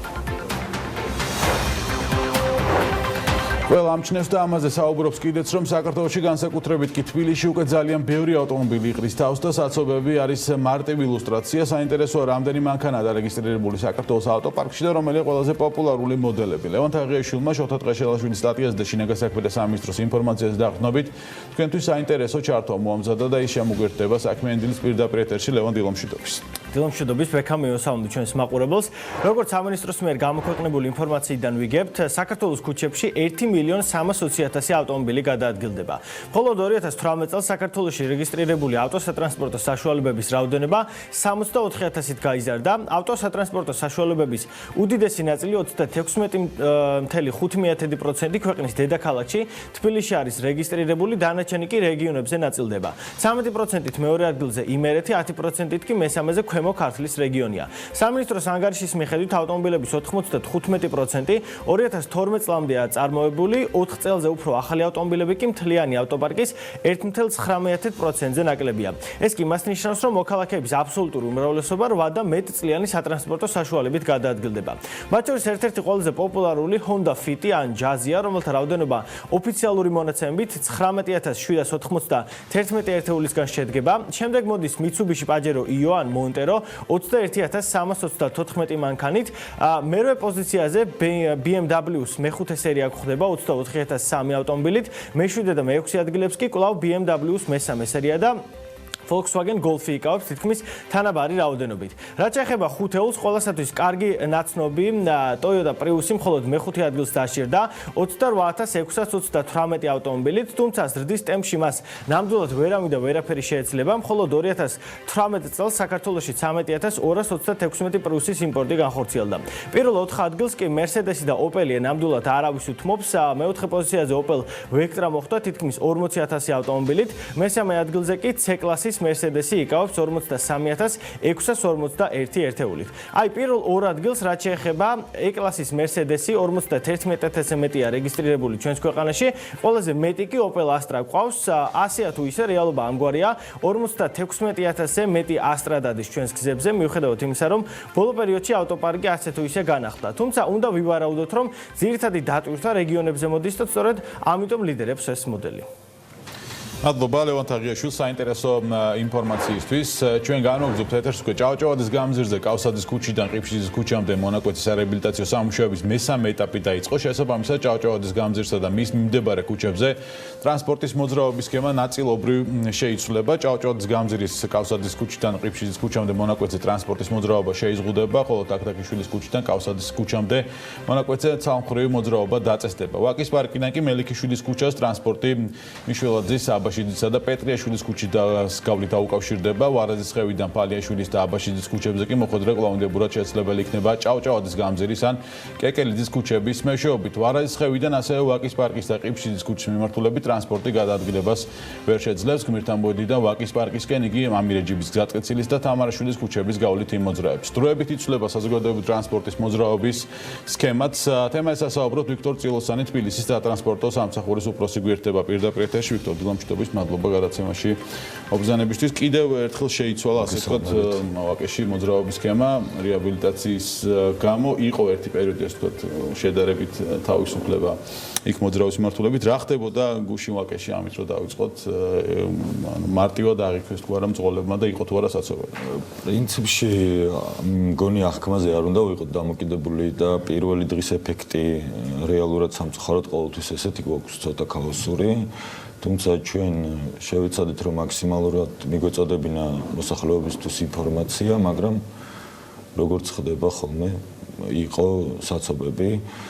პრინციპში თამამად ვიტყვი ამასაც და ღიად სამწუხარო ფაქტს იმას რომ ხშირ შემთხვევებში გუშინაც ვადევნებდი სოციალურ ქსელში ყურადღებას რა გამოხმაურება ქონდა და ხშირი იყო შემთხვევები როდესაც ადამიანები მაგალითისთვის მოსაშულიდან ყიფშიძის ქუჩამდე ითხოვდნენ მანქანით გადაადგილებას და მგონი რომ ესეც პრობლემური არის ზოგადად ქალაქისთვის. მე რამდენიმე ფაქტს მოვიყვან ამასთან დაკავშირებით. მაგალითისთვის ევროპაში მოსახლეობის 70% ყავს ავტომობილი, მაგრამ მოტორიზაციის კოეფიციენტი არის 8%. ეს ნიშნავს იმას, რომ კვირაში 5 დღეზე მეტი გამოიყენებს კერძო ავტომობილს. ჩვენთან საქართველოში ეს მაჩვენებელი არის დაახლოებით 35% ყავს მოსახლეობის კერძო ავტომობილი და მოტორიზაციის კოეფიციენტი არის 33%. ჩვენ რო აი შედარებისთვის რო წარმოვიდგინოთ, ჩვენ რო ევროპული საზოგადოებრივი ტრანსპორტი გქონდეს, ალბათ მივალ აქამდე. ანუ ჩვენ რო გაუტოლდეთ ევროპას და ჩვენი მოსახლეობის 70%-ს როდესაც ეყოლება კერძო ავტომობილი, ნიშნავს რომ 8-ჯერ მეტი არის მოხმარება კერძო ავტომობილის. თუმცა დღევანდელი მონაცემებიც 4-ჯერ მეტია. მეორე მხრივ ჩვენ გვაქვს რაღაცა გზათაქსელი, რომელსაც იმ გზათაქსელს გააჩნია კონკრეტული გამტარუნარიანობა და შესაბამისად ჩვენ თუ არ დავახვედრით ამას გამართული საზოგადოებრივი ტრანსპორტი ამ შემთხვევაში ფიზიკურად შეუძლებელი იქნება გადაადგილება. თუმცა ამ მონაკვეთზე ხა რომელზეც ვსაუბრობთ მოსაშულიდან ყიფშიძემდე ნებისმიერ შემთხვევაში ფეხით გადაადგილება იქნება საჭირო და ერთ საზოგადოებრივი ტრანსპორტი დაახლოებით ორი თვე გუშინ ირაკლი ბენდელიანი იყო ჩართვაზე საქმის კურსში და მან თქვა რომ შეიძლება შემცირდეს ეს დრო რაც რეაბილიტაციას დაჭირდება ამ მონაკვეთში და დაახლოებით 2 თვე იმოქმედებს აი ეს სქემა. როდესაც სატრანსპორტო სქემა დგება რეაბილიტაციის სამუშაოებიდან გამომდინარე, ანუ რას ეყრდნობით ხოლმე და რა გათვლებს აკეთებთ, როდესაც თქვათ იქ გაცამხრეობას გეგმავთ იქიდან სხვა ქუჩიდან დაკავშირებას, ანუ როგორ ხდება ამ ასე ვთქვათ შესწავლა რა მე ტიპის რა თქმა უნდა ჩვენ გვაქვს მობილობის კვლევა და ვიცით დაახლოებით რომელი ზონიდან რომელ ზონაში რა რაოდენობის ავტომობილები გადაადგილდება და ვითვალისწინებთ არსებულ გზათაქსელს, მათ გამტარუნარიანობას და ამის მიხედვით ხდება დაგეგმარება საზოგადოებრივი ტრანსპორტის მათ შორის როგორც საზოგადოებრივი ტრანსპორტის ისე კერძო ავტომობილების გადაადგილება. კიდევ ერთი ეტაპი რჩება შემდეგ ჭავჭავაძის რეაბილიტაციის ნაწილში. იქაც ასე ვთქვათ იქნება თუ არა ცვლილებები სატრანსპორტო ეს შეიცვლება მთლიანად რაც ახლა არის ამ შეიძლება მოუწიოს მცირეოდენ იცვლება რა თქმა უნდა იმიტომ რომ მოხდება სხვა ადგილების გადაკეტვა და შესაბამისად ქუჩები რომლებიც ახლა გამტარია მაგ პერიოდისთვის აღარ იქნება გამტარუნარიანი და პირიქით. ვიქტორ კიდევ ერთი საკითხი რაც მინდა რომ კითხო იყავით თუ არა თქვენ ჩართულები მიკროავტობუსთან თბილისის მიკროავტობუსთან მოლაპარაკებების პროცესში რომელიც შეეხებოდა მათთვის ახალი მიკროავტობუსების შეძენას და მემორანდუმის გაფორმებას. კი, ვიყავით ჩართული, ვიყავით. და დღეს რა მოცემულობა კომპანიასთან თუ ყველა დეტალი არის თუ არა შეთანხმებული და რა დეტალებზეა საუბარი? პრინციპში ამჟამად დეტალების შეთანხმების მიმდინარების პროცესია თითქმის შეგვიძლია ვთქვათ, რომ ბოლომდე მივედით და შემდეგ ველოდებით საკრებულოს გადაწყვეტილებას ამ ხელშეკრულებასთან დაკავშირებით და მთავრობის ხელშეკრულება რას თვალისწინებს თუ შეგიძლიათ როგორ გახსოვთ? ხელშეკრულება ითვალისწინებს იჯარით გადაცემას ამ მიკროავტობუსების სატრანსპორტო კომპანიებთან. ეს არის 7 წლიანი იჯარა. და გამოსყიდვა ამ 7 წლის ეტაპობრივად იქნება თუ 7 წლის თავზე შეუძლია. როდესაც კომპანია ვალდებული იქნება რომ წარმოადგინოს აუდიტორული დასკვნა ყოველი წლის ბოლოს და როგორც კი გაუჩნდება კომპანიას ფინანსური შესაძლებლობა რომ აქვს რესურსი გამოისყიდოს, ავტომატურ რეჟიმში ხდება ვალდებული რომ გამოისყიდოს ეს მიკროავტობუსები. ამასთან მნიშვნელოვანია ისიც რომ ხშირად გავრცელდა ესეთი მოსაზრება, რომ თითქოს რაღაცა ჩვენ უფასოდ ფული მივეცით, ბიუჯეტის თანხებით დავხარჯეთ და ასე შემდეგ. ესე არ არის. კომპანია ვალდებული იქნება, რომ გამოისყიდოს განსაზღვრული საპროცენტო განაკვეთით ეს თანხა, როგორც კი იმას გაუჩნდება. საფასურის ზრდაზე არ არის, ხო? საფასურის ზრდაზე, რა თქმა უნდა, საუბარი არ არის, იმიტომ რომ ჩვენ იცით, რომ ვახორციელებთ ახლა სატრანსპორტო რეფორმას და ამ პერიოდში გაუმართლებელი იქნებოდა რაღაც ტარიფისზე საუბარი, ეს ერთი და ასევე მოსახლეობის სოციალურ მდგომარეობასაც ვითვალისწინებთ და ამიტომ ტარიფს არ შეეხება. ერთის მხრივ თქვათ ამ ნაწილში თუ ტარიფები არ გაიზრდება, ეს გადაწყვეტილება ასე თქვათ მიღებულია. მეორეს მხრივ ამ სატრანსპორტო რეფორმის ფარგლებში მიკროავტობუსების რაოდენობა უნდა შემცირდეს, ხო? ესეც გადაწყვეტილი. ანუ კომპანიას კონკრეტული რაოდენობის მიკროავტობუსები ყავს, კონკრეტული ხაზები აქვს, იქიდან შემოსავალს იღებს, რომელსაც ამბობს რომ არ არის საკმარისი, უნდა გაიზარდოს ტარიფი, ეს განცხადა მოვისმინეთ. მეორეს მხრივ ვამცირებთ თქვათ მიკროავტობუსების რაოდენობას, არ ცვლით ტარიფს, ანუ შემოსავლები როგორ უნდა გაუჩნდეს კომპანიას, საოპერაციო ხარჯებს დაზოგავს, აი რა ტიპის დასკვნა გაკეთებს. პირველი რაც შეეხება ტარიფის მიკროავტობუსების შემცირების ნაწილს მიკროავტობუსებთან დაკავშირებით შემცირებაზე არ გავაკეთებდი უფრო აქცენტს, თუმცა მცირდება, მაგრამ რაღაც განსაკუთრებული რაოდენობით არა, უბრალოდ აქ არის საუბარი იმაზე, რომ მიკროავტობუსი აღარ იქნება გადაადგილების შესაძლებლობა, ვთქვათ, შორ მანძილებზე. ეს იქნება დიახ, ეს იქნება რეალურად მთავარი ხაზების მკვლევავები და მხოლოდ ისეთ მარშრუტებზე რომელიც შეუძლებელია ავტობუსის გადაადგილება. ეს ერთი. პლუს ამას ამითი მიკროავტობუსებს დაეზოგებათ საოპერაციო ხარჯები, იმიტომ რომ მოკლე მანძილზე იქნება გადაადგილება შესაძლებელი, ეს ერთი და გარდა ამისა თვითონ კომპანიასაც ჩვენ რამდენადაც ჩავიხედეთ და აუდიტორული დასკვნა, რომელიც მაგათ წარმოადგენს, პრინციპში იქაც წერია, რომ გააჩნია რეზერვები ოპტიმიზაციის და შეუძლია რომ გახდეს, ასე ვთქვათ, გადამხდელუნარიანი. ამიტომ მივიღეთ ჩვენ ასეთ ამამად ვთქვათ ეს გადაწყვეტილება. ავტობუსებთან დაკავშირებით სიახლეები იქნება 2020-ში. კი, რა თქმა უნდა, იქნება სიახლეები 2020 წელს. ჩვენ გეგმავთ დამატებითი ავტობუსების შეძენას, ასევე გეგმავთ 18 მეტრიანი ავტობუსების შეძენას 2020 წელს.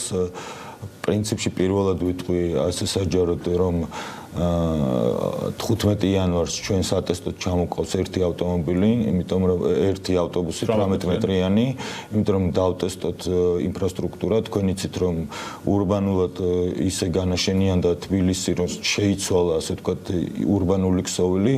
აქედან გამომდინარე ჩვენ დავტესტავთ ამ 18 მეტრიანს, სადაც იქნება საჭირო ჩარევა ინფრასტრუქტურული იმ ადგილას ჩავერევით, რომ შემდეგ როცა შესყიდვას მოვახდენთ, უკვე გზათაქსელი, ასე ვთქვათ, გამზადებული იყოს. ერთი თვის განმავლობაში იქნება ტესტის რეჟიმში და სხვადასხვა მასშტაბებზე იმოძრავებს. ჩვენ გვაქვს დადგენილი 10 ძირითადი ხაზი და ამ 10 ძირითად ხაზზე დაიტესტება ეს 18 მეტრიანი, რომელიც იქნება ასე ვთქვათ, ძირითადი გადამყვანი გრძელში და შორს მანძილებზე. დანარჩენი ეგრეთ წოდებული city line-ები და მიკროავტობუსები, რომელთაც მოხდება ამ BRT-ის ყובה, იქნება ჩვეულებრივად. რამდენი დაახლოებით რა რაოდენობის უნდა იყოს 18 მეტრიანი ავტობუსი თუ ეს 179 არა, 179 ერთეული უნდა იყოს 18 მეტრიანი ავტობუსი. რაც შეეხება სხვა ავტობუსებს, 8 მეტრიან ავტობუსებს მათ შორის, ის მათი რაოდენობა რამდენი თვეში შევსწორეთ სოციში, ანუ როგორ არის გეგმაში?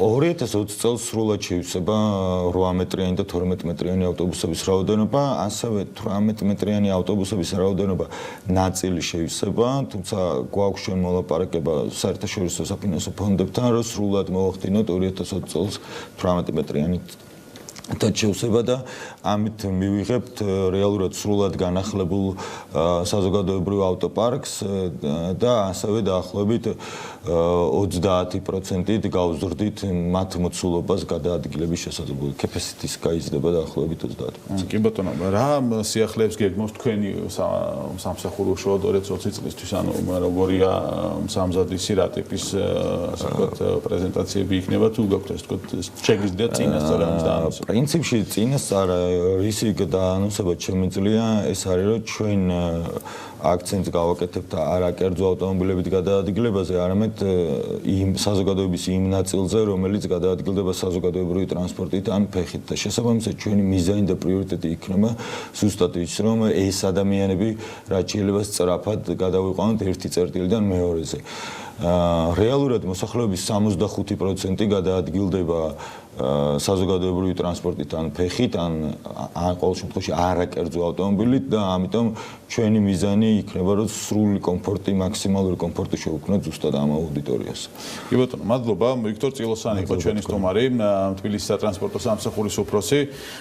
ჩვენ რამდენიმე წუთში გავაგრძელებთ საუბარს, როგორი იყო 2019 წელი უძრავი ქონების ბაზრისთვის და რა მოლოდინები არსებობს 2020-ში. უძრავი ქონების რუბრიკით რამდენიმე წუთში გაგრძელდება საქმიანი დილა, როგორც გითხარით, ატია ჩაფიჩაძე და კლია შაღაშვილს უძრავი ქონების საკონსულტაციო კომპანია კუშმან & ვეიქილ ჯორჯია საკონსულტაციო დეპარტამენტის უფროს უმასპინძლებს.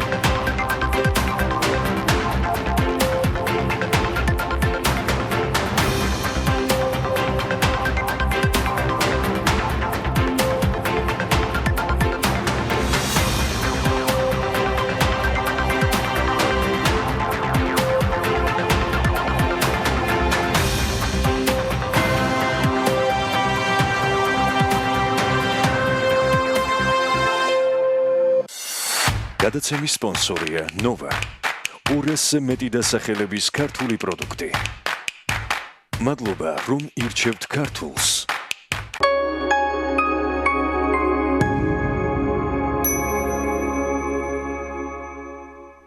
%100% кэшбэкის ლოტებში. დაატრიალე ბეთის ბორბალი და დაიბრუნე თანხის 100% ყოველდღე. ბეთლაივი, გაერთე შენს გემოზე.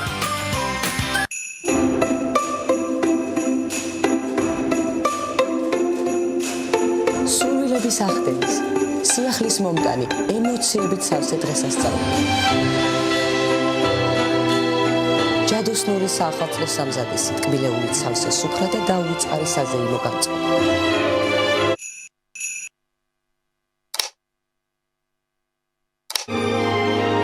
შექმნით თქვენი ტკბილი ახალი წელი, სანდომთან ერთად. ჩემი სამშობლო სირია. იქ ახლა ომია. იქ ისვრიან, აფეთქებენ, კლავენ, ანადგურებენ ყველაფერს. მე სიკვდილს გამოვეკეცი, მაგრამ ომს ჩემი ძმა შეეწირა. ახლა აქ ვარ, რადგან საქართველოს მომცა ადგილი, რომელსაც ვუწოდებ ჩემს სახლს და მომცა შესაძლებლობა ცხოვრება გამეგრძელებინა, მაგრამ მუდმივად ჩემს სამშობლოზე ვფიქრობ. ამიტომ აქ ჩვენი ქვეყნის მომავალ თაობას ვასწავლი არაბულს. მათ ენა არ უნდა დაივიწყონ. ვიმედოვნებ, რომ ერთ დღეს ისინი სამშობლოში დაბრუნდებიან და ჩვენი სამშობლოს აღდგენას დაიწყებენ. მადლობა საქართველო, მასპინძლობისთვის.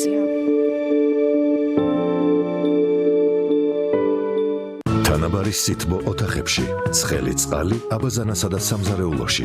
ბოშის გათბობის და ცხელი წყლის ქვაბი გამოირჩევა ეკონომიურობით და ექსპლუატაციის ხანგრძლივი ვადით. ქებული კლიმატი, ჩვენ ვქმნით ამინს. დავიკავშირდით 202 22 22. ბეკოში საახალწლო საჩუქრების თოვა დაიწყო. შეხვდი ახალ წელს განახლებულ ტექნიკასთან ერთად. შეიძინე სასურველი პროდუქტი 30%-მდე ფასდაკლებით და თავად აირჩიე უამრავი საჩუქრიდან ერთ-ერთი. აიხდინე საახალწლო სურვილები ბეკოსთან ერთად.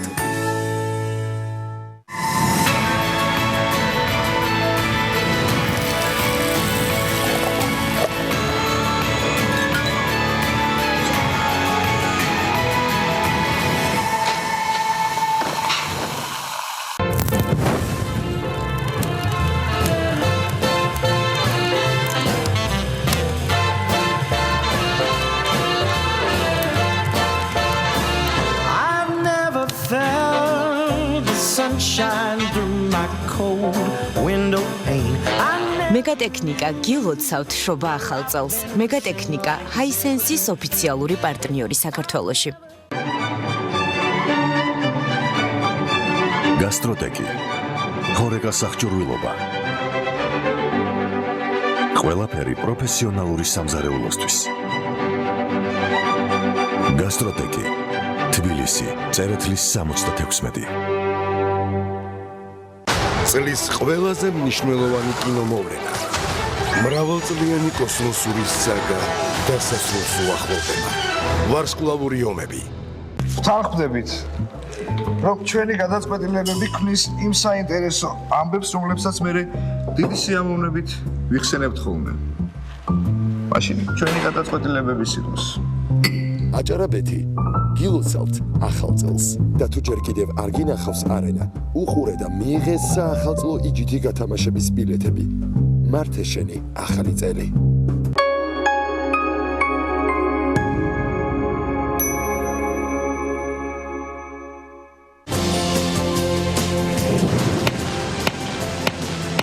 მანუჩარ პირველი ამერიკა-ირანის ურთიერთობის ისტორიაზე ამერიკულ ხუთშაბათებში. რა ქვეტექსტები იკითხება პრეზიდენტ ტრამპის წუხანდელ გამოსვლაში. მე საკითხი შემიძლია გადავწყვიტო მარცხენა ფეხის ნაკით. Вот смотрите, голубчик. Так. კვლევარი და ჟურნალისტი ნიუ-იორკიდან პირველამდე. როგორია რეჟისორის არჩევანი ცნობილი ტრილოგიის გაღმა ნაპირის, სიმინდის კუნძულისა და ხიბულას შემდეგ? რატომ თანამედროვე თბილისი და რა გაუცხოება იწყება სამშობლოში დაბრუნების შემდეგ? გიორგი ოვაშვილი უახლესი ფილმის გადაღებებს ასრულებს. შვენიერი ელენეს რეჟისორის სტუმრად პირველამდე.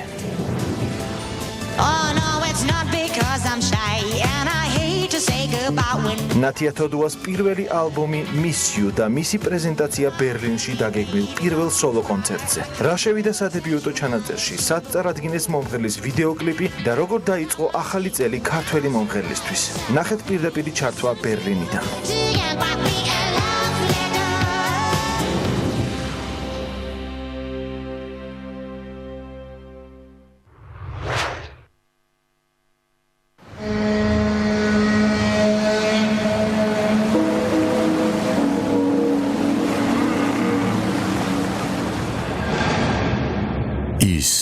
რაც არ უნდა მომხდარიყო.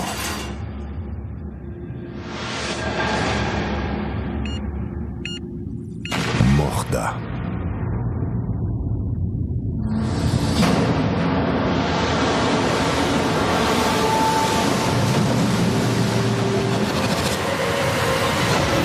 კატასტროფა, რომელმაც დედამიწა შეცვალა. წარღვნა რომელსაც მილიარდობით მსხვერპლი მოჰყვა. კაცობრიობის უკანასკნელი შვილები და ბრძოლა გადარჩენისთვის ხმელეთის ციებაში. ორშაბათიდან პარასკევის ჩათვლით საღამოს 6 საათზე.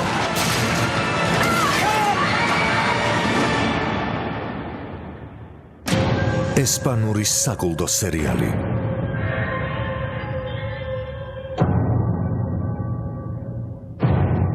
კიდობანი. ექსკლუზიურად TV პირველის ეთერში.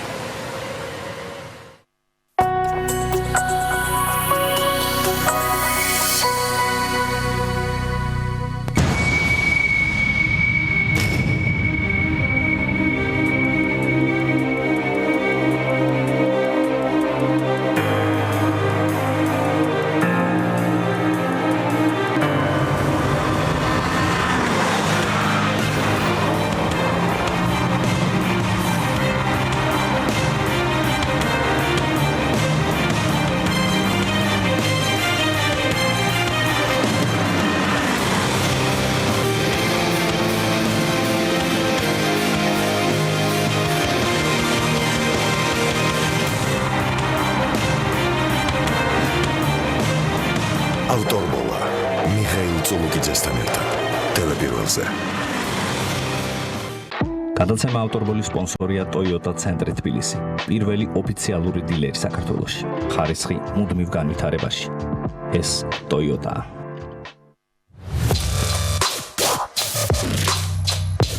გადაცემას ავტორბოლა წარმოგიდგენთ აჭარაბეთის სპორტი. acarabet.com. TV პირველი თანამგზავრზე. სატელიტური მაუწყებლობის ყველაზე თანამედროვე DVB-S2 სტანდარტის MPEG-4 ფორმატში. თანამგზავრი Azerspay 1, აღმოსავლეთის 46 გრადუსი, სიხშირე 11094 MHz, პოლარიზაცია ჰორიზონტალური, სიმბოლური სიჩქარე 30000 კილობიტი წამში. შესწორების კოდი 5-6. TV პირველი საქართველოში და მსოფლიოში.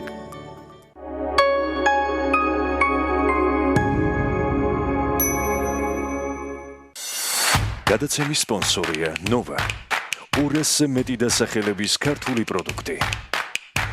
მადლობა, რომ ირჩევთ ქართულს.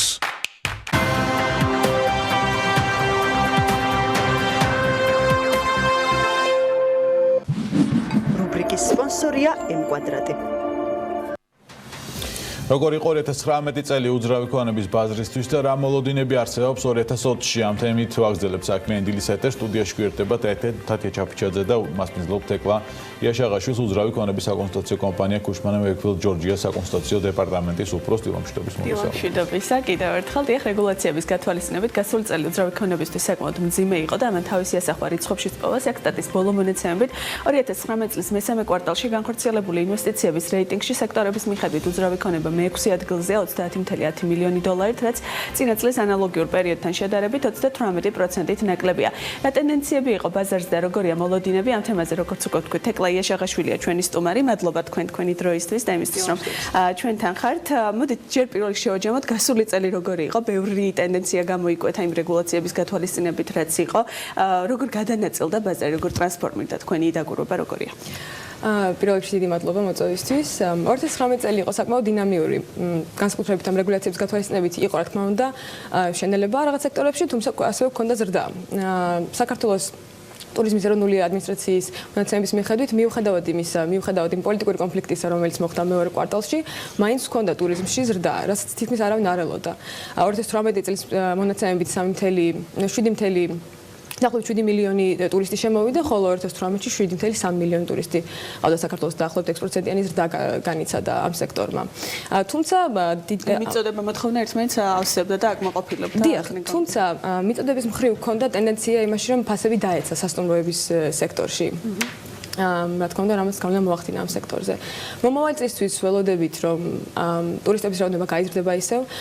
ტურიზმის ადმინისტრაციამ ძალიან კარგი ჩააწერა ძალიან კარგი მარკეტინგული პროგრამა Spend Your Summer in Georgia, როგორც გახსოვთ, რამაც გამოიწვია ტურისტების დივერსიფიკაცია. უფრო მეტი ქვეყნიდან შემოვიდა ტურისტი ვიდრე აქამდე. რაც რა თქმა უნდა ძალიან პოზიტიური განვითარება არის ამ სექტორისთვის. 2020 წლისთვის ველით რომ დაახლოებით 7.9 მილიონი ტურისტი უნდა შემოვიდეს საქართველოში და დანახარს ველით რომ იქნება გადააჭრევებს ალბათ 3 მილიონ ამერიკულ დოლარს. 3 მილიარდს. 3 მილიარდ დოლარს. თქვენ თქვით რომ ფასები დაეცაო წინა წელში, გამომდინარე, რამ განაპირობებს? ბევრი სასტუმრო შემოვიდა ბოლო პერიოდში, იგივე სამვარსკვლავიანებზე მოთხოვნა იზრდება და ამას რაღაცნაირად ბაზარი ეტაპობრივად ფეხს უწყობს შემოვიდა სხვადასხვა ქსელებით შორის იბისი რაც მახსენდება. რა თქმა უნდა, სასტუმროების რაოდენობა წლევანდელი მონაცემებით დაახლოებით 500-ს გადააჭარბა უკვე თბილისში და კიდევ იზრდება. ძალიან ბევრი ბუტიკური სასტუმრო იხსნება, მაგრამ გარდა ამისა ასევე გვაქვს ბრენდული სასტუმროებიც, გასულ წელიწადს გაიხსნა Windham Grand გუდიაშვილის ქუჩაზე, ასევე იბისი გაიხსნა სტადიონთან. მომავალ წელს ველით ცით სასტუმროების გახსნას როგორც არის პულმანი აქსისში, ასევე Hilton Garden Inn ჭავჭავაძეზე, ავტოგრაფები თავისუფლებაზე. ამიტომ როცა ეს სასტუმროები გაიხსნება, რა თქმა უნდა გაიზრდება მიწოდებაც, თუმცა მოთხოვნაც იზრდება ფეხდაფეხ. ამიტომ არ ველით რომ მაცდენა მოხდება. აი მაღალ შემოსავლიანი ტურისტებზე და ეგრეთ წოდებულ ხუთვარსკვლავიან სასტუმროებზე რამდენად არის დღესდღეობით მოთხოვნა და ის რასაც ვთავაზობთ, რამდენად ხო არ არის მეტი, ვთქვათ იმაზე მეტი ვიდრე ყავს მსგავსი დანახარჯის ტურისტი და ტენდენციას ვხედავთ. არის მოთხოვნა მაღალი კლასის სასტუმროებზე, ისე როგორც ბუტიკური სასტუმროებზე. ნაწილდება მოთხოვნა არის მაღალ დანახარჯიანი ტურისტები, ვინც მიდიან სასტუმროებში, როგორც არის Redisoni, როგორც არის მაგალითად ჰოლიდეინი. როგორ ხედავთ, საჭიროა რომ ამ სექტორის უფრო მეტად განვითარდეს, იმიტომ რომ მაგალითად კალტის კლუბებაც ამბობდა ბოლო პერიოდში, რომ ხუთვარსკვლავიანებს ნაკლები მოთხოვნა შეიძლება იყოს და ამ მიმართულებით უფრო მეტი უნდა ვიმუშაოთ, იმიტომ რომ თქვათ მაღალ მხარჯველი ტურისტები მოვიზიტოთ. მაღალ მხარჯველი ტურისტების მოძიება, რა თქმა უნდა, უკეთესი იქნება და რაც უფრო მაღალ მხარჯველი ტურისტები შორის ეს არ იქნება დადებითი მარტო სასტუმროებისთვის, ზოგადად სექტორისთვის იქნება კარგი. ამ ეტაპზე ფაქტია, რომ სამვარსკვლავიანებს რაღაცა საშუალო სექტორი სამვარსკვლავიანებზე არის ყველაზე დიდი მოთხოვნა. და 2020 წლისთვისაც ამ ტენდენციის გრძელდება. ჯერჯერობით ამ ტენდენციას ვხედავთ, მაგრამ ასევე ვხედავთ ზუსტად იმ დივერსიფიკაციის გამო, რაც მოხდა წელს, უფრო მაღალ დანახარჯიანი ტურისტებიც ალბათ შემოვლენ 2020 წელს. რაც რა თქმა უნდა გაზის მოთხოვნას კომერციულ სექტორზეც მინდა რომ ვკითხოთ, რაღაც სხვადასხვანაირი გადანაწილება ბოლო პერიოდში თქვათ რიგმა ქუჩებმა დაკარგეს და ნელ-ნელა კარგავენ ამ მას რა ქვია ხო და გადადიან რაღაცა იქ თქვა ასევე რომ შესაძლოა ახალი ბუნები გააჩნდეს და ახალი ქუჩები მათ შორის ჭავჭავაძე და სახელ და თქვენ რა მოლოდინები გაქვთ როგორი შეიძლება იყოს სექტორისთვის რასაც ჩვენ ვეძახით street retail-ს ან ქუჩების კომერციულ ფართებს რა იმათ ასე ვთქვათ დაკარგეს რელევანტურობა არა იმდანაც მაგრამ as fashion retail-ი აპარელ მაღაზიები, ტანსმის მაღაზიები ძირითადად გადიან უფრო შოპინგ ცენტრებში. 2019 წელს ნახეთ რომ City Mall-ის საბურთალოზე გაიზარდა 45000 კვადრატული მეტრი გახდა. რამაც საერთო გასაქარავებელი ფართის შოპინგ ცენტრებში გაზარდა დაახლოებით 457,000 კვადრატულ მეტრამდე. და ვაკანტურობა არ გვაქვს ასეთი მაღალი, რაც იმას ნიშნავს, რომ ეს მაღაზიები გადადიან უფრო იმ ცენტრალიზებულ შოპინგ ცენტრებში. უფრო ესეთია ხო, რაღაც პოპულარული. არა მხოლოდ საქართველოში, ტენდენცია არის გლობალური და ჩვენ რა თქმა უნდა ფასტ-ფუდს მივყვებით. რაც შეეხება ქუჩებს, აქ უფრო ვხედავთ ეს F&B კლასტერები, როგორიც არის მაგალითად Roomsi და Stambas კლასტერი, გვაქვს ასევე ტაბიძე, სადაც უფრო ძირითადად street retail-ის ადგილს იკავებს საკვები ობიექტები და ეს ტრენდული ადგილები. ამიტომ ველით რომ ეს ტენდენცია წამოვა უფრო street retail-ში, ვიდრე ფასებზე რა გავლენა შეიძლება მოახდინოს, იმიტომ რომ ბევრი გვაქვს სავაჭრო ცენტრებიც მათ შორის, იმაზე მეტი შეიძლება ვიდრე სავაჭრო ცენტრების ფასების დინამიკის პროგნოზირება ცოტა რთულია, იმიტომ რომ ძალიან დიდი რეინჯი გვაქვს, ანუ არის სავაჭრო ცენტრები, სადაც საშუალო გასაქარავებელი ფასი არის $45-50, გვაქვს ასევე სავაჭრო ცენტრები, სადაც არის ბავშვად $15-20. რაც შეეხება ქუჩის რიტეილის ფასებს, ვფიქრობთ რომ თავარ ქუჩებზე როგორც არის რუსთაველი, ჭავჭავაძე, დაახლოებით $48 უნდა იყოს კვადრატული მეტრის ფასი 2020 წელს, ხოლო მეორად ქუჩებში, ფალიაშვილი აბაშიძის ტიპის ქუჩებზე უნდა იყოს დაახლოებით $22. თუ გავყვებით გასაცდელსაც შევეხოთ ბოლოსკენ მოთხოვნა დიუბნები ძვირადღირებული უბნები რა აჩვენა 2019-მა თუ შეიცვალა მიმართულებით რაიმე და 2020 წლის მოლოდინები როგორია ამ კუთხით მოთხოვნა დიუბნები ძირითადად არის უფრო ცენტრალური უბნები მაგრამ ამასთან ერთად ვხედავთ რომ მოთხოვნა იზრდება გარეუბნებზეც და ძირითადად რომ გამოივსო და ხშირ შემთხვევაში აღარც არის რესურსი აქ აშენების თავარი ახალი დეველოპმენტი ასევე ხდება გარეუბნებში სთავაზობენ ხალხს უფრო ეკოლოგიურად სუფთა გარემოს ასე რომ ეს მოძრაობაც გვაქვს ცენტრიდან გარეთ. თუმცა რაც შეეხება პოპულარობას, რა თქმა უნდა, ცენტრალური ბნები არ კარგავენ პოპულარობას. მთაწმინდა ვაკე საბურთალოდ საკმაოდ დიდი განსაკუთრებით საბურთალოს დაფიქსირდა ძალიან დიდი ტრანზაქციების რაოდენობა გასულ წელსაც. აი, რამდენი შეიცვალა თვითონ მომხმარებლის ქცევა? უკვე აი რას ექცევა დღესდღეობით ყურადღება? ადრე თუ მხოლოდ თქვა რაღაცა სახლი იყო მთავარი განსაზღვრელი, დღესდღეობით როგორ შეიცვალა ეს ტენდენცია, რა არის მოთხოვნა მათი, რა არის დაკვეთა და მე რამდენად ადეკვატურად პასუხობენ სამშენებლო კომპანიები და დეველოპერები ამ ყველაფერს. თუ ხვდებით თქვა რაღაცა უფრო უბნის სტილის საცხოვრებელ სახლებს და ეს ტენდენცია რამდენი შეიძლება გაიზარდოს? რომ შევხედოთ ახალ დეველოპმენტს, განსაკუთრებით აი როგორც არის შერეული ტიპის საცხოვრებელი ზონები შემოდის, სადაც არ გვაქვს მარტო საცხოვრებელი ზონები, გვაქვს ოფისები, არის ხანდახან სასტუმრო. ეს არის ახალი ტრენდი, რომელიც შემოდის და ფაქტობრივად თავაზობს მომხმარებელს ყველაფერს ერთ სივრცეში. ოფისიც აქ არის, აქ აქვს შოპინგ ცენტრი, აქ ცხოვრობ, აქ არის სასტუმრო, სკოლა, ბაღი, ყველაფერი ერთად. ეს არის ის ტრენდი და შეიძლება ითქვას, რომ ბაზარი უქმნის მომხმარებელს, ასე ვთქვათ, ამ მოთხოვნას უფრო ბაზარი ქმნის. მომხმარებელს ასე ვთქვათ, ვეუბნებით რა არის ახალი, რა შეიძლება რომ გვინდოდეს.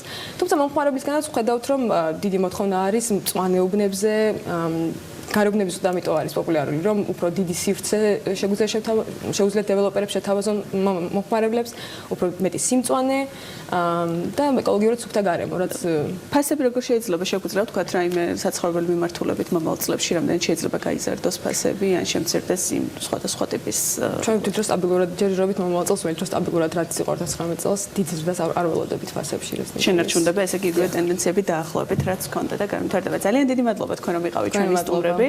თეკლა იაშაღაშვილს მასპინძლობით კუშმენის საკონსულტაციო დეპარტამენტის უფროს და როგორც მოისმინეთ, ეს იყო დღევანდელი ჩვენი უძრავი ქონების რუბრიკის მთავარი თემაც. და ამით მე მგონი ბეკა ვასრულებთ საქმიან დილას, ხო? რუბრიკის სპონსორია M-კვადრატი. ვასრულებთ საქმიან დილას, როგორც თათიამაც აღნიშნა, საქმის კურსს ეთერებში შევხვდებით ერთმანეთს. მადლობა თქვენ ყურადღებისთვის, დროებით.